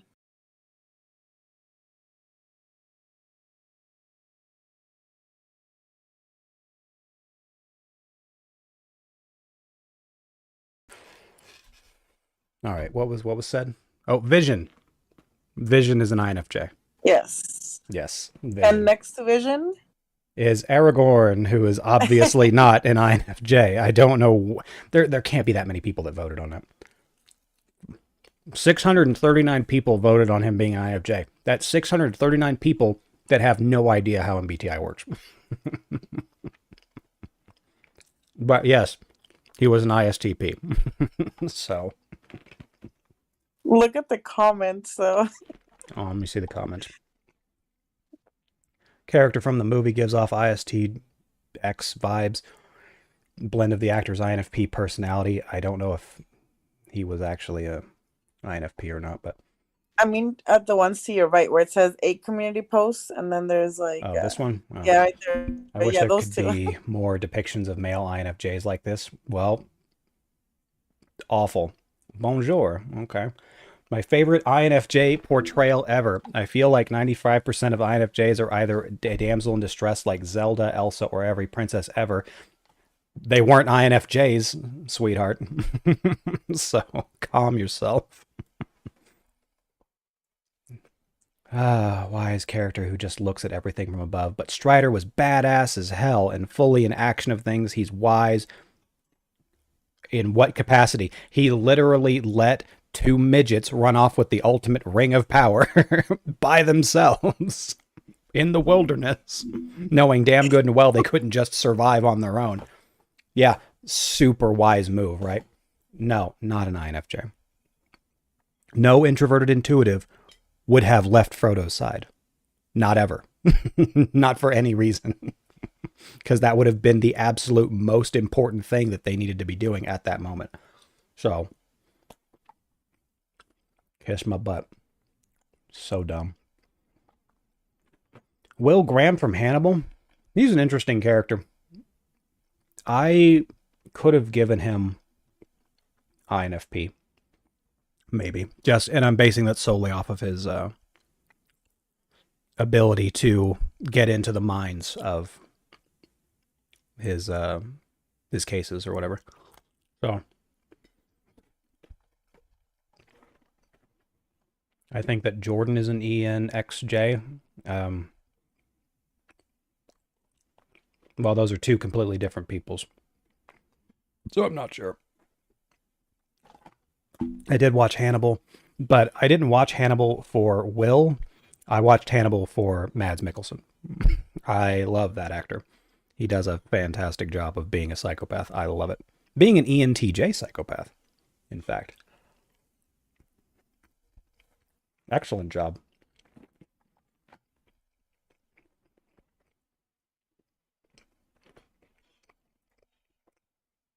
But yeah, ENTJ section is crap. INFJ section is crap. Understandably, because it's not these people's fault, right? Like, they get bad information, but they still want to be a part of the community. So this is the kinds of things that they do.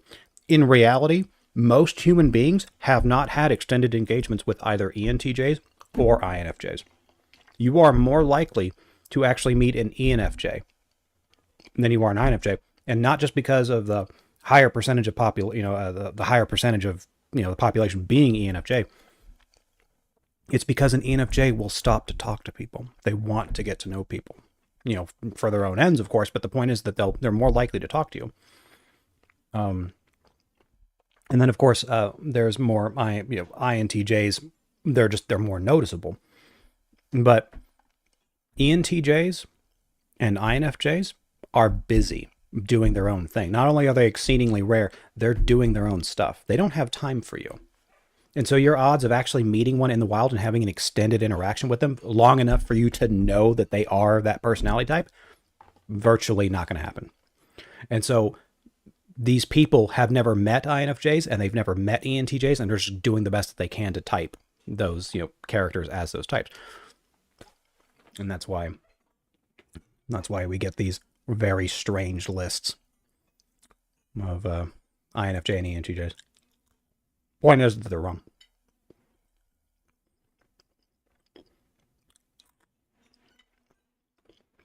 I have no idea who Jordan is or who we're talking about. Like Michael Jordan? I have no idea what type Michael Jordan is. Seems like a good guy, though. She's talking about Jordan Peterson, but I'm pretty sure he's an INTP. Yeah, I figured Jordan Peterson's an INTP.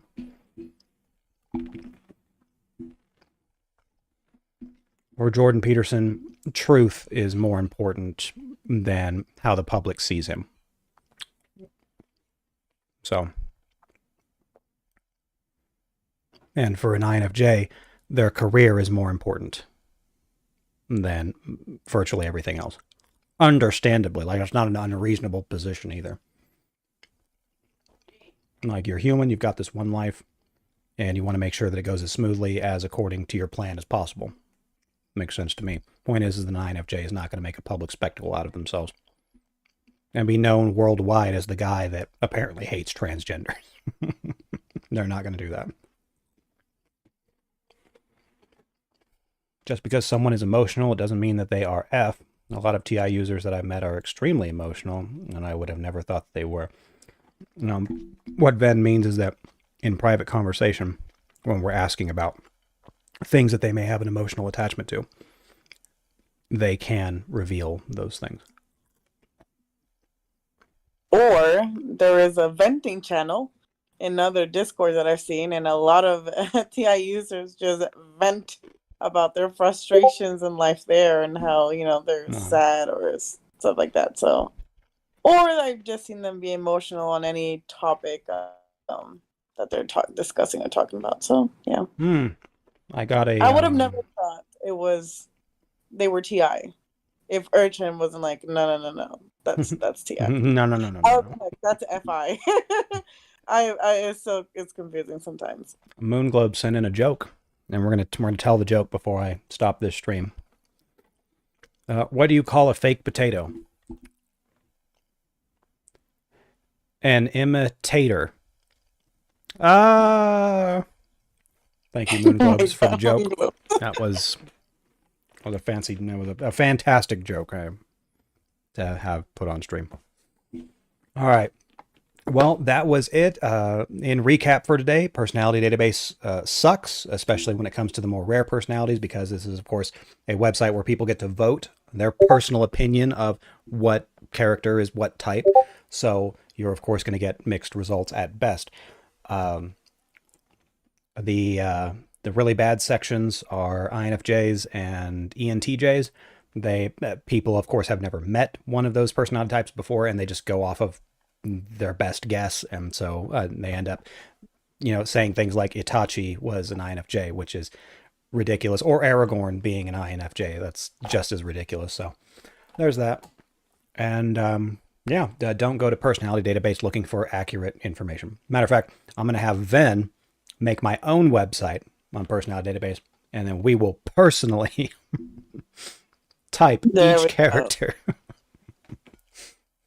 as personality types. That's what we're going to do, right, Ven? Yep, we'll do that. That's what we're going to do. So that's pending. Anyways, have a good rest of your Sunday, everyone, and hopefully talk to you later this week. Everyone say bye. Bye. Bye.